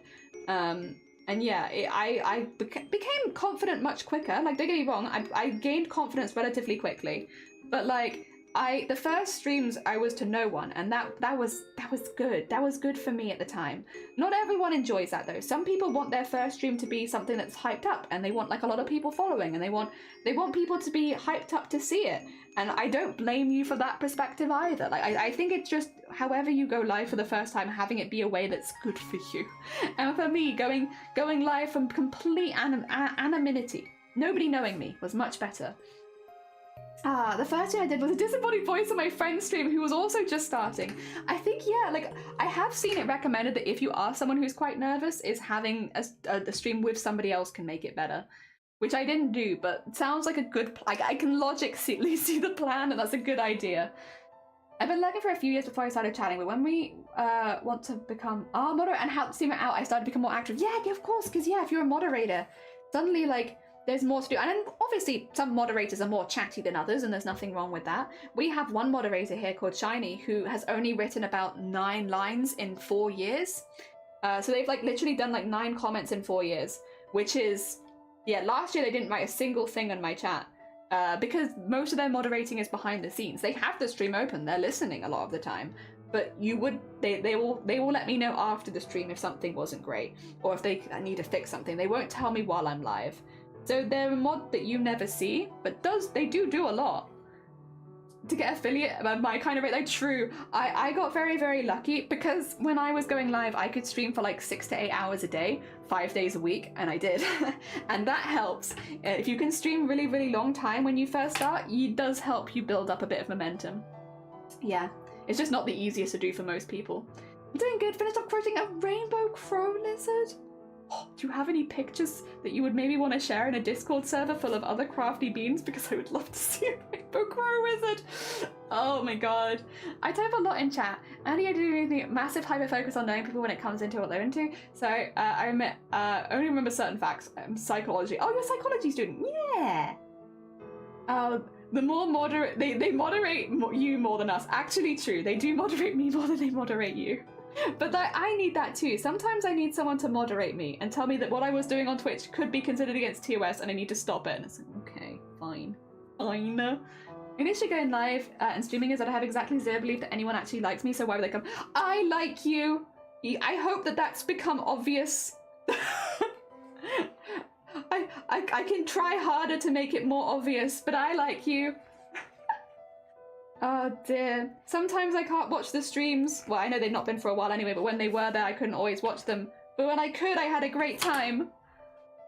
I'll do these while I'm slow. Miss Josie, we miss the Cthulhu streams. We miss them. Thank you for the Discord server. I do have it. Oh, there it is. Thank you. Bless you guys. You guys are so quick. You're so much quicker than me. And most rather be modded for 10 streamers than I would ever for every stream myself. Yeah, that's fair. Yeah, honestly, it's fair. So I only moderate for one person, other than myself, technically. I only moderate for one person, and that's enough for me, because I find it quite difficult. But I guess I'm not very good at reading, so I'm not the best mod. But the mod that I'm a mod for Shifty, and Shifty's a good mate of mine. So Shifty knows when I'm struggling and stuff like that, and doesn't mind. I would feel a bit uncomfortable moderating for anyone else with my health being so up and down, and also my reading comprehension skills being maybe not always the bestest. I sometimes don't notice. I will never forget the time that someone came into my stream telling me to KYS, and I was like, good morning! Because I didn't know what it meant. Oh my god. And yeah, for those sort of reasons, sometimes things that should definitely be moderated out, I just don't notice. And I'm like, good morning, I hope you're having a good day, welcome on in. What does KYS stand for? And then everyone was like, jelly, jelly, jelly.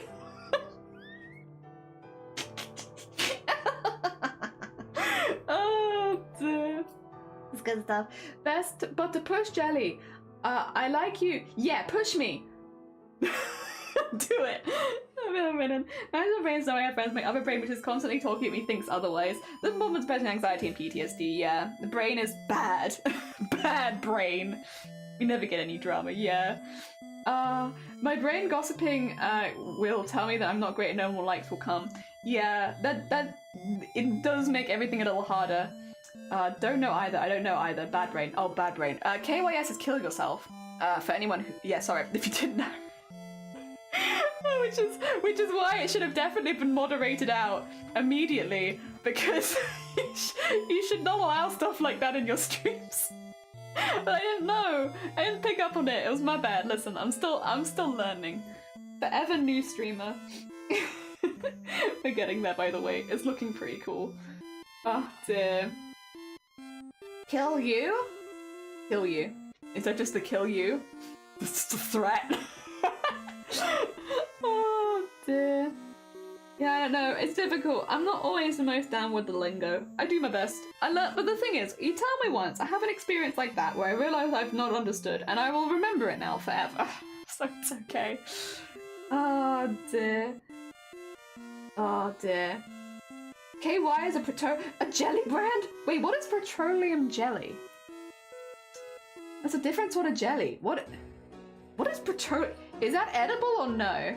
Is this like a greasing jelly or like a jelly for things? Oh, Vaseline, right. Like Vaseline, okay. For your lips. That means I have petroleum jelly. Where is it? I have a lip. Oh no, did I put it in my coat pocket? I put it in my coat pocket. Sorry. Please don't eat Vaseline. It's because I've got the other one here. I've got this one. This is the lip balm that I'm using right now because it's like so fancy. Oh my god, so fancy. Whoa, whoa, looks like a little lipstick, but it's just Vaseline. Oh my god, so fancy. See, I've been using this one instead just because it looks fancy and it makes me feel fancy. When I'm sat at my desk, I'm like, oh my god, so fancy. So the Vaseline is in my coat pocket. I like Vaseline. It's good for your lips. I like it as well.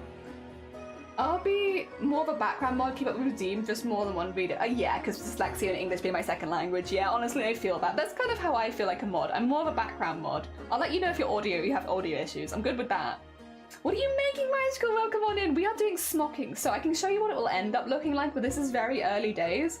So these are smocked panels that I'm using for the shoulders of a costume. They've got the design over here. Here. But these are like little panels that are going to go poofy on the shoulder, and I need 9 of them per side in 2 different colours, and this is what it ends up looking like once it's completely finished. And this is one we started today, so very early days. We're still getting the initial smocking in place. It's getting there. It's slow, but it's getting there. It's very relaxing. It's very relaxing. I'm having a nice time.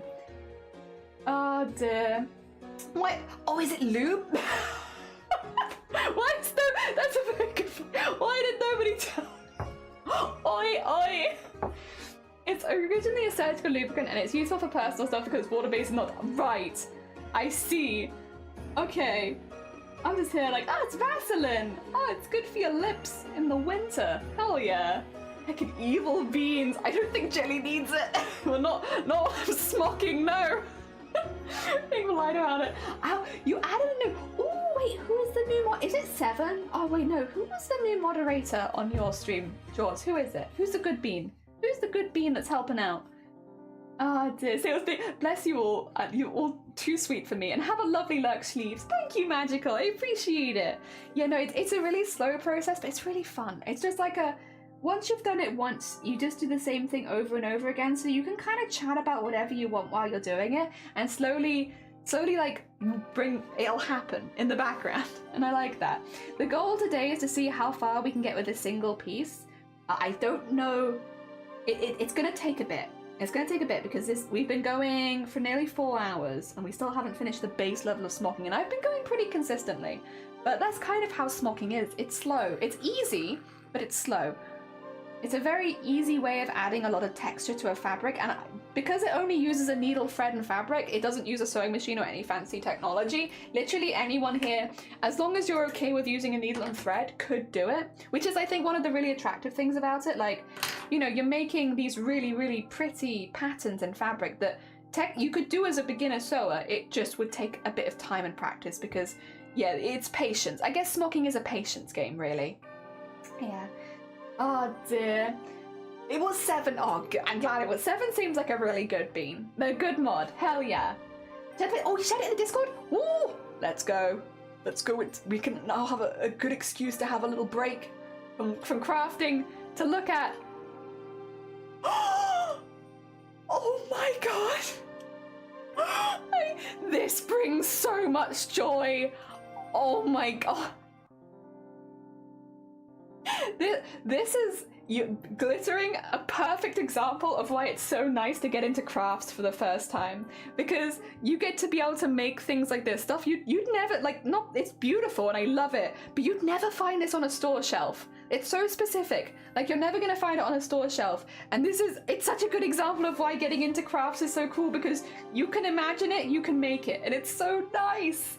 Oh, I hope you're very proud of this. Wait, I also would like to emote to, oh my god, look at little eyes. I love it! I love it! That's so good! Oh my god. I always want to be supported behind the scenes and make sure. Yeah, I think that's a lovely thing to do as a mod. KY is lube, Vaseline is petroleum jelly. Oh, they are different things.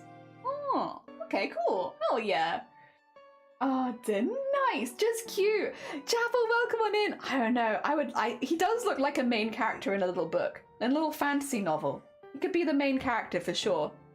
Or maybe the guidance character, maybe. Also, apparently we have some very cute... Oh my god! Thank you for blessing my Discord server today with animals and crafts. Who could ask for more? This is so cute. You got me. I got you! Oh my god. Look at the eyes! Oh my god! Whoa. Whoa. Look at those pupils! Oh my god. Spooked. Little spook kitty. Oh my god. So cute though. So hecking cute. Oh, the little fishy. Oh my god. Wait. I have more. There's more. Wait, how many animals? Oh my god. You are living my dream. Oh my god, these beautiful beans. They're all so beautiful.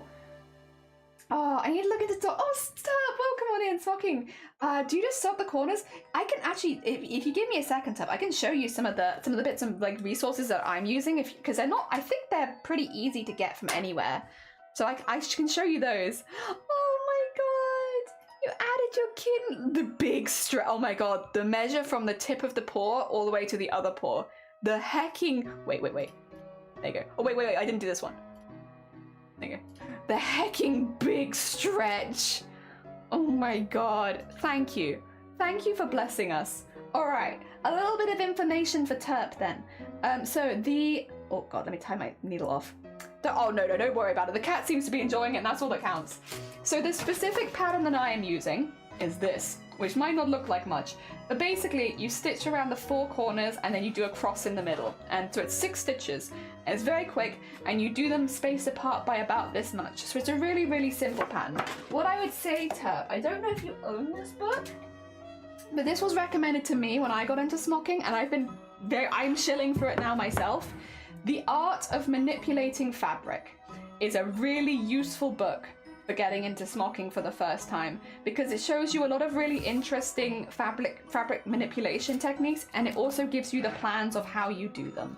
So if I go, there's different sections in here. It's not all smocking. There's cord work as well. Here's some examples of certain different smocking techniques and how you would do them. And it kind of just gives you very quickly, a lot of ideas of like different things you could potentially do. It's also, gathering as well. So there's tucking. Oh, here's one. So these ones are very, very similar to the ones that I'm doing. This one is quite literally, if I get this in the corner, this is literally the one that I am doing. I am doing this. On the other side, it looks like this. So this is the same technique, and it's called North American smocking.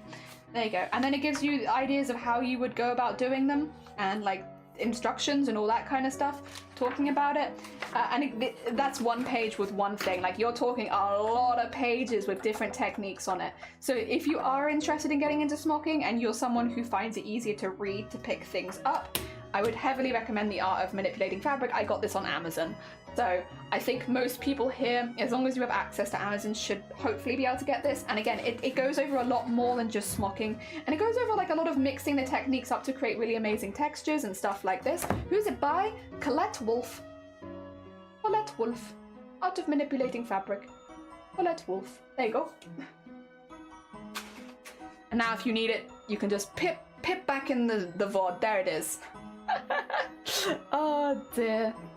Yeah, I would recommend it. I'd recommend it for having a lot of information in one place, in one book, if you're interested. Obviously, if you're not super interested in that, if you just want to learn like one technique and you just want to go for that, that's fair. But if you want a bit of an all-rounder on a lot of different techniques and like giving you more ideas of things you could do, it's really good. Then my non-fiction book recommendations! Hell yeah. No, I've really enjoyed that. I know Cthulhu has a lot of really good books on smocking, but I can't remember what they were called. But they had like a collection of books which go much more into depth in specific smocking techniques, which also seemed like a really good resource if you wanted to learn. But I don't unfortunately remember what those books are called, so I can't share them, I'm sorry, but they looked good. Oh dear. Yeah. No, there is a lot of resource out there. I'd also say, I know it gets told a lot, but YouTube is a really good resource, because if you type in smocking on YouTube, you will find a lot of really, really good tutorials. And those are the tutorials that originally got me into smocking. When I did my first practices, they were all from YouTube. Thank you! Bless you, Cthulhu. Okay, those ones. Modern smocking patterns 1 to 10. Yes. Because they go into a lot more detail. They give you like the full grids and stuff like that on how you would end up doing it, which again, for someone who's a bit newer, gives it in real plain instructions exactly what you need to do. So those ones looked really, really good. I haven't used them myself, but after seeing them from Cthulhu, it did seem like a really clear way of learning. Whereas the Art of Manipulating Fabric kind of gives you a lot of ideas and inspiration and things that you might want to look into in more detail, but it doesn't give you the most detailed on every single technique because there's so much in it. Yeah, you have options. You have lots of options. There's an ability level, so you can start easy and go better. Yeah, it's really funny to me though that book 1 and 2 were like extreme difficulty levels. It took 3 to 7 months. Oh, sorry, I'm so sorry. What the heck? Maybe you can just find it at like a bookstore already, because it's not a new book. If you go into like the craft section of a bookstore, maybe it would just be there. Because yeah, waiting 3 to 7 months is a bit. That's a bit. Ooh. There we go. Ooh. All right, we are doing very well. I do need to go on a toilet break soon because it's been 4 hours. But I'm kind of assuming that at some point we might have lunch, and so I'm just like, well, oh, hold on, I can't smell anything yet though. Oh dear. I'm like playing toilet chicken. I'll say that we're actually, I gotta finish this line, then we have one more line, neatening off the edges, and we're done. So we're actually doing very well. To get that done within probably around 3 hours for the first level of smocking. Again, it's technically the smocking isn't finished at this point, but the base level is, which is the bit that takes a lot longer. To get it done in 3 hours is actually really, really good. It's very quick for me. It's finding it daunting. Hopefully a little hand practice. It's one of those ones where I think honestly you'd be fine. It's not physically complicated. It's like I am just stitching. Let me get this last stitch in and you'll see. I am literally just stitching. So I've already got a grid on here. You see that grid? So I've got a grid there. I'm literally just stitching around a square in the grid and then pulling it tight so that it sucks all of the fabric in, and then putting a couple stitches over the top to make sure it stays in place. And it's really not that hard. It's just slow. Like, you know, 3 hours to get this far in a piece of smocking, it is slow work. It is very slow work, but it's not physically difficult. And I would say as long as you're confident, which I believe you are already someone who is quite confident with a needle and thread, as long as you are confident with a needle and thread, I don't think anyone would have any issues with this. And you had some spare time. having a little bit of spare time, that is quite important. As long as you have some spare time and you're not too scared about using a needle and thread, I think you'd be fine. Also, who was that? Otsky! Otsaiki, thank you so much for the follow. It's very kind of you. Ah, dear. Yeah, it's good. It's good. And I enjoy it. I've had a really good time with this. I know sometimes it's not so convincing because I've done sewing for a long time, but again, I was very, very new to smocking. Smocking was a new technique, and having previous skills, you know, in sewing might help, but yeah, still. Oh dear. I think Blackwell's you can get from it and delivered fast. Oh, okay.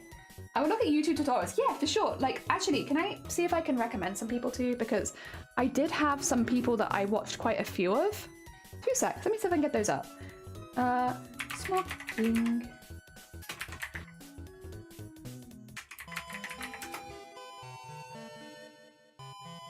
Do.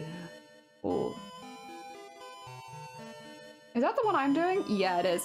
Hey, do you want a smocking tutorial for literally the one that I'm... Actually, this is the one that Sunquay did, but this is the same process. Sorry, it's got music in it. It's going to sound weird.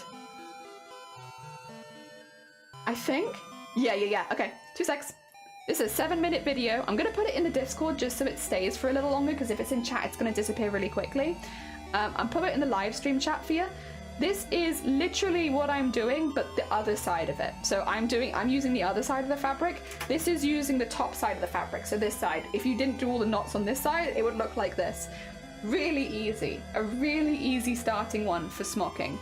I recommend it highly. And then if I could find... That one was really fun. But that's not what I'm looking for. It was fun, that one, though. Oh, this one. That one's really fun. But there's a lot of them here that I like. Oh, the roses. The roses are really fun. God, I would recommend so many of these, man. I would recommend so many of these. They're so good. They're all so good. The flower one is the one that I'm doing now, though. Do I have the other side? I guess you don't really need the other side. If you have one, you can technically kind of work out both. I think from there, probably you could work it out, but... I'll see if I can find the person who gave me the tutorial for this one earlier, because that was good. Oh dear, about £4 more. Sweet. Yeah. Sounds very NES. Yeah, it is very NES. It's actually, this one, it's either from Undertale or Deltarune, but I think this one's from Deltarune. Or Zelda-ish. Yeah. Like you've just gone into like a dungeon or something for the first time. It does have those vibes. Put that away from my arm. Let's not hit that. That would be a little embarrassing. Oh dear. Oh my god, the wind. Sorry if you can hear any creaking as well. The wind do be hitting us. We do be getting smacked around a little bit by wind today. You can hear it just hitting the window. Oh dear.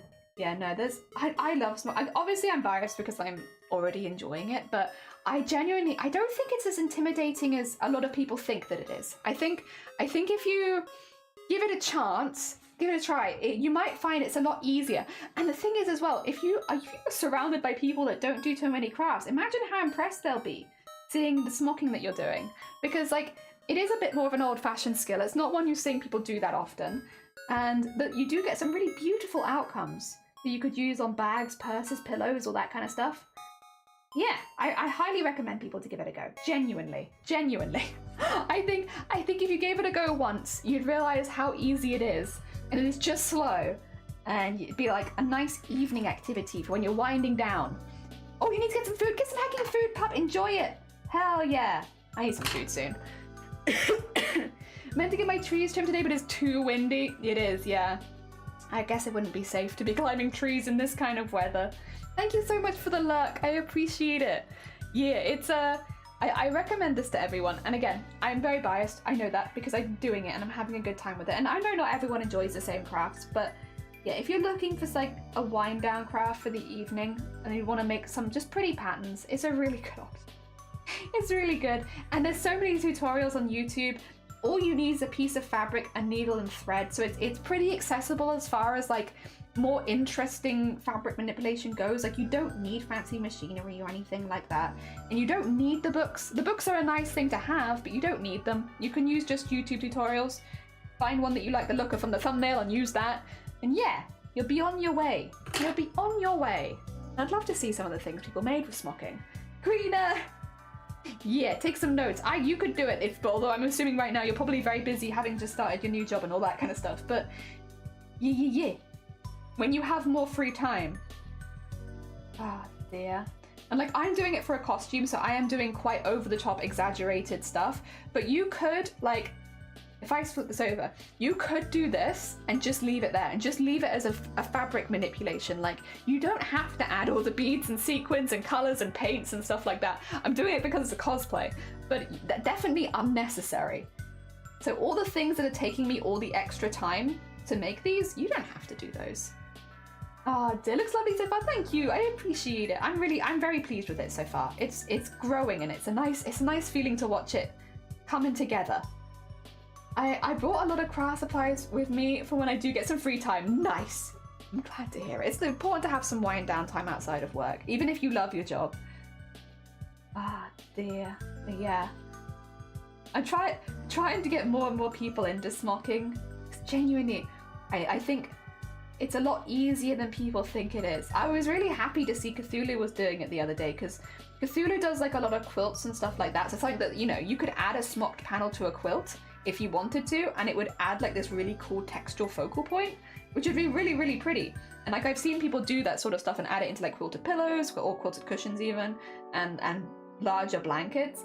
You might even see sometimes, what would you call it?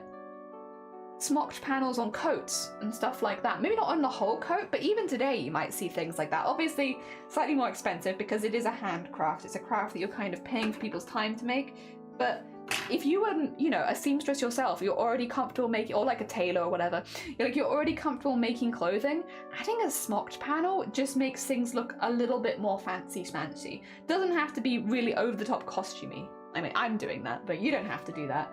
You could make it look very normal, very natural as a part of your normal outfit, and it would just make it look a little extra fancy. Also, Kyrian, thank you so much for the follow. It's very heckin' kind of you. Welcome on in. I'm trying to convince everyone in my community to start smocking. Now is your time. Start smocking. It's really fun and it's really easy, and it makes things look fancy schmancy, and you don't have to do all the beads and sequins. That's just me. I don't want to. That's not part of the smocking process. That's part of the me making a cosplay process. Although you could add beads and sequins if you wanted to, and I, you know, again, very biased, but I do think they look pretty good. I think beads and like. It do be looking pretty fancy. Like, look at that. Imagine that as your purse. Like, would it be very over-the-top magical girl-esque? Yes. But, like, you could make that a side of a wallet, right? Or a purse. Doesn't have to be a strip on a shoulder. Like, oh, wow, a little wally purse, start smoking? Yeah, not smoking! Not smoking! Smocking! Oh my god, can you imagine? I've started my Twitch stream to make as many people as possible into smokers. The addiction starts here. Oh, heck! You can come in.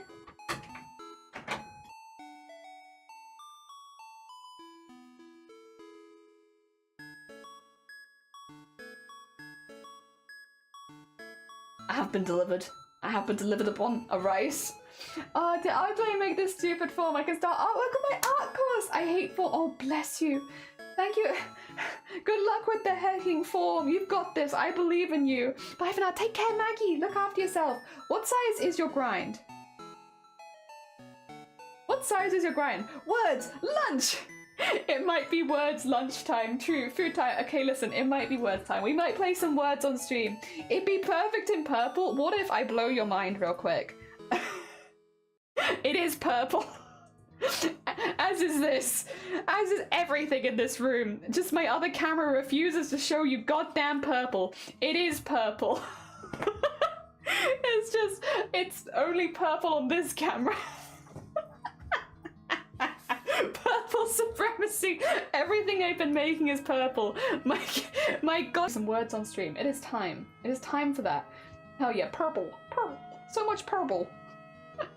Let me grab that and then drag it over there. So I will mute when I'm eating because I don't want you guys to hear me chewing. I'm trying to be good. Are my scissors purple? No, they are actually more like a turquoisey color. I do have some purple scissors. They're purple on this screen, but I think if I take them over here, they're gonna look navy, but they are purple. I got these as a gift for Christmas. They're very nice. Very nice scissors. Yeah. Oh dear. All right. Where's words? Where is it? It's time for me to have the quickest of lunch breaks because lunch has been delivered. I have it with me. I probably will nip downstairs though and make a cup of tea afterwards. But at least for the start, I can help. Oh, we got an image on screen. We got an image on screen. Let me just get rid of that. There you go. Sorry about that. All right. Can we see a word here?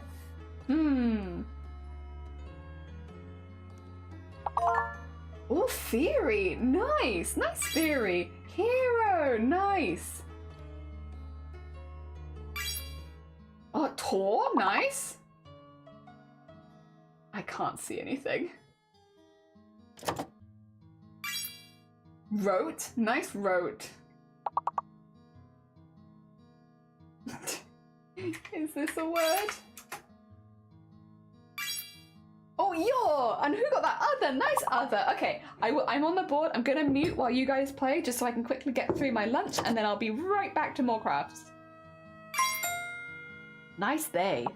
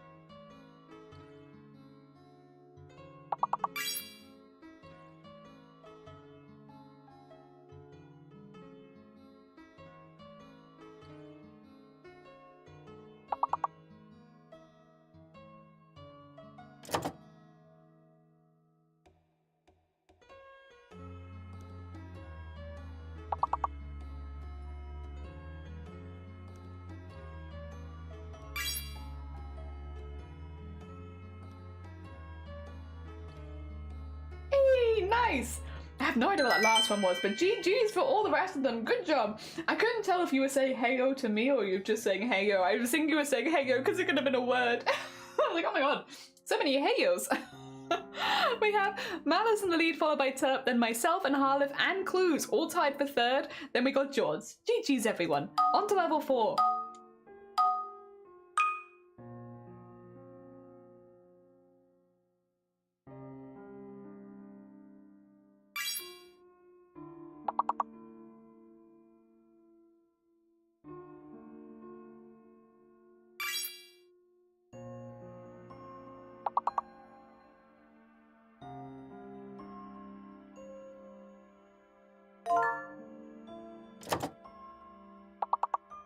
I'll quickly answer that before it goes away. Lee, good morning.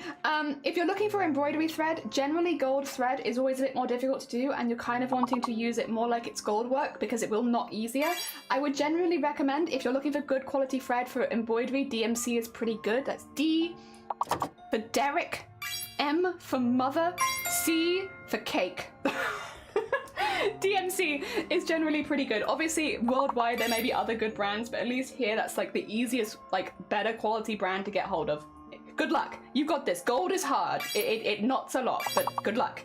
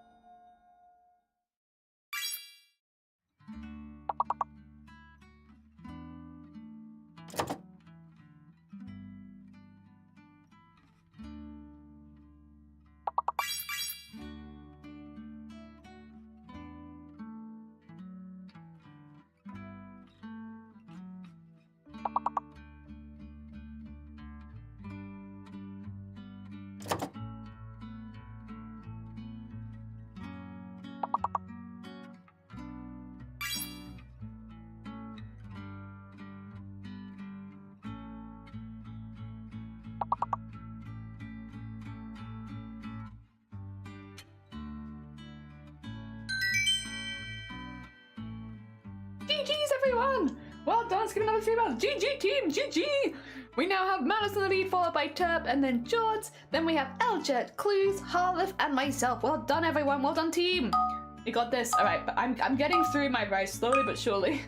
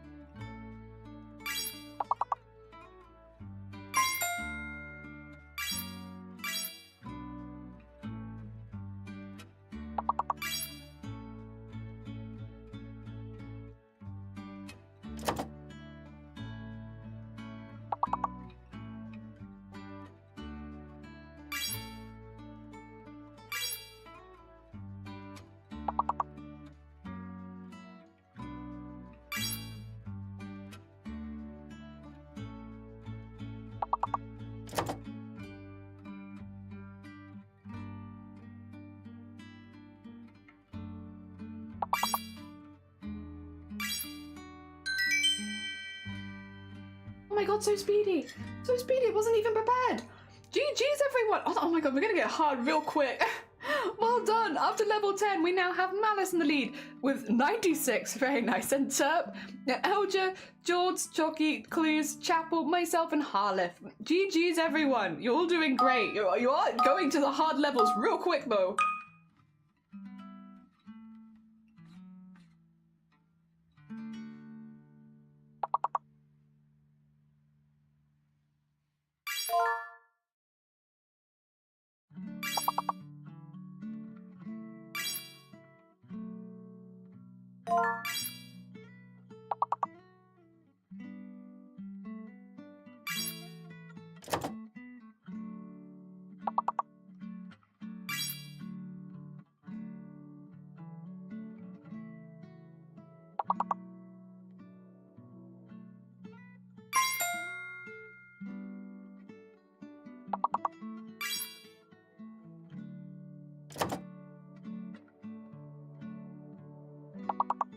Well done everyone! I'm just going to take a quick loo break, so I shall be right back. I'm just going to quickly nip out and then nip back, so I might miss the end of this round, but I'll be right back.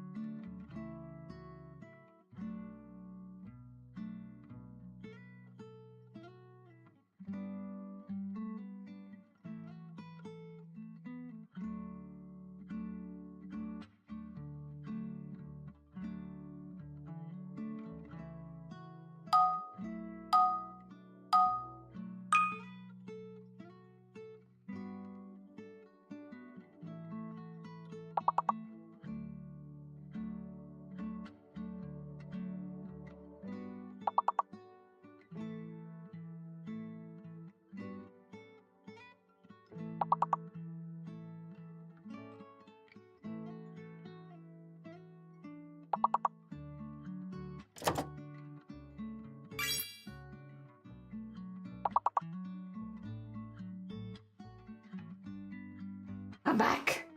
I'm back. Oh, is the S fake? Because that's always mean. It's always mean when the S is fake.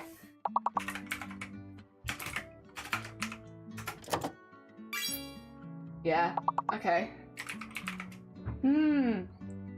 Although P isn't working. Wait. Is it S or P? Because paste should definitely work. Oh, maybe it isn't. Maybe it's P? Oh. Has anyone tried? Yeah, S. There we go. There's some daces. Oh, is it escape? Oh no, it can't be escape, can it? Because P is fake. No, it can't be that.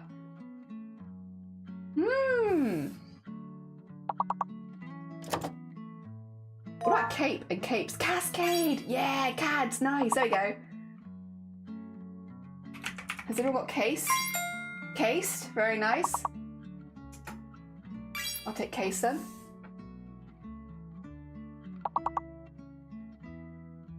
Hmm.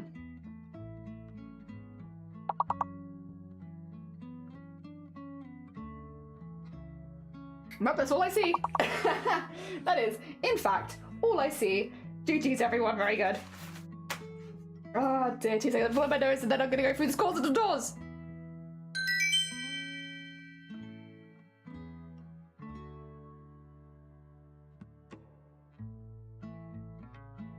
Sorry about that. Okay, we have Malice in the lead, followed by Terp, and then Elja, then George. Oh my god, Elja and George 1 point in it. Then myself and Clues 1 point in it.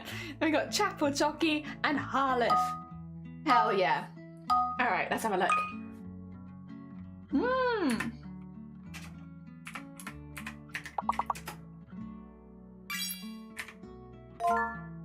Oh my god, Spirit! Well done on the Spirit. Very nice. You have Trips. Nice Trips. Tips. Nice Tips. Nice Trip. Spirit. Nice Spirit. Got Pits.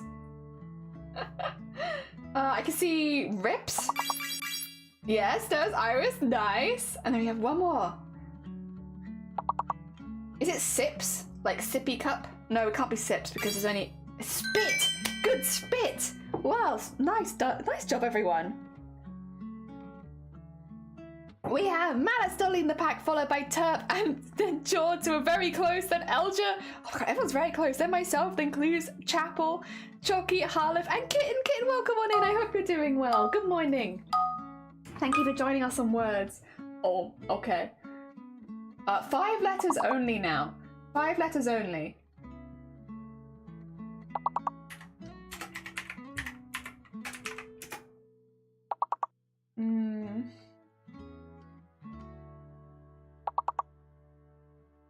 Oh my god, it's always hard when no one's got a single one, because like, what could it be? Rubble. Nice rubble.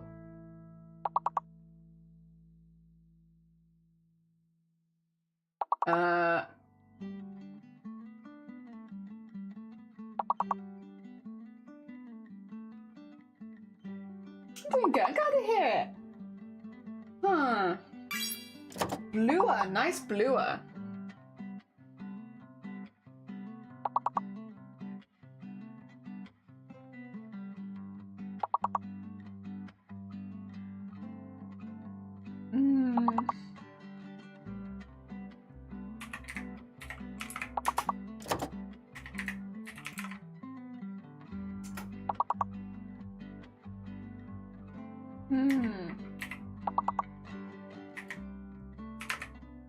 P or A is fake. That's how I'm feeling as well. P or A is fake, but it's difficult to tell which one it is unless you test them, isn't it?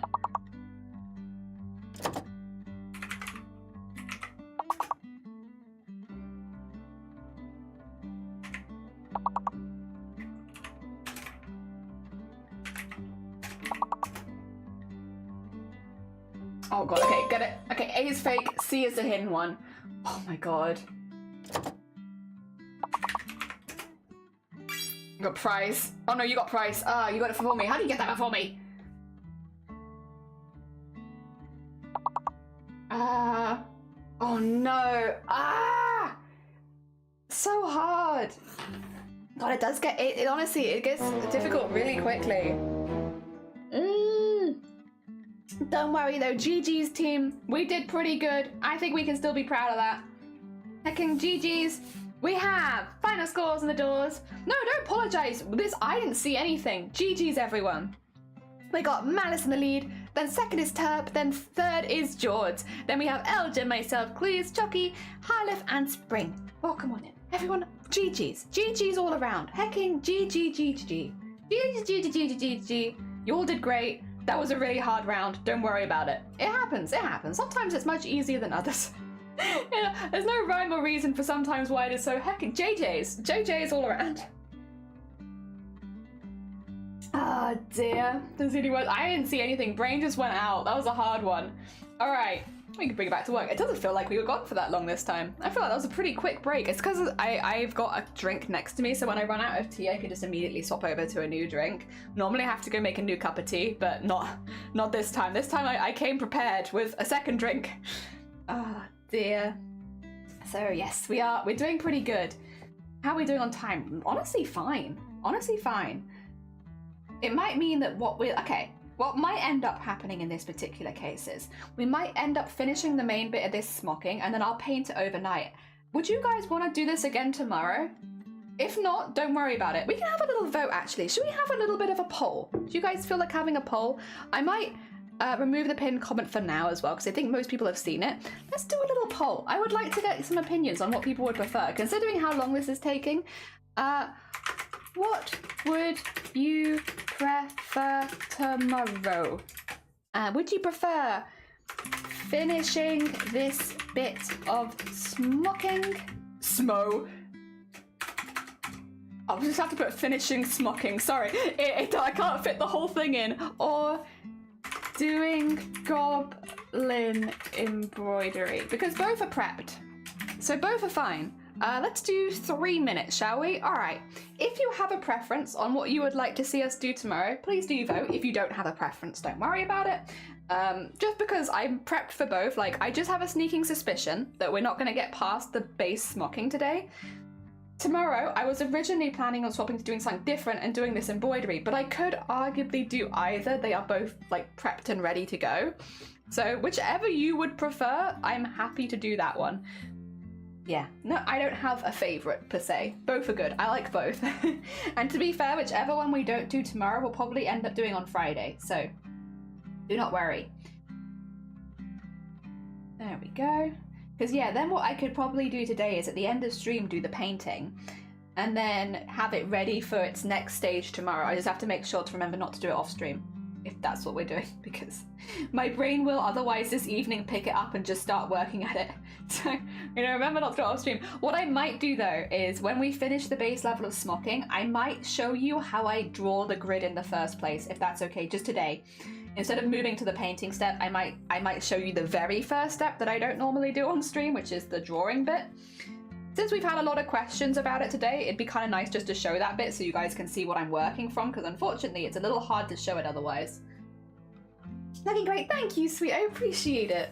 For a person who English is not their first language, it's nice to hear that you say, that you also say the words as written when writing. Makes me feel like, oh no, always. Always! Gotta spell it out. It's important. It's important. Oh dear. Oh. I mean, I find it easier to communicate via frantic arm waving and facial expression than words. I think you can get a lot across with frantic arm waving and facial expression. I'm a big fan. I'm a big fan of use in communication is... People tend to get it. Or if you're like, amazing, or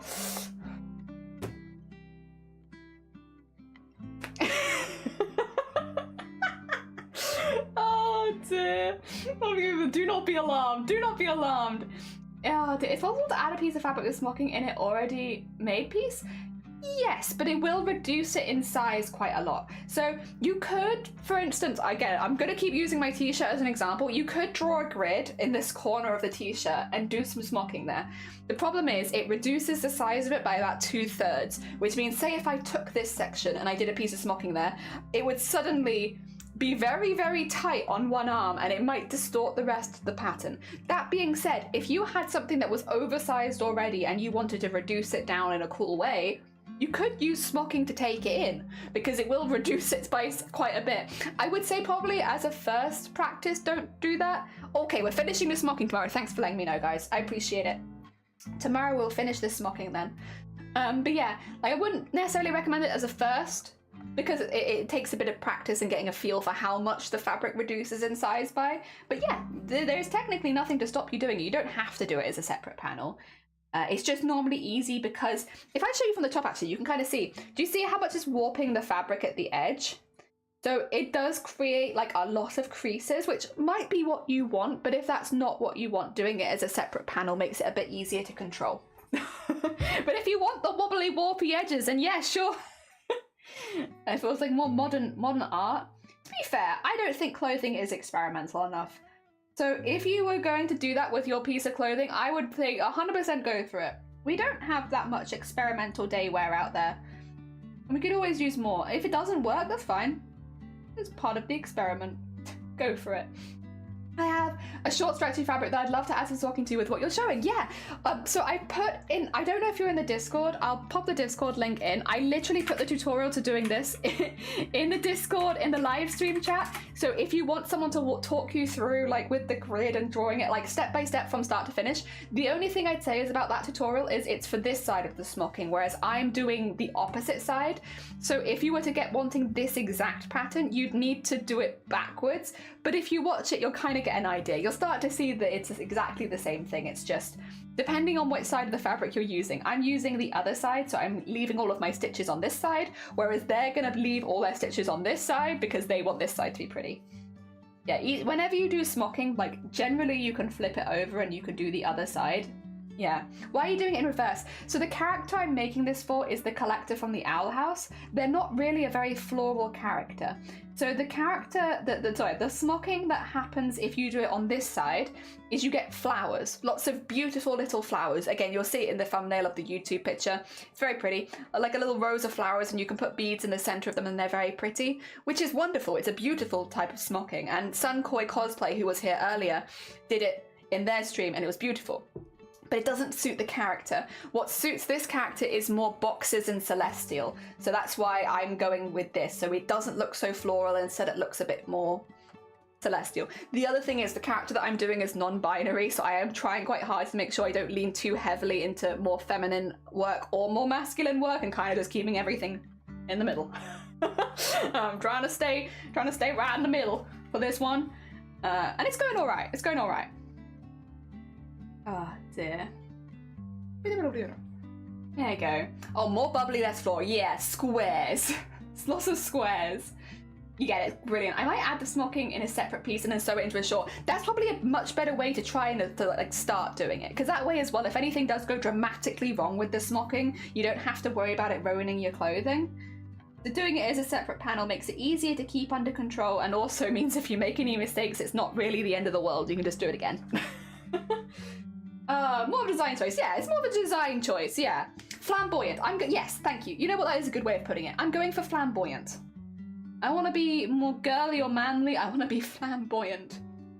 Flamboyant does, in fact, it goes above and beyond gender. Oh dear. Hell yes. I recommend doing a panel for a beginner. I will say, I wish I could find them. I haven't like...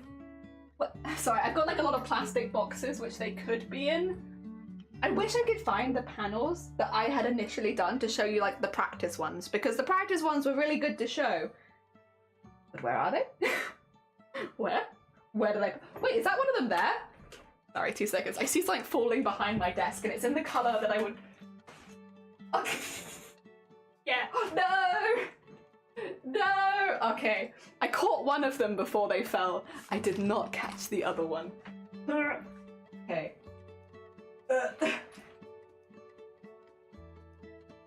No! Can I reach my arm around the side? Ah! Yes!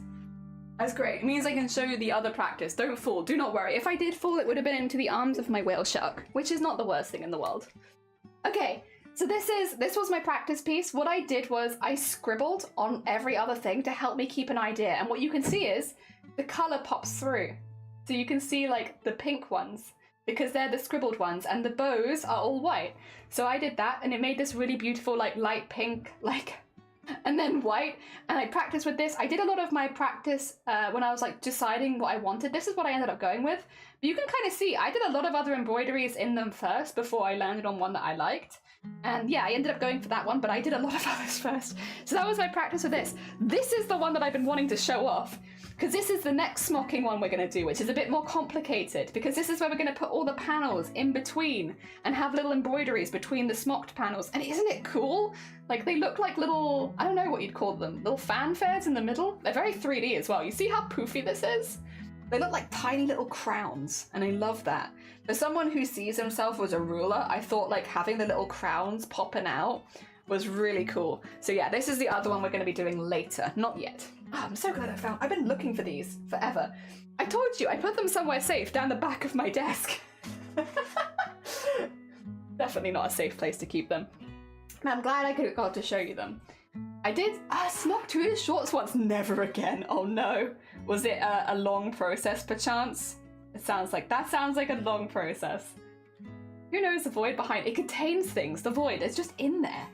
Like, I don't believe that I would have put them there to stay safe, but like, they're just there, hanging out in the back of my drawers. Very safe, very safe. So, well, honestly though, these were both my first practices. When I got a smock, like I did other smocking ones which I didn't use, but this was my first time ever doing this smocking. That's what I mean when I'm like, it's not difficult, it's just slow. So like if you have the time to give it a practice, you'll probably find that things do just like, as long as you use a grid, the things will just fall into place. And it's very satisfying. Like they look super complex. They look, oh my God, thousands of hours, so much hard work. But like in reality, it's slow. And I'm not gonna deny that it's slow, but it's not hard. Just slow. It's just very slow. I find it easier than knitting. Put it out like that. I think smocking, controversial craft statement, smocking is easier than knitting.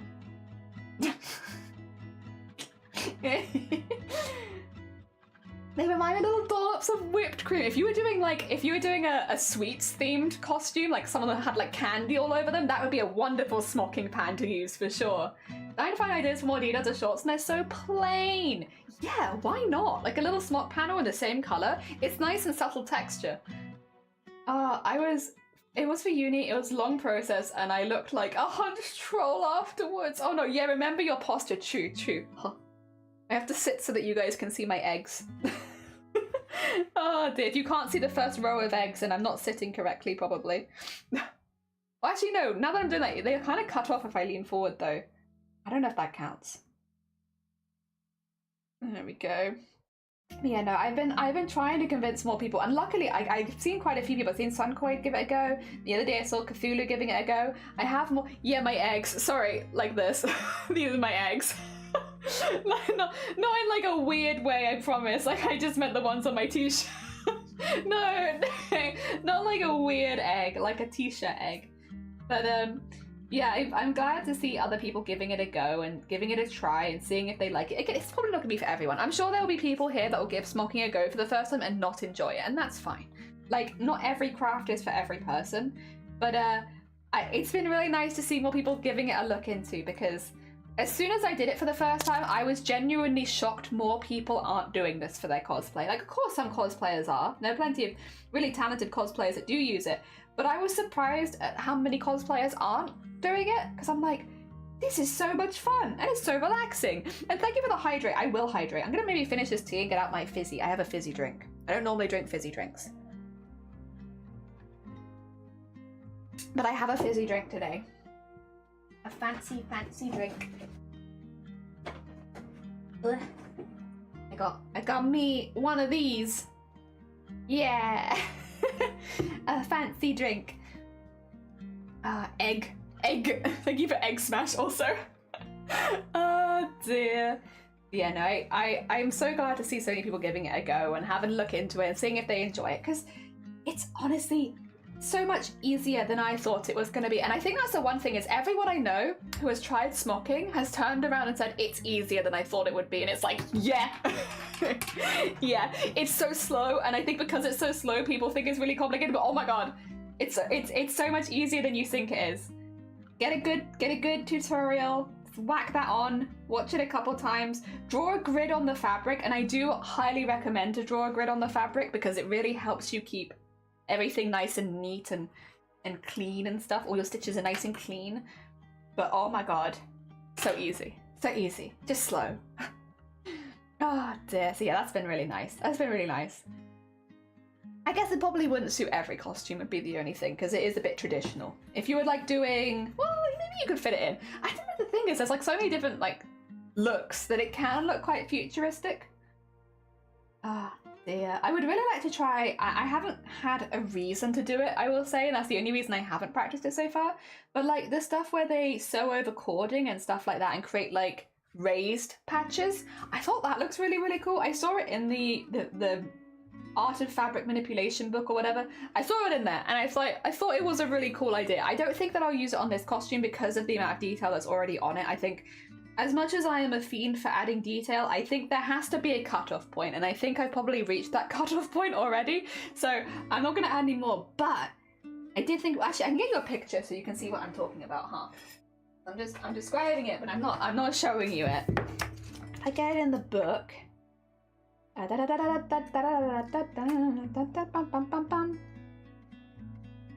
Yeah. Okay, so let's get a good picture. Like this. Like this kind of stuff. Oh, it's so cool. It says hand-sewn corded quilting. Hand-sewn corded quilting. Isn't this cool? Like, that's the back side of that one. But I just think that looks so cool. Like, as a design element on something. Like, isn't that so cool?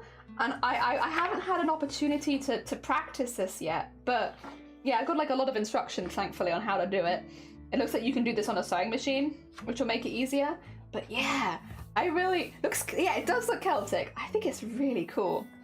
No, you're right. You're 100% right.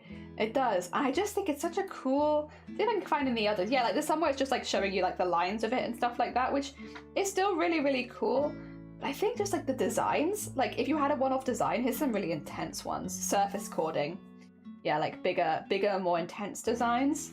Those are really... Like that is really, really cool. Like just the texture of that is so cool with some of the lines cutting off and leaving like the little gaps and stuff. I haven't had a costume that would suit this yet, so I haven't had a real reason to practice, but I thought it was really, really cool. God, there's so much. This could fit so many inspirations in this book, I swear. But yeah, that's one that's on my radar of like, I would like to try this at some point. I want to find a costume that would suit that at some point. Again, I've already got so much detail on this one that I just don't think it would make a lot of sense to add it. Maybe at a later stage if I find that there's a gap somewhere that looks like it could use some detail maybe, but so much of the planning has already been done that it's like, eh. But I'll make other costumes. I'll make more. And then I can work out where to fit something like that in because it just looks really cool and it seems like it'd be a really fun skill to learn. I do still need to though learn gold work properly. Seeing, once again, going back to Sunkoi, they've been doing gold work and seeing them get really good at it makes me want to get really good at it, so I need to get that down at some point. Gold work is a little bit more of an expensive one to start off the bat though, because of all of the tools and stuff that you use are not things that you'd necessarily normally have in your craft room. Like, I have some of them now, thankfully. I've been slowly trying to collect stuff so that at some point I can give it a go. I would honestly not be against putting some gold work into this costume because it suits the costume very well. I'm already using both gold and silver in this costume, so gold work I could use. And it's basically, gold work is using like coiled tubes of metal in golds often, but sometimes silvers and other colors. And you can like stitch over and create these raised gold designs. They're very, very beautiful.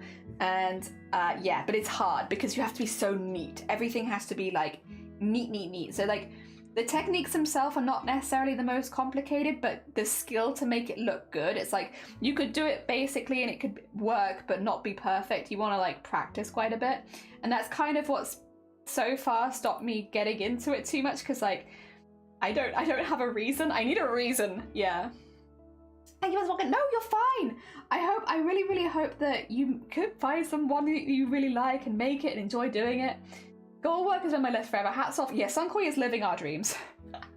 Sunkoi living the collective dreams of makers and crafters on Twitch. Yeah, no, I did enjoy watching Sunkoi do it because it did remind me, oh shoot, yeah, I need to cross that off my list as well and give that a go. And I am slowly getting the materials to do so. But yeah, it's just I think for me, I always need a reason, which I shouldn't do. I should just want to do it, so I'll give it a go. But yeah, I always feel like I need a reason to try these things, so until it pops up on the costume, I doubt that I'll go any further into it. But I could see gold work actually being used on this costume. Unlike cording, I'm like, that could actually really suit this one. So maybe we'll plan it in. Even if it's just to like do like a clasp or something like that. Do a gold work clasp or around the clasp. Oh, that'd be fine. Just a little tiny bit. If anything, a small tiny bit would probably be good for someone who's just starting out because it takes a bit of pressure off. All right, I think I might just have to do the neatening bits on this one now. Let me double check this because If I hold it up against the one I have over there, which is done, I have a sneaking suspicion it might be long enough, which means I can neaten off the edge, and then we'll have the base smocking done, and it will have only taken about 4 hours. Oh my god. It's fine, it's fine. Oh wait, those ones as well. There we go. And here. Alright. Let's count, shall we? It looks about the right size, so I'm pretty confident. But we have 1, 2, 3, 4, 5, 6, 7, 8, 9. 1, 2, 3, 4, 5, 6, 7, 8, 9. Perfect. Okay, we'll get all these tied up, neat enough. That is the length we wanted. What's the technique that you use the most to enhance your costume? I've been on a bit of a kick recently. A bit of a kick. It's embroidery. I have a lot of them hanging out behind the chat. I wonder if I have any I can just throw at you. Can I just yeet any embroideries at chat? I don't know if I can yeet any. I don't even know where I've put half the ones I've worked on recently. Oh, there's Pomni. Can yeet Pomni at you. Oh, Final Fantasy. I can yeet the oh no, I cannot yeet the final. There you go. Final Fantasy. Final Fantasy. Could it be another Final Fantasy? I really like embroidery like this. What do you call it? Thread painting. Thread painting embroidery. So if I want to add a detail and I want to add a little bit of something something, it's probably going to be thread painting. Thread painting is my go-to. It's fun. Full stop. It's fun. It's fun and I enjoy it a lot. And I am going to be doing a lot of thread painting for this at some point, because when we do this piece of smocking, all of the big gaps in between are going to be embroidered details. So they're all going to have little paintings inside them. Yeah, so we'll get there. We'll get there. There's going to be a lot at some point. Zomboti, good morning! Wait, Zomboti, for you. There you go. I hope you're doing well. Ah, dear. Wait, this artist tag is new. Zomboti should have the artist tag because they made lots of slides for Boobtober this year. Yeah.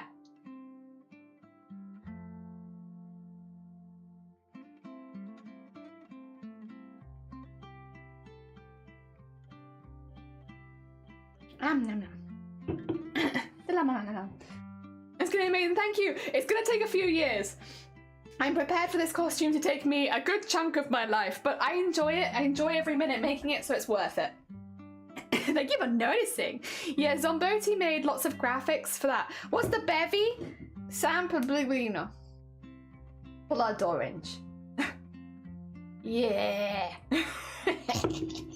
Delicious. Delicious. A little bit sour. Very tasty. Oh dear. Good bevies. Ah, dear. My brain's a bit fuzzy today. Honestly, vibes.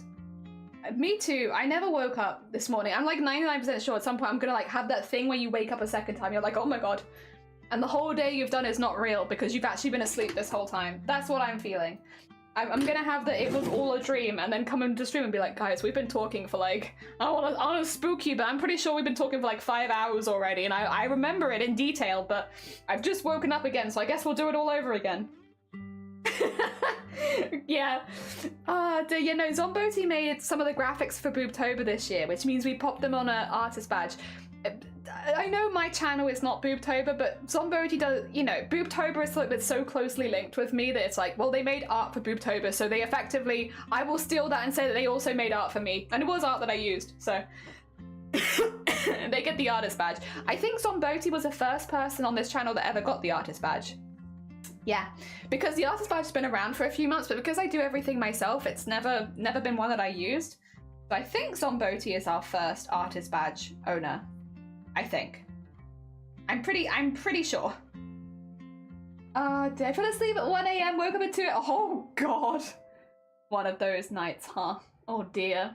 Oh, it's only, oh god, EP. There's EP hours for Gev. You've had a busy day already though. Driving and all that. Fucking busy days. And it's so early.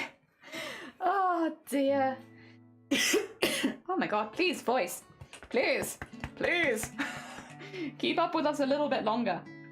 The other reason my voice is probably being really bad. I don't know if I should tell this story, actually.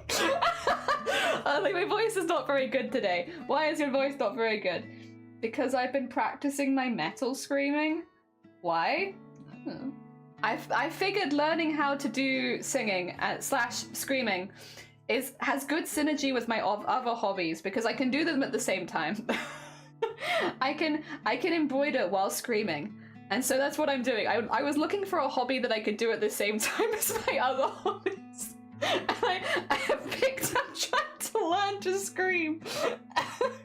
I don't know why. It just came up in my recommended and I was like, alright, go on then. No one will see that coming. Wait, you did a VTuber model? Ooh, how's it going? I hope you're enjoying the process. Very metal, eh?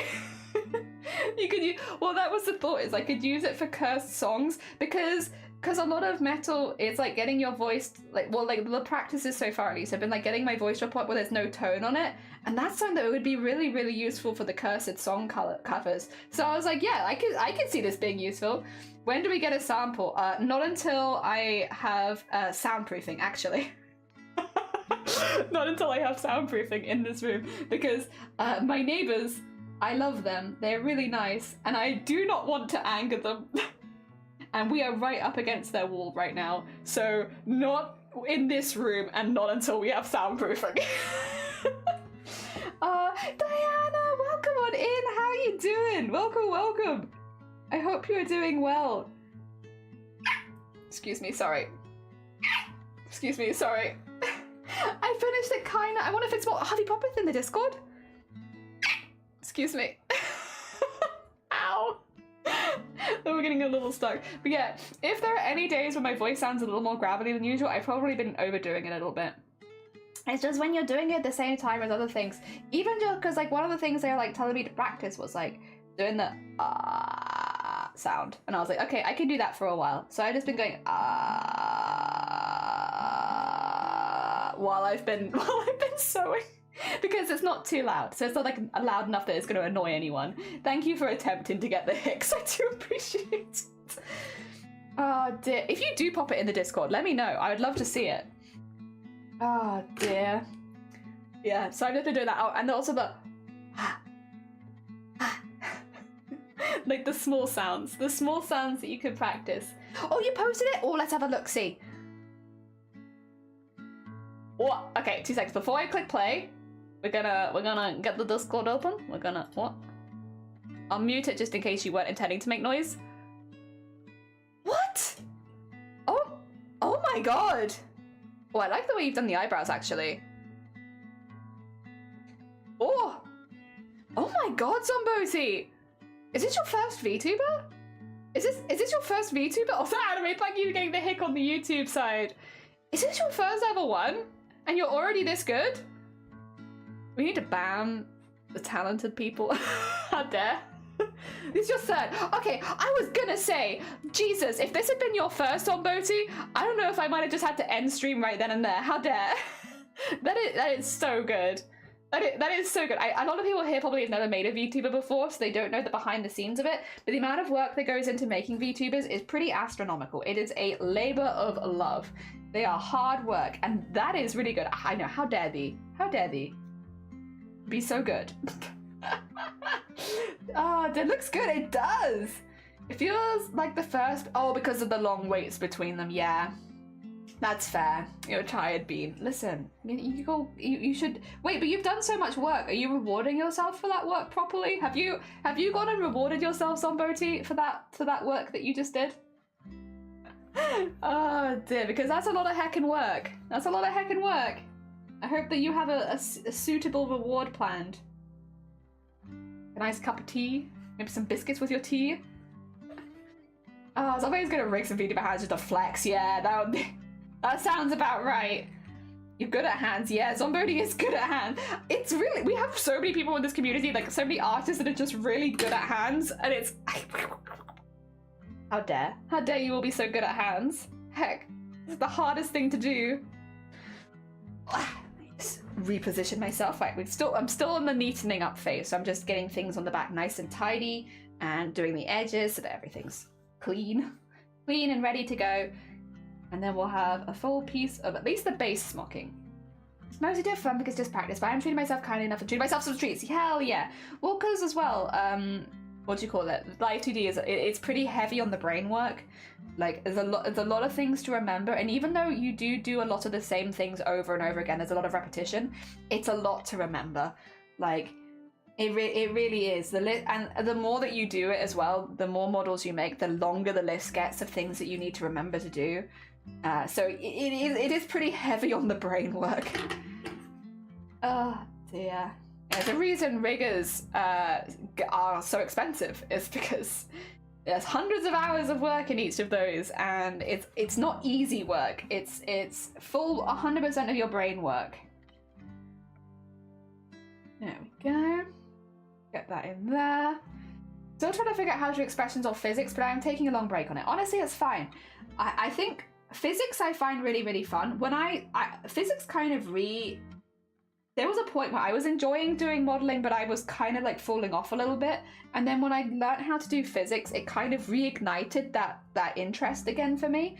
There is one person, they basically explain how to do boob physics, but what I would say is they explain how to do boob physics, but in the process show you how to do basically all physics that you can do on a model ever, which was really, really nice. I can repost that tutorial later if you want it, because it's quite a quick one.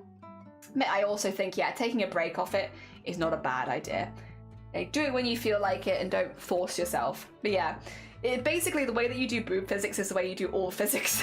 So they talk you through it very quickly.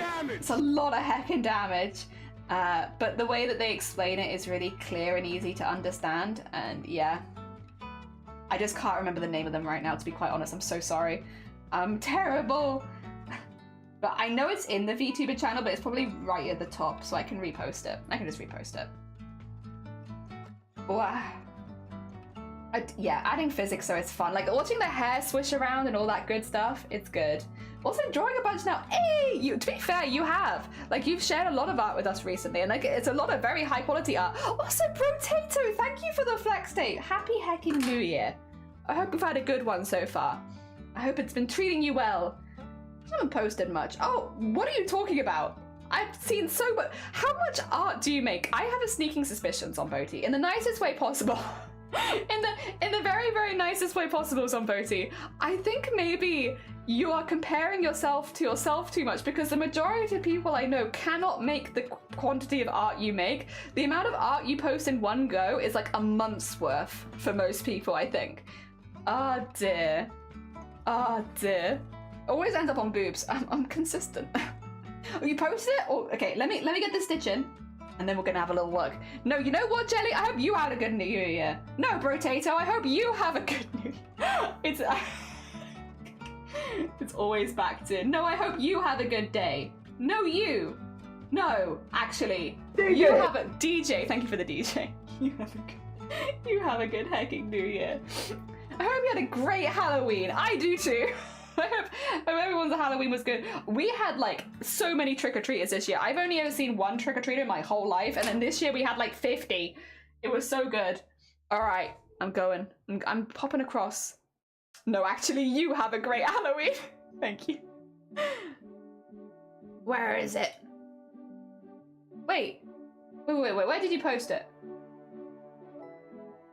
Oh no, oh you did post it. I was gonna say, like, I was about to say, if you've done that quantity of art, to be fair though, thank you, because if you had done that quantity of art again, I would have been terrified. Like, what kind of workaholic monster would you be at that point? Because that is a lot of work.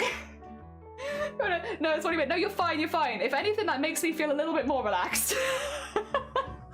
Oh dear. May all of you have the best time of your life, whenever it may be. Oh, that's a nice one, Chapel. That's a hecking nice one. All right, here it is. This is the size that this piece is meant to be. So we do have a little bit of excess at the bottom. Actually, I could probably nip those bits in, couldn't I? Probably should, honestly. All right, let me nip these pieces in. I have the thread for it. We'll nip these pieces at the bottom in, and then we'll do our proper reveal. Thank you. That's a nice one. I like that one. Oh dear. I have good feelings about 2024. So far. There's not a very high bar to beat, but so far 2024 is better than 2023. So far. so far. And listen, this isn't your chance to slack 2024. I'd like you to continue being good, but so far it's been better. But 2023 start was pretty awful. I was literally dying. So yeah, I am it's taken with a pinch of salt because I don't think we could have started much worse. Oh dear. I had the animation too before a bunch of things. Oh, did you? Hell yeah, hell yeah. You ended up making it? Oh, amazing. What's the name of the pattern? I don't actually know. I'm so sorry. This is the problem of being self-taught, isn't it? I actually don't know what the name of the pattern is. I've just been calling it squares. It might be down the route of Canadian smocking though, if I had to guess. But I've just been calling it squares. I think I've just been calling it squares. I'm sorry.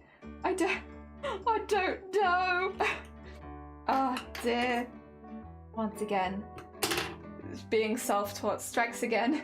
I think it's very easy for you to have a better start of the year. Yeah, it's like I am taking a grain of salt because last year was pretty bad. This time last year, I would have been coughing until I threw up every day. So you know what? It's better. I am having a much better time than last year. Oh my god, could you imagine? Oh. So far it's been good, but I would like it to be a lot better. I don't want it to be just be a little better than 2023. I want this year to be 1,000 times better than 2023.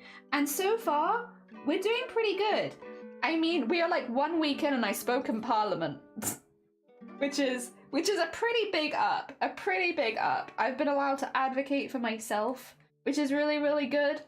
Ah, dear. Oh, wait, did you, oh, sorry, thank you, Chapel. I can re-show you. It's not exactly the same as mine, but it's very similar. Sorry.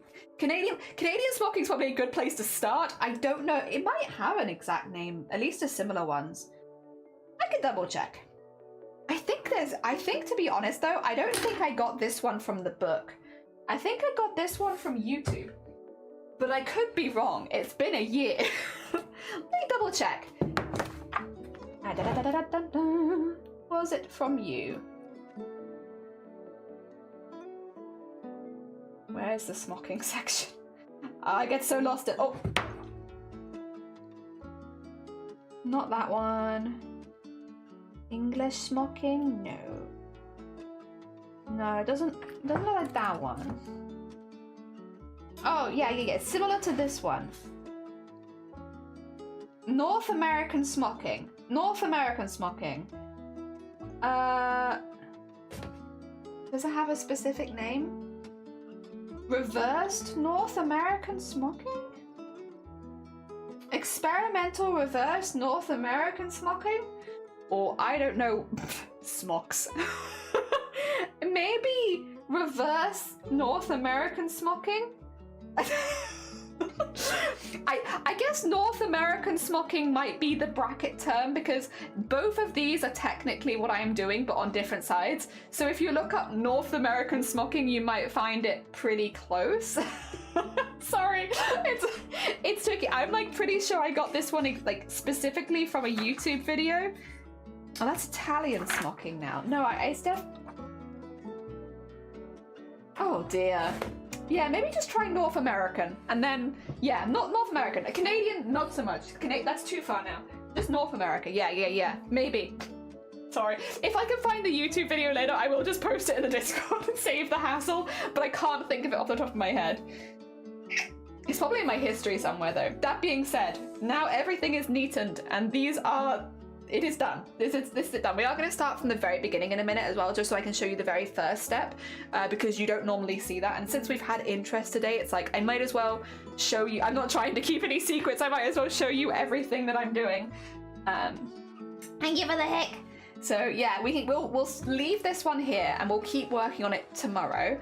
Where we'll do the second round of smocking, which is where we turn all of these into tiny little bows and pull them out of the squares and add the beads and then the sequins and yada yada yada. We'll do that tomorrow. Today, we're going to take this piece and I'm going to show you how I draw my grids. I'm going to show you that bit. I know it might be a little less exciting for some people, But for anyone who wants to see smocking from the very beginning, this is the very first stage.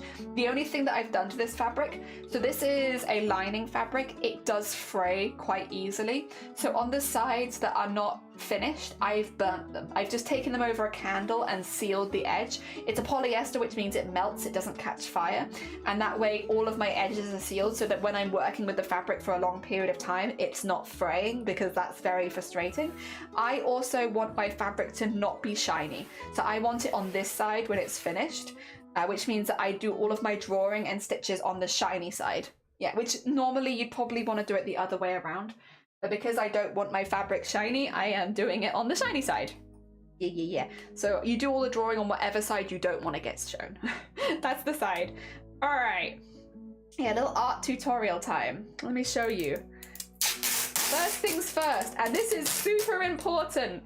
If you're drawing a grid, tape down the fabric. This seems like maybe it wouldn't be a massively important step, but you would be wrong. If you don't tape your fabric down when you're working on it, it is nightmare. It is a nightmare. I'm gonna have to cut this a little short because I made this too long. It is an actual nightmare because it moves around so much and it causes a lot of problems. Okay, I'm gonna start from the top actually. I've had a change of heart. Let's start from the top because this side's a little less crinkly wrinkly. Okay. And then pull it. Yeah, we can work with this.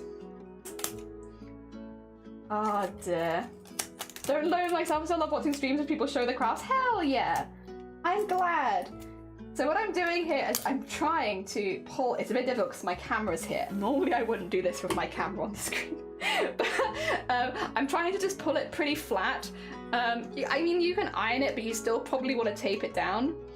Do you have to clip each corner to tension it? You can, but I'll be honest, I don't really bother with that. Mainly just because as long as it's not constantly moving, you're fine. I keep it pretty tense, but like, I could probably go tighter. Like I could go tighter than this, but there's no reason to. I don't need to stretch the fabric per se. I just need it to stop moving.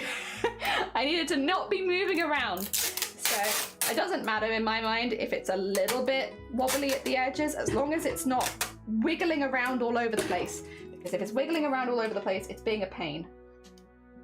There we go. Good. That should hold it in place. And look, you can see it's like not completely taut. Like you can see it moving, right? Not completely taut, but that's fine. If you can get it completely taut, I don't see any reason not to, but I'm not bothered about that personally. All right. I just want to, oh, if you want to avoid tape, that's fair. Because I've sealed the edges, they'll like survive tape just fine. But if you're using a more delicate fabric, that's honestly a very fair point that this might not be a good idea. All right. Now, another thing that people are probably going to cringe at me for, I just use pen. I just use pen. I don't use, what do you call it? A fabric pen. I just use a pen, and I use whichever edge is the natural edge to line my ruler up to initially, and I need 18 centimeters. So let's get that lined up there and go to 18. Whoa. Make sure not to move it. There we are. And then on that line, which I'm just going to make sure is a little more clear. There we go. On that line, I'm just going to dot every 2 centimeters. So it doesn't have to be 2 centimeters. You need to decide how big you want your smocking to be. But for me, all of the squares are 2 centimeters by 2 centimeters, which is a good size for what I'm doing. So I mark every 2 centimeters on that line. And then I'm going to use my ruler to line it up to there and just draw a really long line. So this one needs to be 40 centimeters long, which is quite the long line. So if I get that to just a good length, using the other line as an idea of keeping it straight. If I can get to 30 centimeters, there you go, then I can add another 10. And then that line is now 40 centimeters long. Go. So now we have 18 centimeters at the side and then 40 centimeters, not 14, 40 centimeters at the bottom. And once again, on the bottom, I'm just gonna dot every 2 centimeters. It would be, honestly, if you had like a meter ruler, this would be easier. You know, like longer than 30 centimeters, because most of the smocking is longer than 30 centimeters. Because smocking makes the fabric shrink so much, generally you do work with much bigger pieces than you end up with. Because yeah, the smocking makes everything shrink. There you go, that's all dotted and dashed the whole way across now. And I would like to just randomly, every now and again, dot 18 centimeters there. And let's do 18 centimeters there. And if I bring this top one across to here, I can line it up on the dot and make sure I go 30 centimeters and then another 10 centimeters afterwards. All nice and lined up. And because on this fabric, again, it is a little harder to see. I apologize for that. I know it's a little hard to see. It's good because it does make it subtle, but at the same time, sometimes if you're trying to show people what you're doing, having it be really subtle is a bit of a pain. Okay, so now we have a box that is 40 centimeters by 18 centimeters. And I'm just going to mark on these two lines that we've just drawn. I'm going to mark, again, all the 2 centimeters down and stuff like that. On this side. And then on the top one, we're going to do the same thing, which is just to do lots of little dots, dashes every 2 centimeters. And then we're going to use this to make our grid. Although I actually think this is 2 centimeters longer than it needs to be, but you know what? Don't worry about it. Don't worry about it. It's fine. And all the way back to here.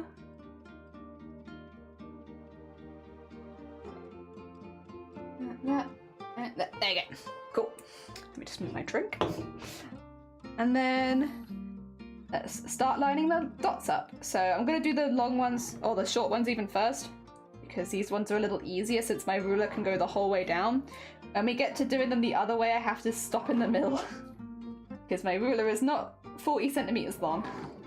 Maybe by this point you would have thought I would have just picked up a meter ruler. I've been doing this for long enough, but I have not.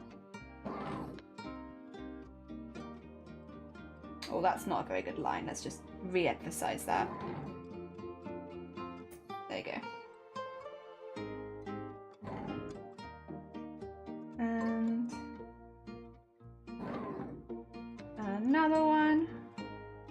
Yeah, the reason I normally do this off stream is because I always think it's a little bit more boring than the rest of it. Also, some of the pieces I've done have been too big for my desk, and in those cases it's like I need to go and use the floor downstairs or something. So sometimes I won't do it up here because it's too big, but also I always worry that this bit's kind of boring for everyone. I'm just drawing a really big grid. Oh, you did post it? I can go have a little look. I can go have a little look now. I bought a mug of my friend's. Oh, sorry. Let me make it bigger. Let me make it bigger. There we go. Funny. Yes, but not funny. Weird. Oh, hell yeah. That's really good. Wait, what the heck? That's amazing. Wait, I want to put smooth. Very smooth. Oh, also, sorry that my thing is right over the top of it. That's so cool. Oh, dear. It's relaxing. Okay, I'm glad it's relaxing. Yeah, I always feel it's a little boring. It's just me measuring 2 centimeters by 2 centimeter cubes. But again, we've had interest today, so if people are interested, I want to encourage people to give it a go. So if I don't show you the how to set it up, then how are you going to give, well, I mean, YouTube, I guess, but just answer that question. Technically, probably just YouTube videos, but if we can help at all, at least with any questions in this bit. Alright, so we've got the dots on the center side. I just want to do the dots down one of the centerpieces so that I can match it up in the middle. As my ruler will not go the whole way through, so I need to do this instead. Again, if you have a meter rule, this will not be a problem for you. And again, does that something most people have in their house? I feel like most people do not have a meter ruler in their house. This one is not the best line either. Let me just re-emphasize that line and re-emphasize this line. They're getting a little hidden by the end. I do kind of need to see all of them. Same with this one, actually. Let's just... There you go. Nice. Alright, alright. Thank you. No, it's really good. I think it's lovely. The fact that you can just make stuff like that will always impress me, I think. Okay. We'll do halfway. Okay. And...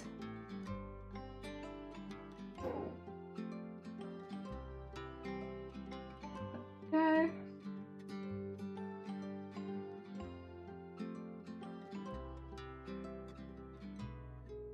And just there.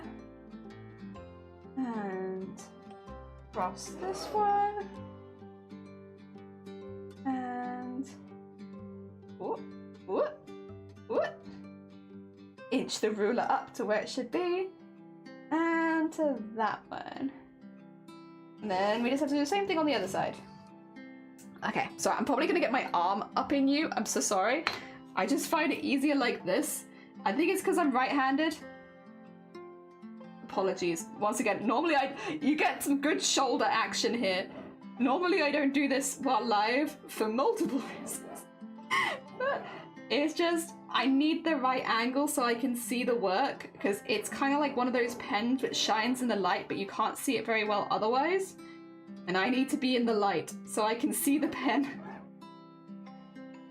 Okay, and then... And then... And...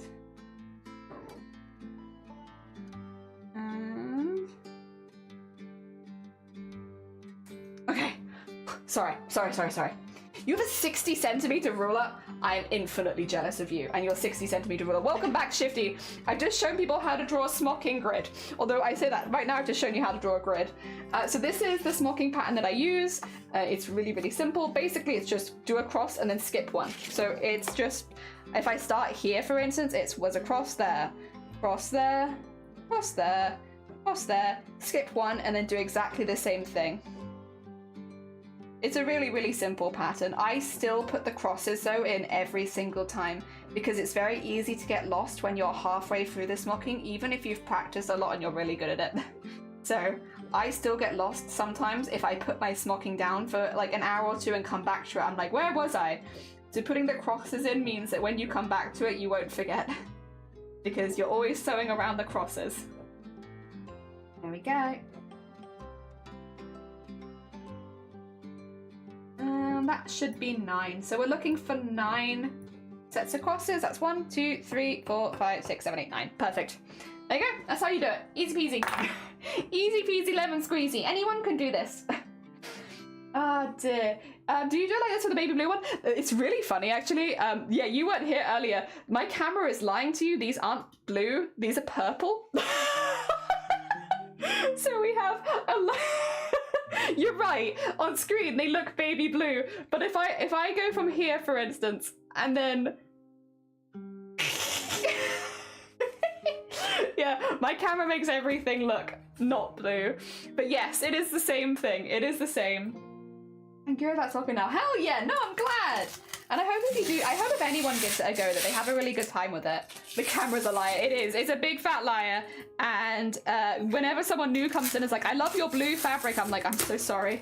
I have to break it to you that this is in fact not blue. This is something else. They're saying the name of every embroidery. Hell yeah! Also, every embroidery, every balloon. Hell yeah! Anytime. Anytime. Although I probably missed a few because I had to leave before the end. I'm sure there's some that I didn't call out. Ooh. There we go. And now it's ready. Now it's just ready to be smocked. And this is exactly how we started today. When we started the piece we did today, this is how it started. And it's just ready and it's there. Hell yeah. I could honestly just start going for this one again because I've got time and I don't necessarily want to do the painting because the painting might not dry then before the end of the stream. We might as kind of well just start doing a second one, huh? Why not? We just made it. It's ready to go.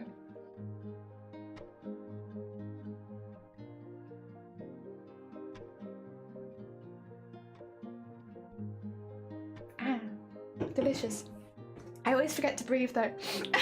I feel like often whenever I drink from a can, I'll go really red afterwards because I've just not been breathing.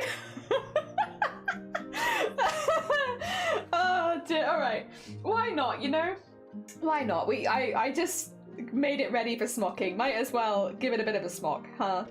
Give it a start. And plus it means that if there's something that I want to chip away at off stream, I have this and I don't have to worry about doing what I said I'd say for tomorrow. Up until the luck I meant, hell yeah. Taking notes. Yeah, so when we did those little crosses before, again, I'm sorry, they're very subtle on your side, I think, because the fabric is shiny. Hopefully you can kind of see where the crosses are. I will say to my eyes it's very obvious, so I'm not like peering for it too much. It's just unfortunately on your side it's a little hard. But yeah, any of the boxes that have crosses on them, those are the ones you do the stitches on. And any of the ones that don't have crosses on them, we leave those well enough alone. So yeah, you only have to actually do 4 boxes per row. It's just slow because it's a lot of very teeny tiny stitches. You want to make sure you're getting right in the corners. Ah, dear. But it's worth it, it's worth it. And again, we made the other piece in like 4 hours. It's not too bad. It sounds like a long time, I get that. And it kind of feels like it. But when you consider how long would it take you to knit that or crochet it, like maybe it would take a little less long, but it's up there. It's just a slower craft. I think if you compare smocking to like machine stitching, then you're gonna feel like it's very slow. But if you compare it to other handcrafts, it's honestly not that bad. Compare it to like thread painting and stuff like that. Yeah, no, it's not so bad. Yeah. In there. Honestly, it's been nice to talk about it a bit more. It's something that I really enjoy doing. So it's always cool when we have someone or some people that come in that are a bit newer to it and are interested in smocking, and we can be like, yeah, let me tell you about all the joys of smocking and why it's so relaxing and fun. It's nice. I like that. Ooh, there you go.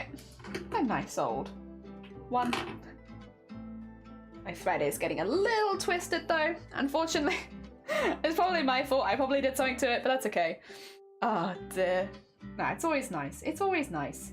It might as well start on the next one, honestly, because this evening I probably will want to do something, and although I can play Lethal Company now, which means I might just play Lethal. Who knows? I'm still very, very addicted to that game. I know everyone else has moved on to PAL Monsters, or PAL World, but I am... I'm still addicted to Lethal right now. I can't move on. I can't move on when there's still Lethal Company. Lethal? Well, now that I have internet again, yeah. Like, don't get me wrong, I do like playing Lethal on my own. I couldn't go into any of my saves. So basically, when it said that I could play offline, it said I'd probably lose all my save data and it might not be recoverable. And I was like, oh, okay. So I didn't play it offline. Did you just stitch a square? Yeah. Let me get this one in, you'll see. Hopefully this shows it. Once you get further into the smocking process, it gets harder to show each step because it warps so much. But yeah, that's one of the squares with the crosses in it, see? There's a cross in that square, so I've stitched all the little 4 corners of that square, and then because it's one of the ones with the cross in it, I pull it nice and tight. And then it's gone. And then the stitches that I do after that are basically just stitches to make sure it stays. So they're just like, I do a little stitch in the opposite side, and then I do another stitch and tie a knot. Yeah, it's so easy, yeah! Like, you see what I mean? It's so easy. It just, when you see a finished piece, it looks really complicated, but the reality is it's so easy. Anyone can do this. And it's good. Oh dear. All you need is a needle and thread and copious amounts of fabric. Because it will eat through your fabric very quickly. You'll get through so much of it. But yeah, because actually this is a good time to show you the before and after when we're talking about shrinkage to do with smocking. So this is, I guess, it's obviously I've worked into it a bit, but this is the before, and then this is the after. Like these are the same size. These pieces of fabric are the same size. Well, they're not anymore, but these were the same size. But yeah, because of the smocking, it really does shrink it down in size. So you do need quite a lot of fabric to start with, because once you start, it just, whoop, suddenly you'll have no fabric left. I mean, how could you ever leave the company? You're the best, right? Great asset to the company. Oh, dear. I missed it. I did miss it. I only didn't have it for a couple days. I missed it, and I couldn't play on any of my saves. So I just had to stop playing for a few days. Oh dear. I played Slime Rancher. It wasn't like I had nothing. I did play Slime Rancher. And I did enjoy Slime Rancher as well, so... Go. Oh dear. Oh, I know what I'm gonna do after work. Yeah. Oh, it is a lot of fabric. It is a lot. That's why I had to buy more, because I was like, oh, I have plenty of fabric for this costume. And then I did a smocked panel and I was like, I do not have plenty of fabric for this costume. Oh my god, I'm gonna run out of fabric so quickly. Ooh. And yeah, I had to really quickly rethink my plans.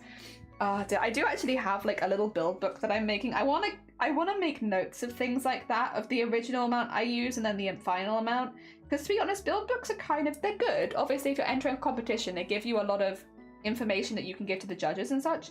But I also feel like they're just kind of nice things for you as well. And so I want to include stuff like that in my build book when I made mistakes. Stuff like, you know, not buying enough fabric and having to immediately buy more. More Company has a setting that allows people to join mid-game. I found out yesterday. Oh, does it now? Yeah, because we've always been downloading Late Company, which is the one that always allows you to join mid-game. I didn't realize that More Company had included that as a part of their mod. That's good. That's good. Means we might not have to use Late Company anymore, which would be one less mod, I guess. Not that that mod's caused any problems in particular, but still. And oh, you've got some beads? Okay, 2 seconds. Let me tie myself off and then we'll have a little look-see. There you go. Just make sure that... Has that caught? Have I made a heck? No, I haven't. It's just being silly. Let's have a look-see. Oh my god, lots of people have posted. Oh, wait, I have some catching up to do. Oh, spoil. Okay, let me just get them all open.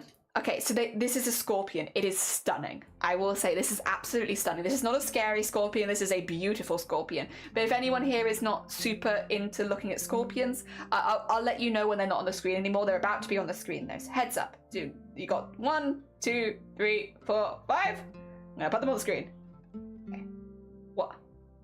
Because this is stunning. It's so pretty. I want 10. I want 1,000. I want to put them all over my stream.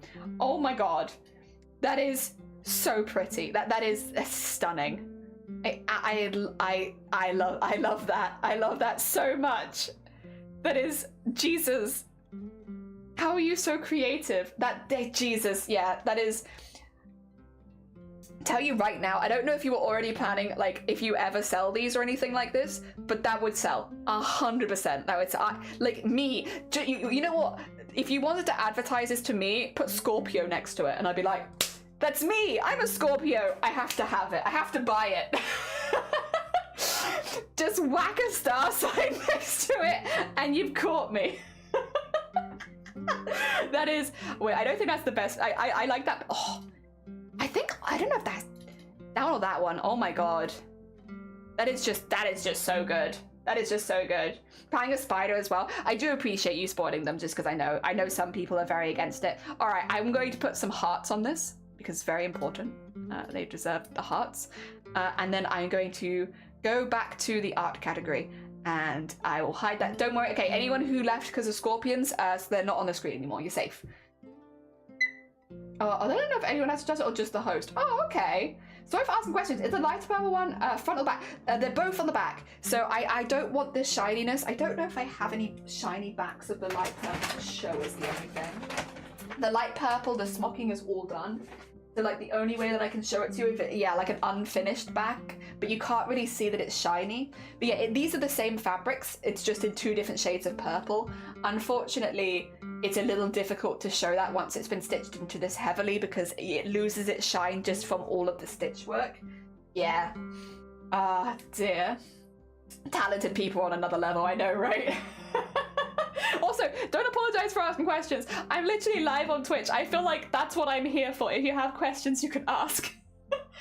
They're planning a spider. I would love to see that. A little terranium with that. Oh my god. That would be so cute. I saw some beads and instantly wanted to make creepy crawlies. Hell yeah, they look great. They're really pretty. You have a real good eye for it. They're stunning. I think that's the other thing. I love seeing what people make because I would never have thought of that. That's like not... obviously our brains all go to different like things because of what we do as artists, right? But I'd never have thought to use them like that. And it's so cool. Through learning experience, I've had to retrieve some beads off the floor. Thank you so much. No, you're fine. Honestly, anytime. The only time I'll let you know if somebody asks a question that I can't answer. There are times where people ask me technical questions and I have to just say, I'm really sorry, I don't know. There are times, because I am self-taught, that there are big gaps in my repertoire or gaps in my knowledge. Or like I might know what I'm doing, but not why I'm doing it. That being said, to be fair, whenever somebody asks a question that I can't answer, normally somebody else can. Like, we are very, very blessed with the community that found us here, that we have a lot of, if you couldn't tell, a lot of very, very talented crafters in this community, making really amazing things. So even when I can't answer a question, normally someone can, even if it's not me. I think Nautica is interesting. Hell yeah, no, I love talking about it, so it definitely doesn't bother me. I will say, I have gone back and I'm just looking at that scorpion again, and it's just... gah. I have to unspoil them each time though, as I need to unspoil all of them. It's so nice. It's so nice. Yeah, I love that actually. That is so nice. Ah, there. It suits those beads. It suits the color. The wires you've picked are really. It just suits. Everything looks really good together. I really like it. I'm a big hecking fan. Oh dear. Ah, what the? Wait. Are these any of Cthulhu's beads? Or no? Or these are different beads? No way are these aren't Cthulhu's beads, right? They are? Oh, 2 secs. I have to tag Cthulhu. Cthulhu needs to know that those are... They're gonna love that. They're gonna love that so much. All right, 2 secs, sorry. Little... There you go.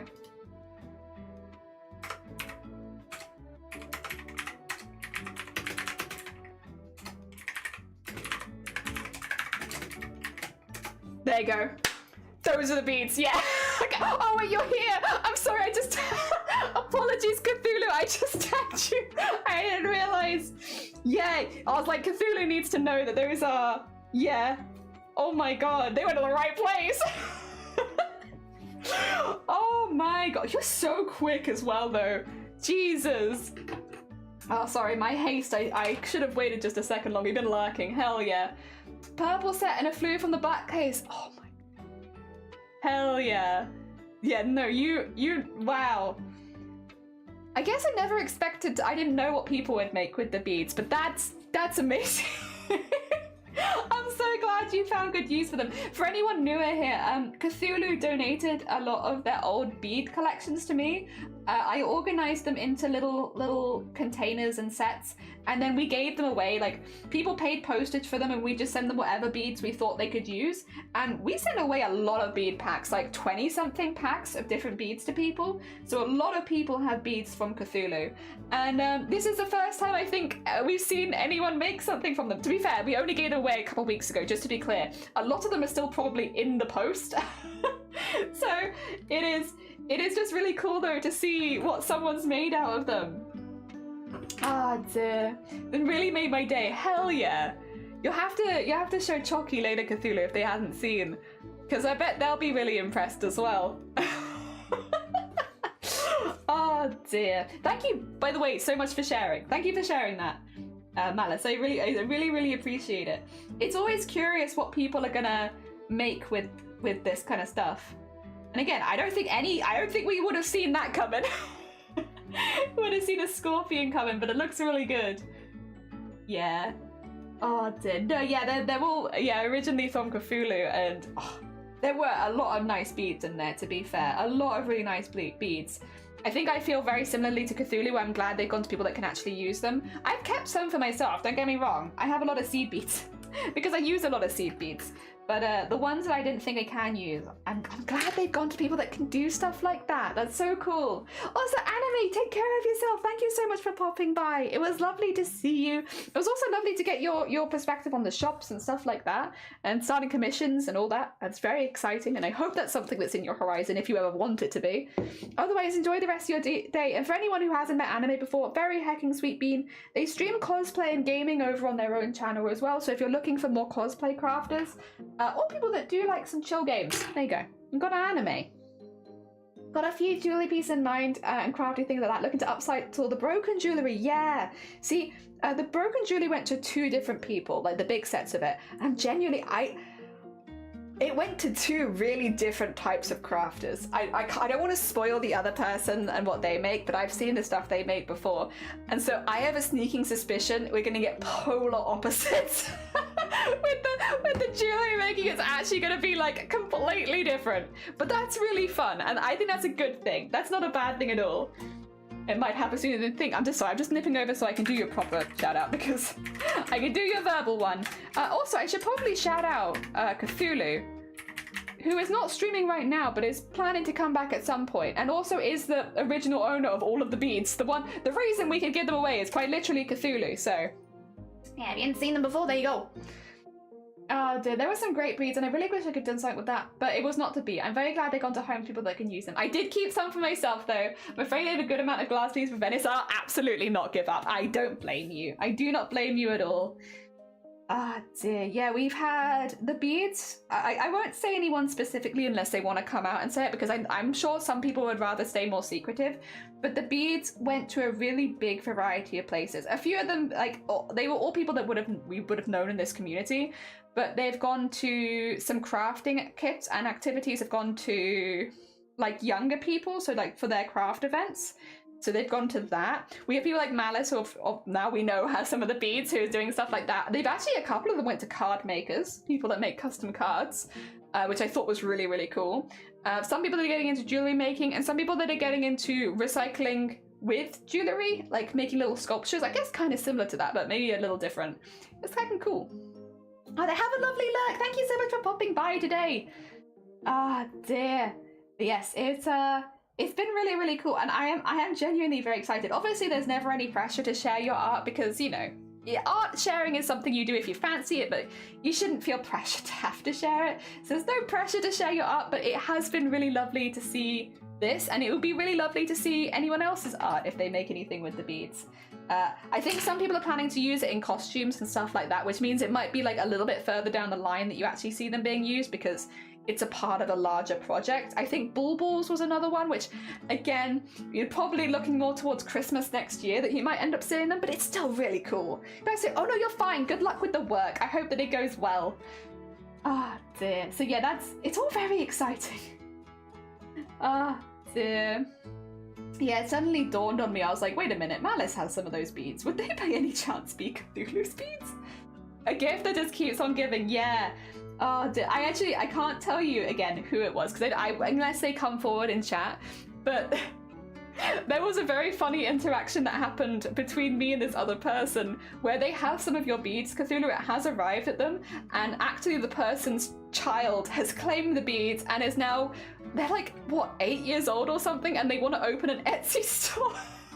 Making jewelry out of the beads, and they're having to be like, the family's apparently like, we are, you know, getting them just to make some as gifts first, because they've never made jewelry before. But they went straight to, I'm going to be an industry. It's been absolutely killing me. It's so cute. Yeah, like, they were like, so I got these beads for myself. They're not mine anymore. They've gone to my child, who has decided they're going to become a business person and start their own store. The problem is, they are 8. And I was like, aw, it's really cute. It's really cute. They got some of the, whatchamacallit, you know, the friendship bracelet style stuff, like the little puzzle pieces and all of those. They got all of those, and then they also had some of the other like chunkier beads to go with it. But I think they can make something really, really cool with that. I think they could make something pretty cool. Oh dear. But I thought that was nice. I thought that was nice. Yeah, another one has given them to, so I gave them to them, and then they've brought them into, they have apparently like a weekend arts and craft thing they do with a lot of, not like really young kids, but like primary school age kids. And so it's gone to, a couple of the boxes went to that so that they could do a beading and jewellery class with the kids. Which I thought was really, really cool. So yeah, it actually got, some of them got donated to go to straight to, I guess, like a weekend activity thing. It's cool.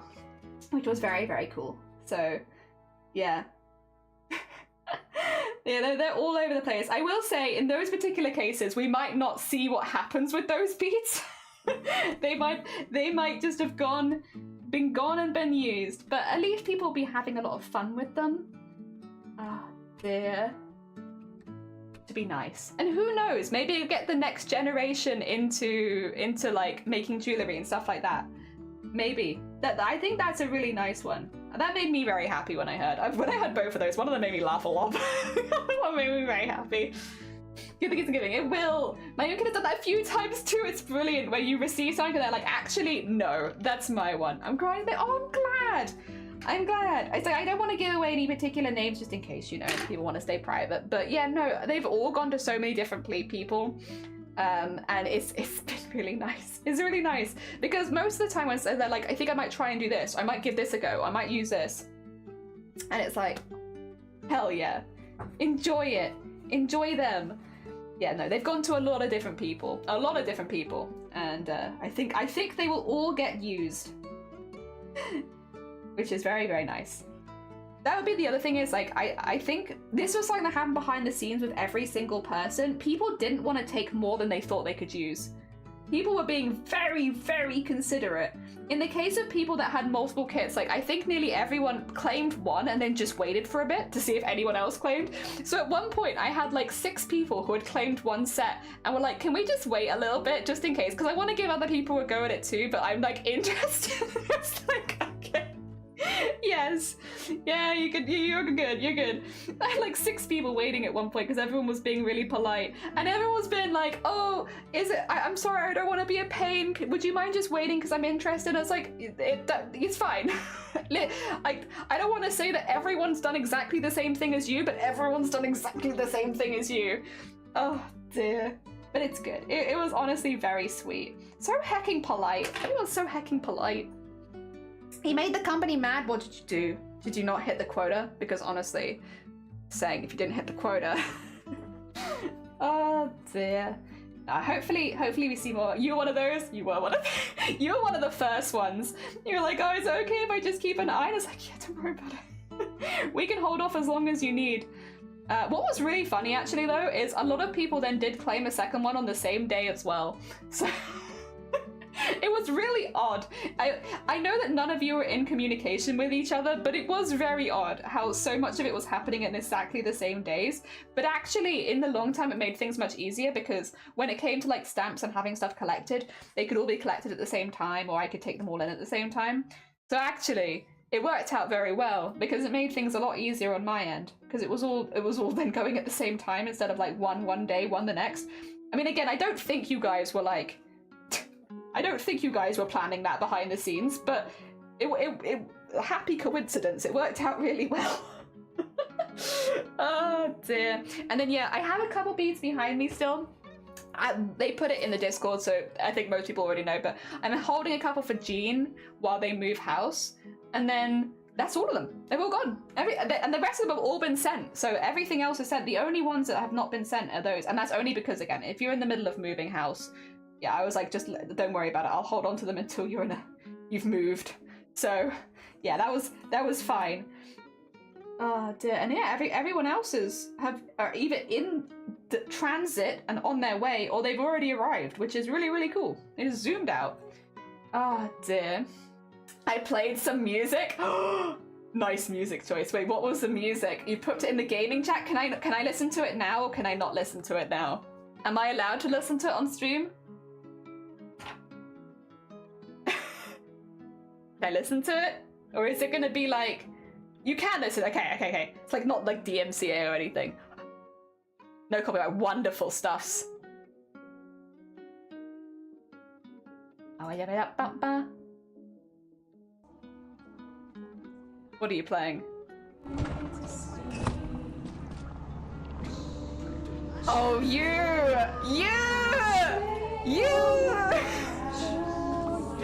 No! You butt! Does it eat you? It's overcrowded, or are you just crying? Why does he hate it so much? why does he hate it so? Oi! Thank you for the Christmas. Why does he hate my singing voice so much? How dare! I feel personally offended. Oh dear. And I'm staying on the glass, but I'm out of my depth. Shifty. Oh dear. Ooh, fish whispers. Well, that's all I can hear as he whispers to me. Like a fish, and oh, well, you know, do you know what that means? That fish whispers are all like a fish in me. Oh my god. Heck, that's client side though, right? I don't have to be tormented with it in game as long as I don't fix it, right? Oh dear. Thank you so much for the fish whispers, Shifty, and then sleeves. And also Goat, welcome back. I hope you're doing well. We actually finished the initial piece of smocking we were doing, but what we've just oh my god, excuse me. What we've decided to do as a chat is we're gonna finish this tomorrow because I'll paint it once we finish stream, which won't be so long, and then we'll just continue from it there and see how far we can get. And in the meantime, I showed them how to draw a grid, so that if anyone wanted to start from scratch, they could. And then we're just kind of working on that, because why not? Why not? Thank you for the hick. I have hicked many a time. I have hicked so much today. Oh dear. You just woke up? Did you get some good Z's? Was it a night of good Z's? I hope that it was. Ah dear. There we go. Get some good restful sleep. Oh dear. Howdy doody nervous. Howdy doody. Speaking of sleep, I normally only see you if it's either really, really late or really early. How are you doing? Did you sleep? What? Speaking of, I'm awake at a reasonable hour? Oh my god, we must have been streaming too long. Streaming too long if it is a reasonable hour for Corvid. How are you doing? I hope you're doing well. I hope the week's been treating you good. It was some good rest, hell yeah. It means I think I accidentally snuck into the American time zone, right? That's what this means. Howdy doody, Americans. Welcome on in, and sleeves. It's also just had a nap. Howdy doody, Americans and sleeves. I hope you're all doing well. I have snuck into your time zone. Nobody knew. Secretively snuck in here. Oh dear. What? The Americans have come to claim me back. Do you think the Americans want me? I don't think the Americans want me. I spent too long editing a meme that's only funny to me and one other person. And I'm just going... They're the best kind of memes though. The ones that you make that just make you and someone you're close to laugh. They're the best memes. You know, memes for the people, that's fine. But memes for the you, they're the best memes. The ones that you look and chuckle. Oh dear. The bestest. Jelly us citizenship renewal. US citizenship renewal when? Yeah, that's my citizenship renewal. I actually don't know if I'm allowed to become a US citizen very easily after. I think if you specifically renounce your citizenship, it's really hard to get back in again. I think they're like no take backsies. You renounced your citizen, that means you don't get it back. Sorry, lol, should have thought about that before before renouncing your butt. Oh dear. I think it would be really hard to get it back if I wanted it. Cosplay gang. Wait, you're doing cosplay right now too? What are you making right now? What part of the cosplay are you doing? I can, yeah, cosplay gang. The coolest of gangs. The coolest of gangs. all of us making cosplays, or doing cosplays, or wearing cosplays, or painting cosplays. Cosplay photography, maybe. There we go. Whip. Donk. Nice. Oh, dear. There we go. A mask! Going as a Korok! Yes! That's such a fun costume as well, because like you know, one of those ones where whenever you see someone who's dressed as Zelda or as Link or anything like that, you get a really good photo with them. Yeah, that's like such a nice cosplay to go to conventions with, because people will recognize you very easily, but then also there's a lot of really good photo opportunities for you with other cosplayers if you wanted to make them. If you wanted to take those, if you wanted, I guess, photographs of other cosplayers, you're doing a great costume for it. Where you can just, yeah, you can pop in, you can yahaha in people's pictures. That sounds very odd. That's maybe not the best way of phrasing it, but you know what I mean. Yahaha all over the place. Hell yeah. It's like when you see people, like, you know how you have like Genshin cosplayers? You see people that become a Primogen or something like that. Or like one of the statues to pray at, and then it's just a wonderful cosplay for other cosplayers to take pictures with. You're back with a kitty. Oh, lovely. Hello, kitty. Hello. Did I make a ridiculous amount of clay Korok seeds? Did you? You've made Korok seeds?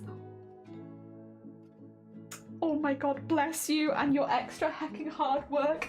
Do you have any pictures of the seeds or not so far? Oh dear, because that's such a lovely idea. Yahaha. Yeah, it's yahaha. There's yahaha all over the convention. Oh dear. I don't know if I can give this away. Probably not. I'll keep that secret. I had a brick of clay that was about to dry. Oh, figure I might as well use it. Oh, hell yeah. Honestly, it's a lovely use for it. I mean, I am quite a flamboyant theatrical cosplayer, if you couldn't tell by the fact that I cover everything in sequins, beads, and everything. But I really have a love for people that do go the extra mile with their costumes and like make like Korok seeds and stuff like that. It's so fun and I love it. It's such a lovely idea. And like, it's something you enjoy that you do that like specific, how to put it? It gives me a lot of happy feels because it's something that people do specifically that gives joy to other cosplayers and other con goers. Like the only reason you would make those seeds is because you know it's going to make people smile. And what a lovely thing to do. To make something like specifically with the goal of making someone else smile. I think that's lovely. I'm glad that people still do stuff like that. Because, you know, sometimes it's a bit more of a competitive area cosplay than it used to be. It's nice that people still do good things like that. The smocking is looking good, thank you! Yeah, I figured we might as well just start the next one since we did just do the plans for it, so why not just crack on, you know? We're here, might as well. I got a little bit of time left. I gotta use as much time as I have possible to do all the crafts I want to do.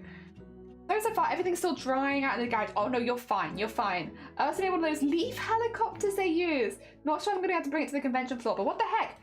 Yeah, like, wait. How big is it? how large are we talking? If it can condense in size, normally it's fine. It's just if it's kind of stuck out that it might be a little difficult. Oh dear, oh my god, that's a cute hecking bean. That's a cute, what is that, Sleeves? Cry? Yeah. People being nice makes me cry. Makes everyone cry. We all cry when people are nice. And genuinely, like, that is something that you do just specifically for the reason of making other people smile. It's lovely.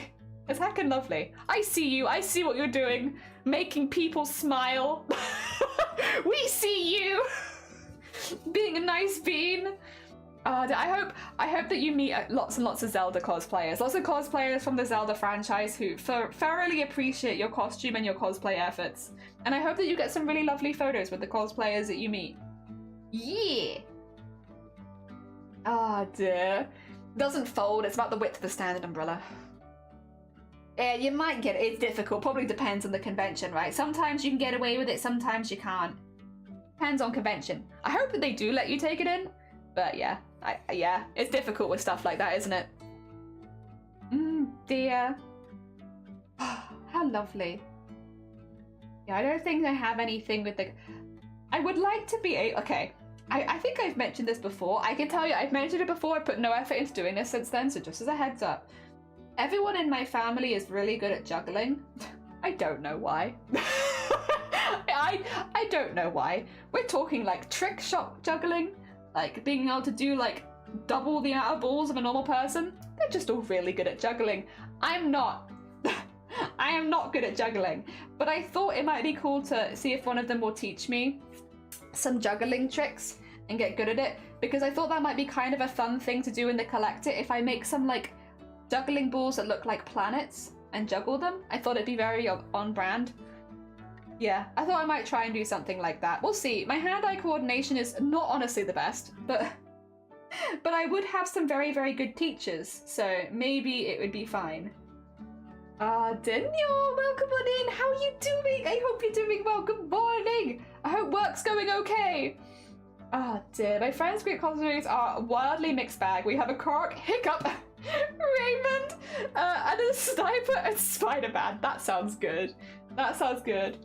That might be why, yeah, why I'm not very good at juggling is because I have bad hand-eye coordination, maybe. It's a really weird one where like, you're like, what is your family good at? My family's really good at juggling. I don't know why. They're really good at it. All of them are really good at it. So I thought it'd be kind of nice to try and learn that. I'm fairly alright for once, tired, but been a positive day. I'm glad it's been positive if busy. Hell yeah. But did you do anything different for the lightest or dark? No. They do look different. What I'll say is, 2 seconds, I'll show you why.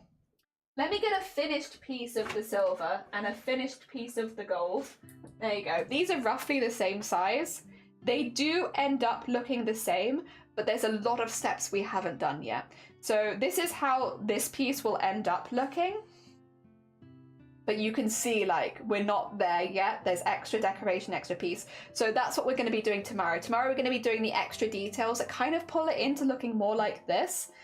That's why the light one looks so different right now, is because it's had a lot of extra work done into it. You can stop here. When you're coming to smocking, if you like how this looks and that's what you want for your piece, you can stop here. There's nothing that says you have to keep going. But I do keep going, so I do a second layer of smocking on top, which helps neaten all these little bits and turn them into bows.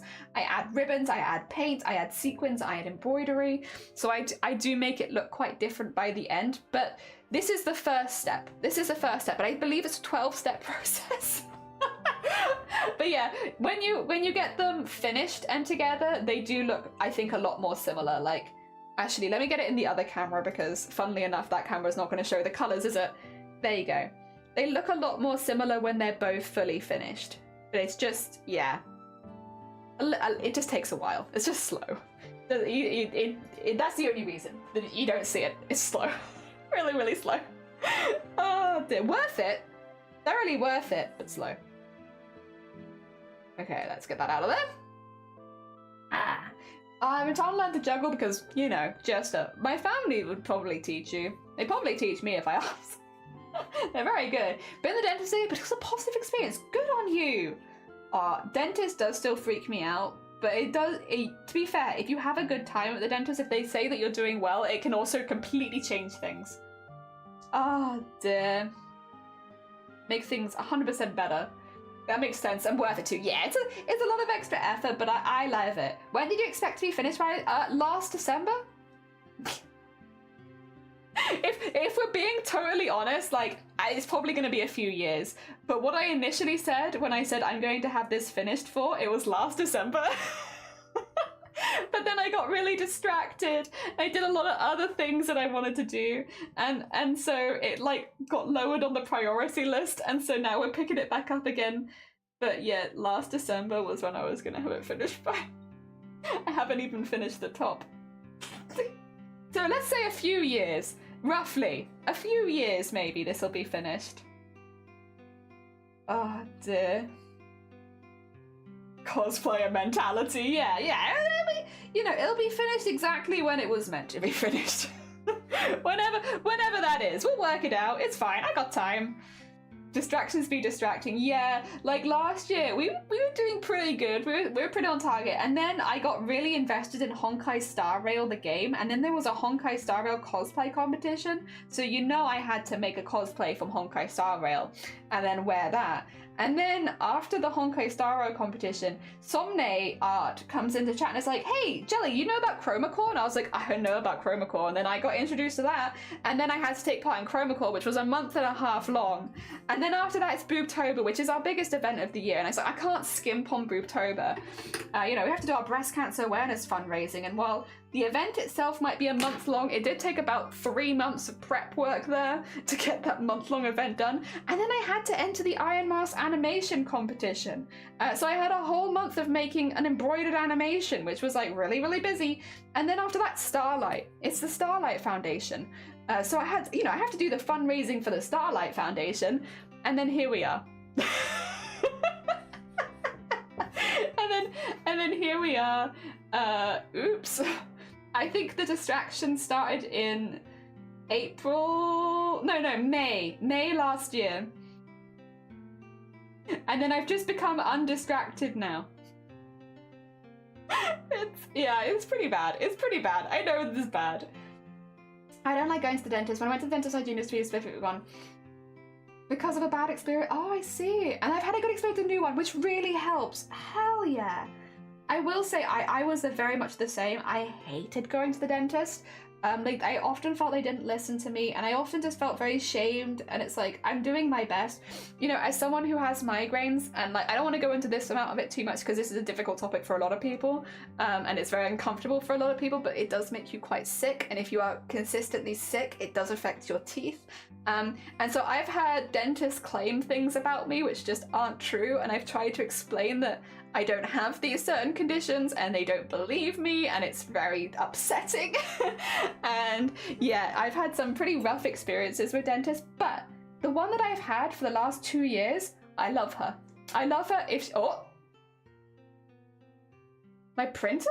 My printer just put a pop-up on my screen. What the heck? But yeah, the dentist I have now, I love her to pieces. She listens. She actually, when I told her what was wrong with me, she did research before I had my next appointment so that she could better do treatment, like better offer things to me. And so it's made things so much better, to be honest. It's made my teeth healthier for starters, because someone's listening to the issues that I have without just being like, well, stop throwing up. Then it's like, that wouldn't be good advice to anyone, but it's definitely not good advice here. And then, you know, yeah, they've been really, really good, and it's made. I still don't like going to the dentist. I'm not gonna pretend like it's suddenly become like lovely. I still don't like it, but it's better than it was. A lot of better than it was, and it's made me less afraid of my appointments. And I know that if something goes wrong, of like something is bad, that I'm not going to be shamed for it, because it's like there's nothing I can do. I know that my teeth aren't going to be 100%, and I know that there's very obvious signs of certain types of damage that I can't do anything about. So, you know, not being shamed about it every time that I go in is really nice. And also not having people try and tell me things that aren't true. That's also really nice. Ah, dear. Do you think there's star smocking patterns?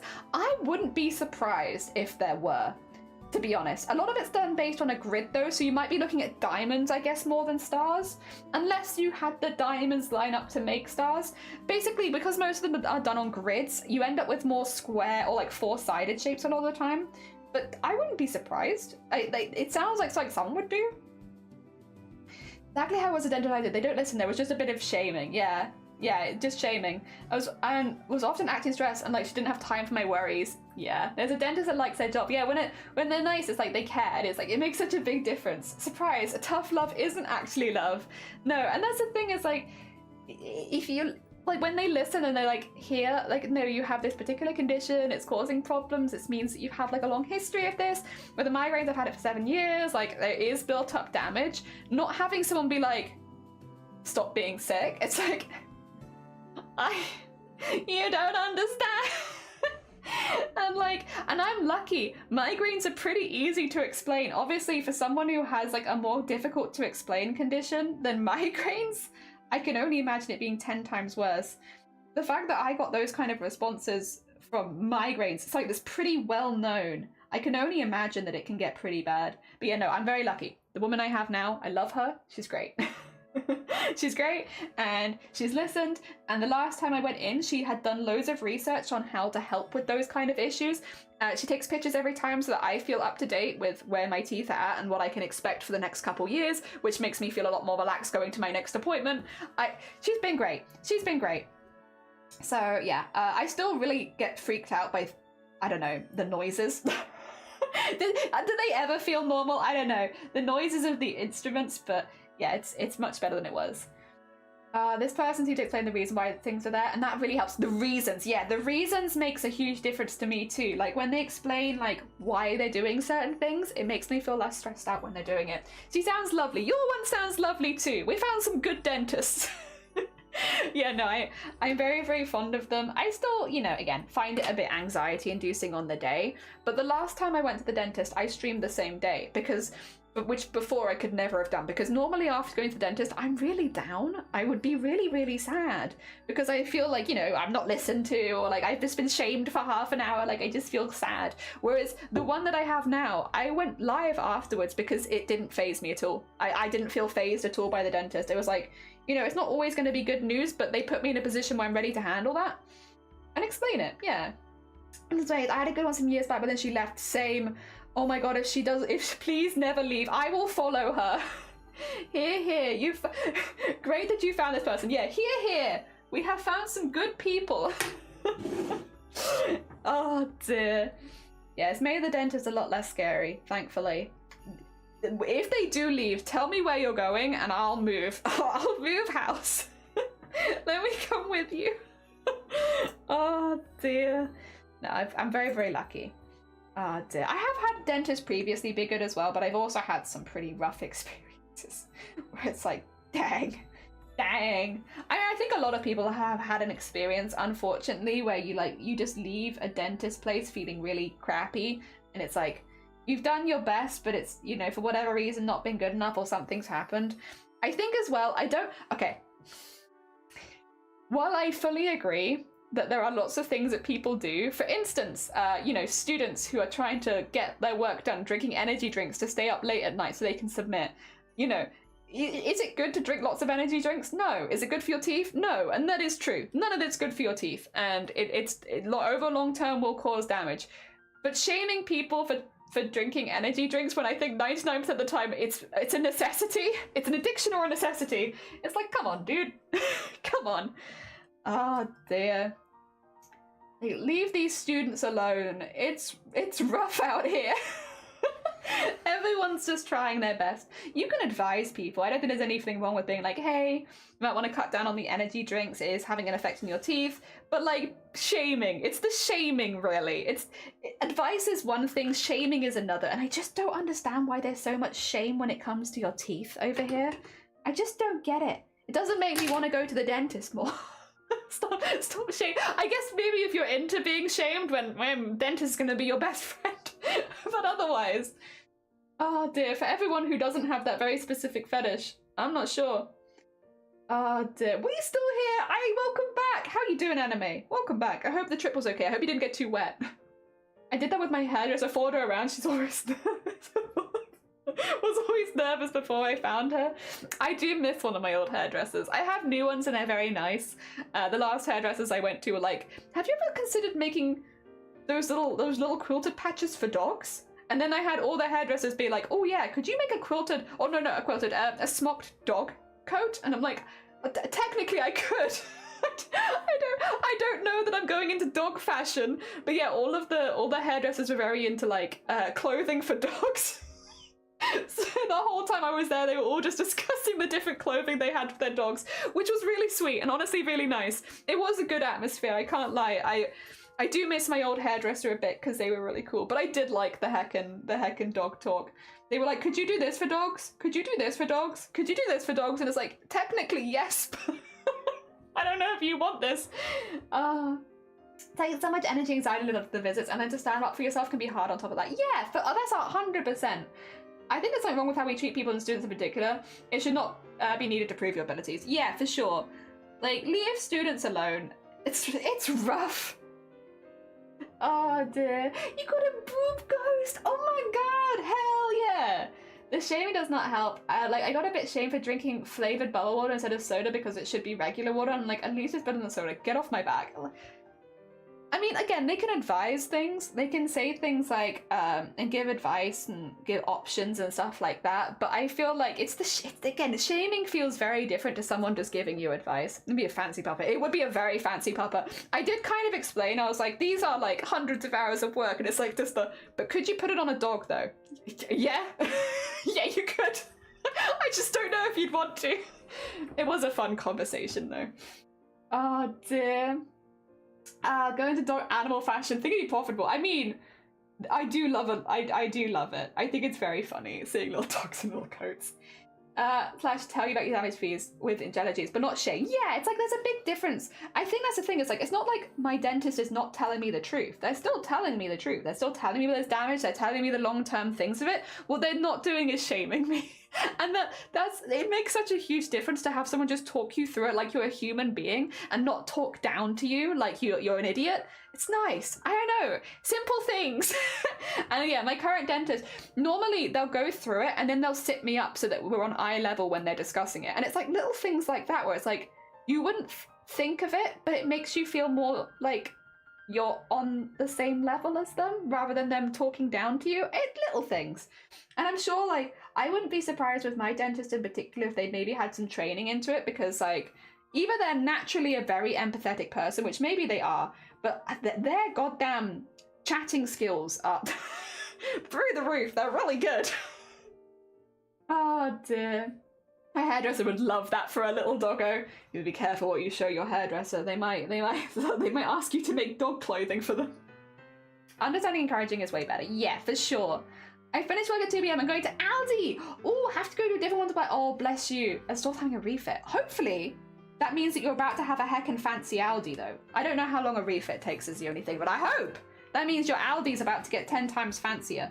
Also, I hope the work went okay. Welcome on in, Teresa. We're talking about like good dentist experiences versus bad dentist experiences. So like when you go to the dentist and they talk to you like a normal human being versus when you go to the dentist and they just shame you for half an hour. Oh dear. I do think it can be very much said the same in the doctors. Like they can advise you, like, you know, on stuff that could make a difference, but I feel like shaming is a weird one.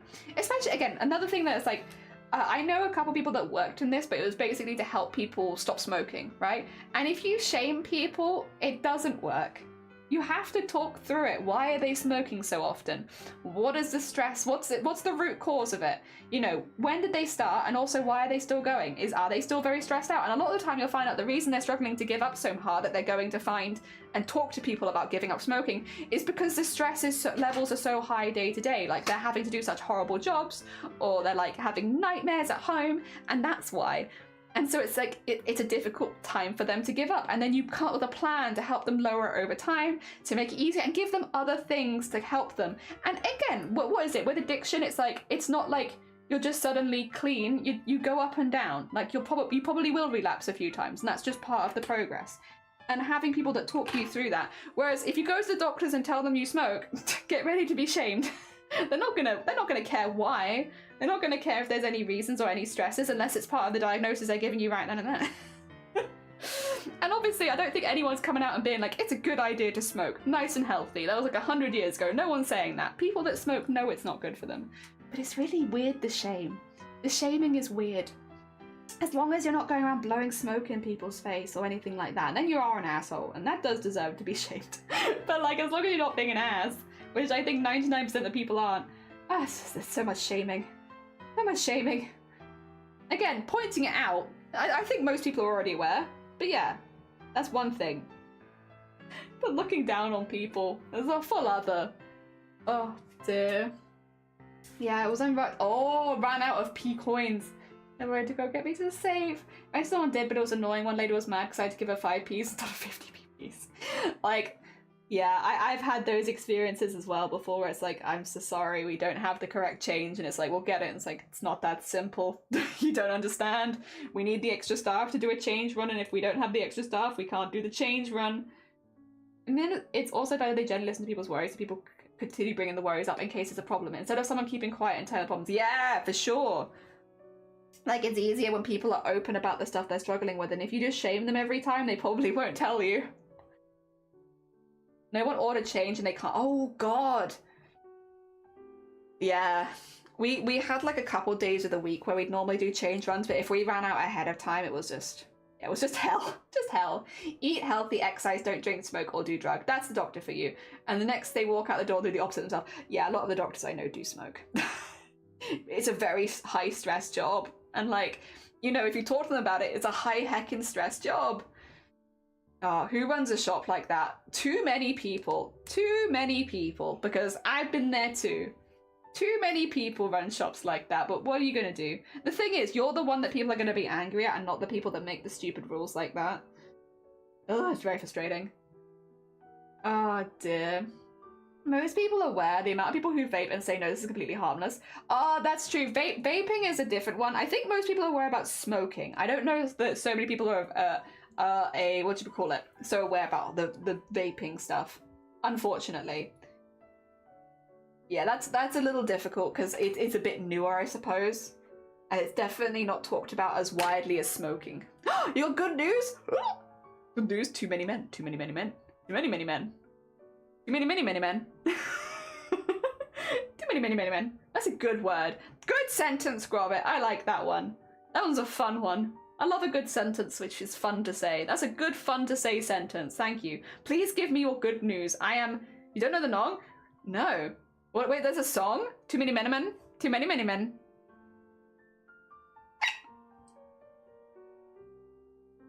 What? Wait, you didn't. No way. You didn't have to do that. Oh, bless you. Heck. Thank you so much. Wait, I need to make a bar at some point so I can add it to the bar. Thank you so much. That's very heckin' kind of you. Yee. Thank you. Oh my god. Heck, what is it? Shifty just bought one of my embroideries. It doesn't pop up on screen because I don't have anything that links Etsy to Twitch, unfortunately. But yeah, they bought one of my embroideries, which is, I like I said, all the money I make from that is going to go into trying to get things together for the store, so I really appreciate it. They bought the struggling one.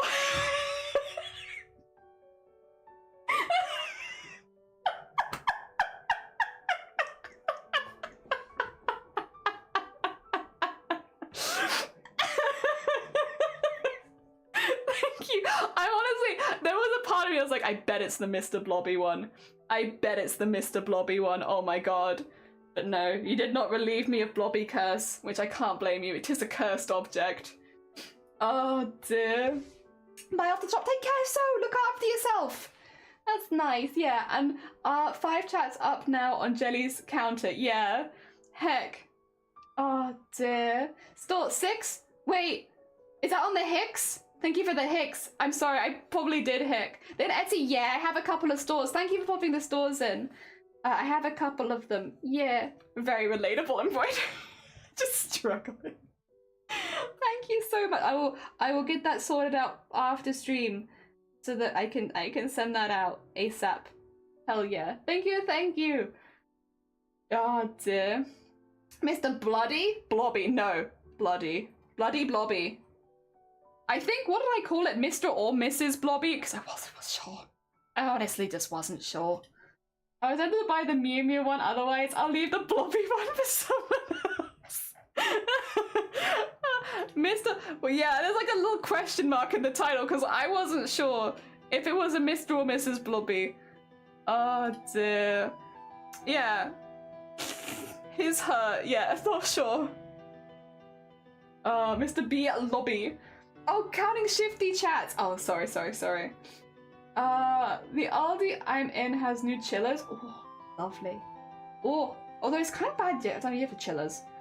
Oh dear, I don't remember how struggle one looks. Don't know if I saw. It will be on, I can grab it. I can grab it onto the screen, actually. You know what? I'll just do that.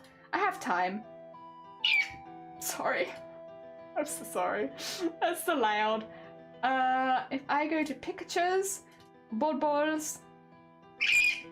Excuse me. Why are they all so small?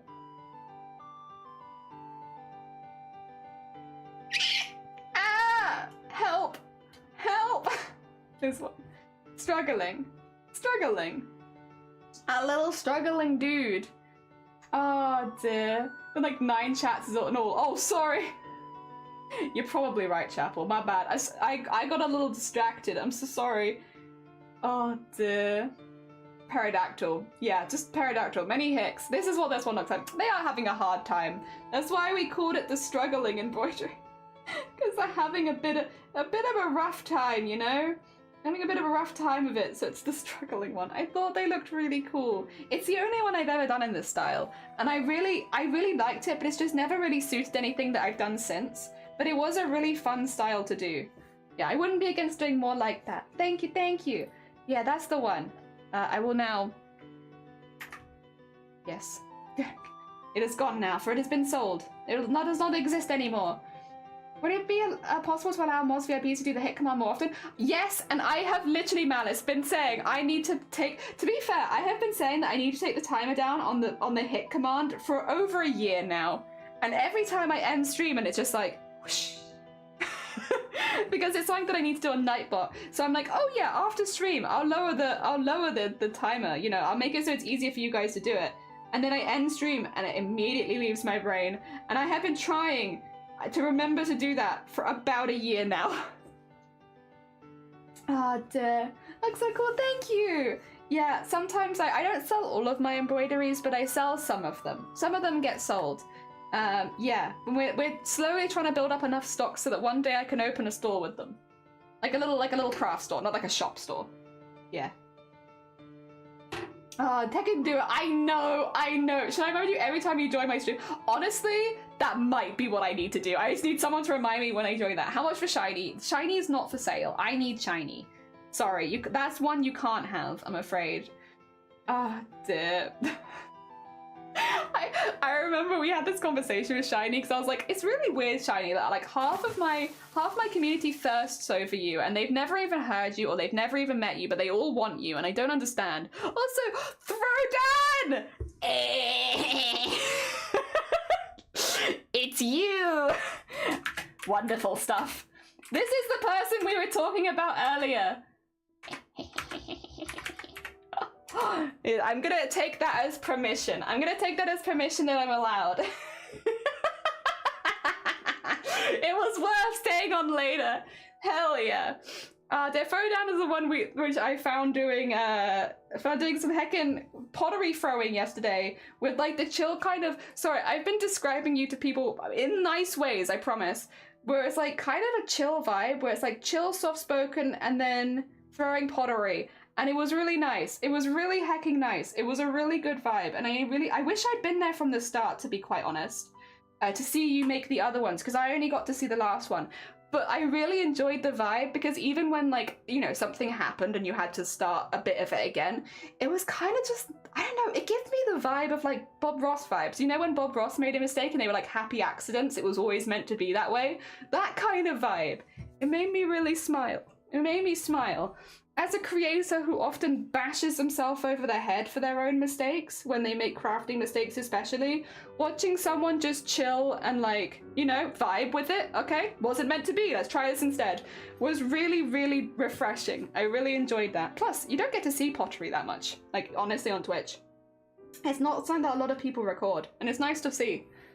No problem, Dedicate. Thank you, just keep reminding me. Just keep reminding me. Dear, to smack your... Just beat the devil out of it, just... I didn't see that yesterday. It made me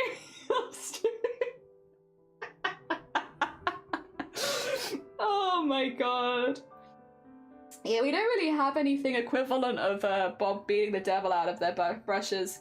We don't really have anything like that. I can just whack my desk multiple times with my knee, but that's about as close as we get.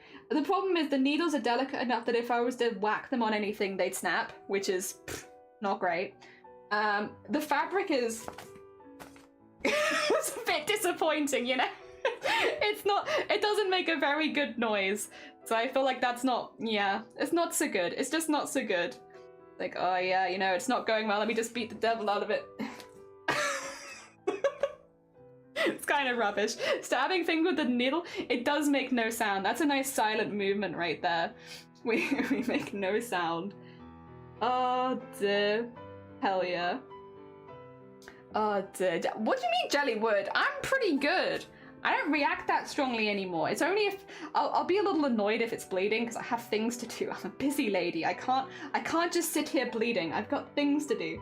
But other than that, I'm pretty quiet most of the time.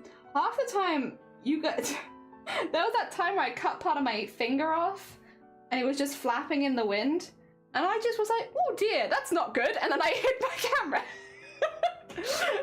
In my defense though, I talked to someone about that afterwards because it was really weird because I couldn't feel it at all and they were like, it looks like you've cut through a nerve, and I was like, oh, that would explain maybe why I couldn't feel it, because it looks really painful and it's bleeding a hell of a lot but I can't feel it. And so it seemed like I did it. You know, it's not good. It's not good to hurt yourself crafting, but if you are gonna do doing it in a way that it doesn't hurt. How is it now? I actually can't, I think it was on my middle finger. I'm 99% sure it's this one. Because there's like a little dent in it on one side, but it's so minor. Like, it's not, I don't think it's gonna pick up on camera. You can sort of see it. So it was here. I cut off this bit. And it's like a little dented, but it's healed really, really well. Like, honestly, you can barely see, I think, this bit here where it was healing. Genuinely, it's healed up a dream. I did treat it properly though, and I was very careful for infections and stuff like that, so yeah. Calluses heal fast in general. To be fair, I do have calluses over all my hands, but no, it healed up really good. There's a slight dent in it, and that's about it, which is, all things considered, not that bad. A slight dent. Oh dear. I have not tried this method. Oh dear, why are you giving us a finger? I'm sorry. I didn't intend to. You guys wanted to see my finger healing. Oh dear. Do you see my buff thumb? My one very buff thumb. To be fair, most people only have 2 thumbs, so having 1 buff thumb is not that impressive. Now if I had 3 buff thumbs, that'd be pretty cool. Like, I will say though, my poor buff thumb, because it has like a callus down the middle whenever it holds a needle, it just gets like, it looks like a butt. Does it not? The end of my thumb kind of just be looking like a little booty. It's got like that little booty dent. Because I've been holding my needle for too long. Beat the devil out of it, or out of my thumb. Just like, yeah, okay. It doesn't make the best sound though. Like, that's the thing with Bob's. Bob's makes like a mwah sound. Oh dear. Mine does not. Mine's the little thump thump thump. That is not what I meant. We were like smacking it against the desk. Oh dear. Oh dear. Oh. Bonk. That's why people don't get tattooed on the bottom, because the skin regrows a lot faster. Yeah. Like, my thumb is a good example. God, look, so dented. He's so thick. He's so thick at this point. Oh, thick. Thick with 2 C's. Nice thick thumb. Using the thumb to bring the devil out. Oh, so like that? Is this what we want? Did I do it? Is the devil still in my fabric? Yeah, like, I don't blame people that get them on their hands though, because, like, to be fair, if you wanted a hand tattoo and you're worried that you might want to change it in the future, yeah, get on the palms. I like the ones on the back of people's fingers. I think those are really, really pretty. I probably wouldn't, because I would almost 100% heck it up in the healing process. Also, I don't think you'd be allowed to craft for a few days, and I want to craft, sorry. But I like it. I like how the tattoos on the back of the hand look. I'd maybe get one here if it meant I could still use my hands. But if I can't use my hands, then I'm just not interested, I'm afraid. I like to have use of my hands. It's bad enough when it's been on the arm and I'm like, ow. More of the itching though. Why wouldn't you be able to craft? Well, because if it's on your fingers and your finger, well, I guess. But like, if your fingers are wrapped up and you don't want to like rub it, because like the when it's healing, it's really easy to rip the scabs off, and that's like not good. You don't want to rip the scabs off. So I'm assuming you'd have to be kind of careful with your hands for a few days. Yeah. I'm assuming. To be fair, I've never asked, to be fair, because I've always just assumed that it'd be a bad idea for me.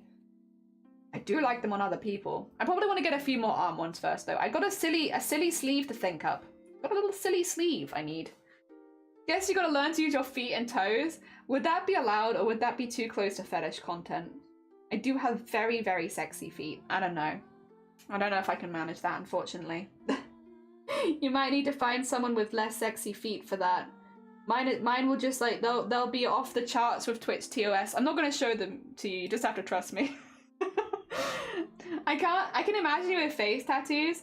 I don't think I can get face tattoos anyway. So normally there's some rules about getting tattoos in a lot of tattoo parlors, and one of the things is you can't be having an active skin condition in the area that you're getting tattooed, right? And I have HS on my face, and that's not a curable condition. That will not go away, which means technically, unfortunately, I always have an active skin condition on my face, even when my face looks really, really good, because right now my skin's pretty smooth, but because I have HS on my face, it's not recommended, especially with conditions like that which build up a lot of scar tissue. You don't want to tattoo and then have scar tissue on top. It's not a very good idea. So I don't think I can ever get face or ear. Like, I like the ones that go here, but I can't get that.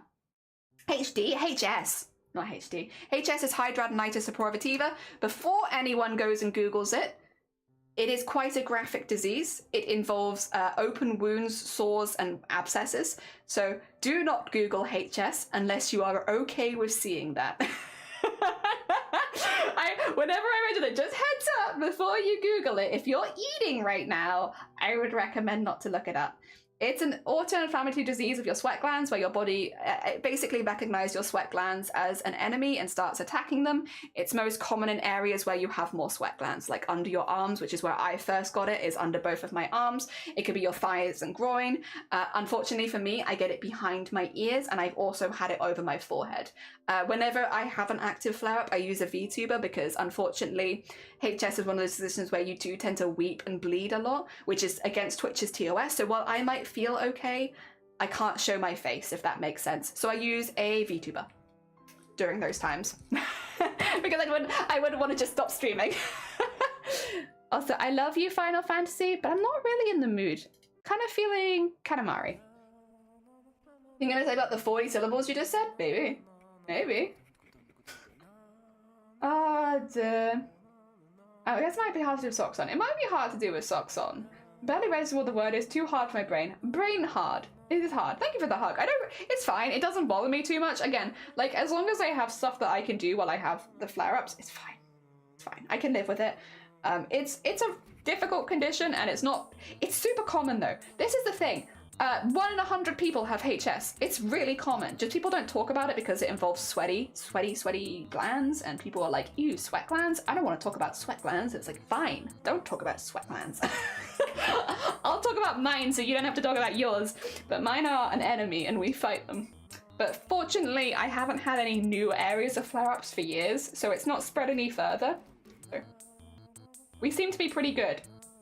Touch wood. Actually, let me just touch wood after that one. It seems to be pretty good. Yeah, like, it's not spread any further in years, which means that hopefully this is where it gets to and it doesn't change after that.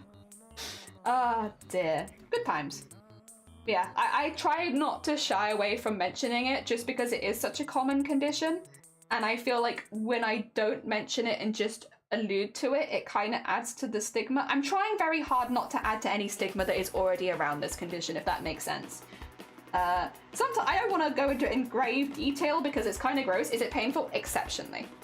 The abscesses and the wounds feel like burns. So when you touch it, if there was like one on my forehead now, you get the pain, and then the pain just keeps growing even after you've removed whatever's touching it, because it burns. It feels like a burn, like a really bad burn. For the most part, whenever I've had someone touch them, it brings tears to my eyes immediately. Like, it is a very, very painful condition. And because it happens in your joints, for most people, it can cause a lot of problems when it comes to like walking around and stuff like that. And it's, again, super common. Lots of people have it, and it's not contagious, just to be clear. It's an autoimmune more, so it's like your body attacks itself. You can't catch it.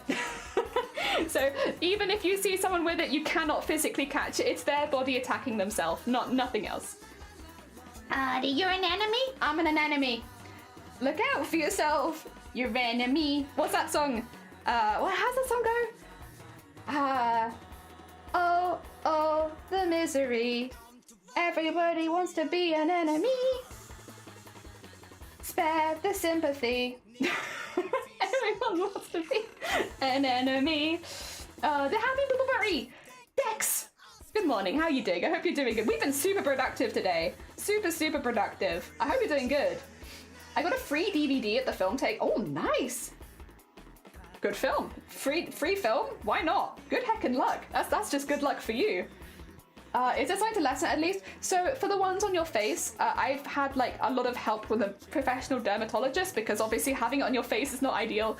And there are acne medicines. So basically it is a very extreme form of inside the skin acne, which means that certain acne medications can help, which reduce it. But generally the best things you can do for HS is not overheat.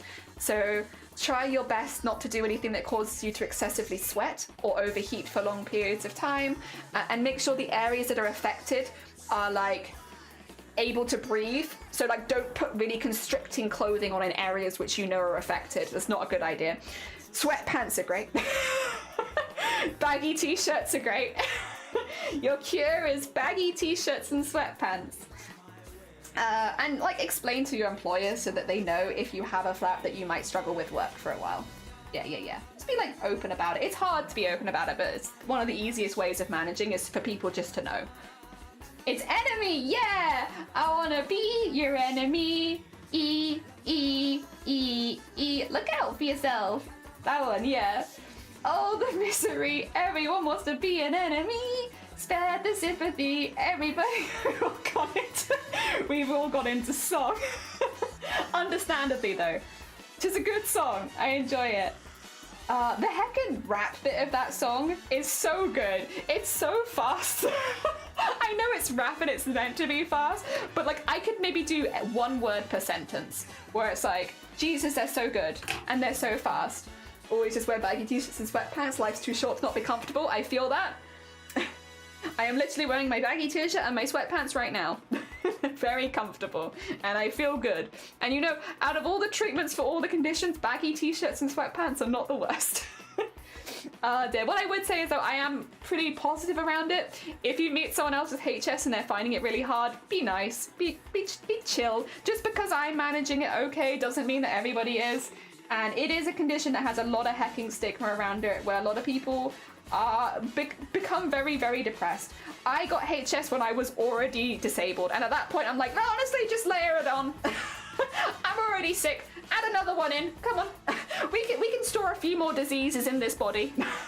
So it's a bit of a different situation for me, but for a lot of people it will be the first time they ever get something uncurable, and it's really hard. Really hard. When it's such a painful and visible condition. Yeah, so if you meet someone else with it, be chill. Read the room. It's hard. It is hard for a lot of people. It's hard for me too. When I first got it, I cried a lot. But at this point, I'm also just, what is it? I'm a haggard old lady. Whatever. Pile the diseases in me. I'll take them all. I'll take every disease. You can fit so many diseases in this thing.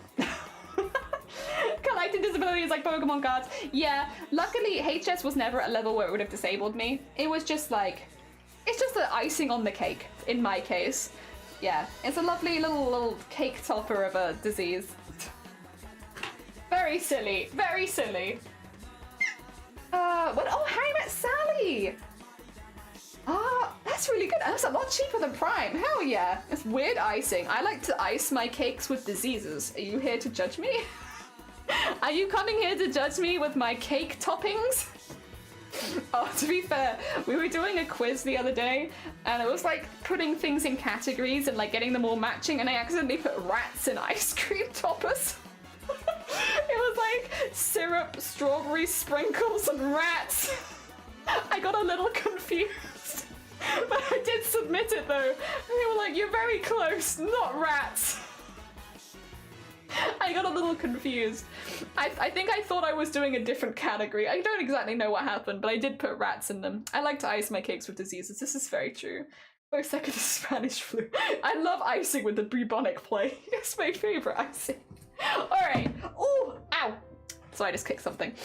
We're going to stop there for today because, one, we have been insanely productive. To get this much smocking done in one day is genuinely a lot.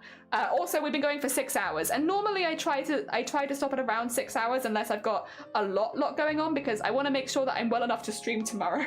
So we are going to stop there. However, stick around because I'm going to find a cool bean that I can raid you all into and send some love to somebody else. But I'll be back tomorrow. Dex, and the day after. I'm going to be back 4 days in a row. You're on late today. Well, for you, yeah. It is late for me. It's probably not late for a lot of other streamers. If I can continue going, normally I do like to. But yeah, it's...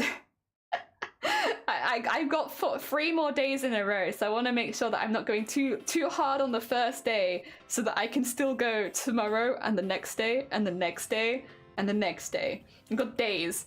Alright, who are we gonna go see? Oh my god, this is the nice thing about going on a little longer as well. You get so many options. I am tempted to send you all over to Kel's because we were talking about Kel's earlier, but they have been going for 4 hours already. And they're not at their chair, and I do like a good chair raid. You wanna raid Kel's chair? You wanna raid that? You wanna raid a hacking chair? They won't even know that we're on our way. If we go quickly, they'll have no idea. Wait, 2 seconds. Shh. Secret speedy raid. Chair raid. Yeah, they'll never see it coming. We just have to go really quickly. Is everyone then? Okay, everyone, really quickly. I'm gonna get the YouTube people as well. There you go, YouTube people. You have it as well. Has everyone got that? No, they're coming back. We're gonna have to raid out really quickly. Is everybody ready? Everybody ready for a chair raid? Okay, I'm gonna send you all over, and I'll see you tomorrow. Have a lovely rest of your day. Take care. There we go. And for all of the YouTube people as well, it's lovely to see you. Have a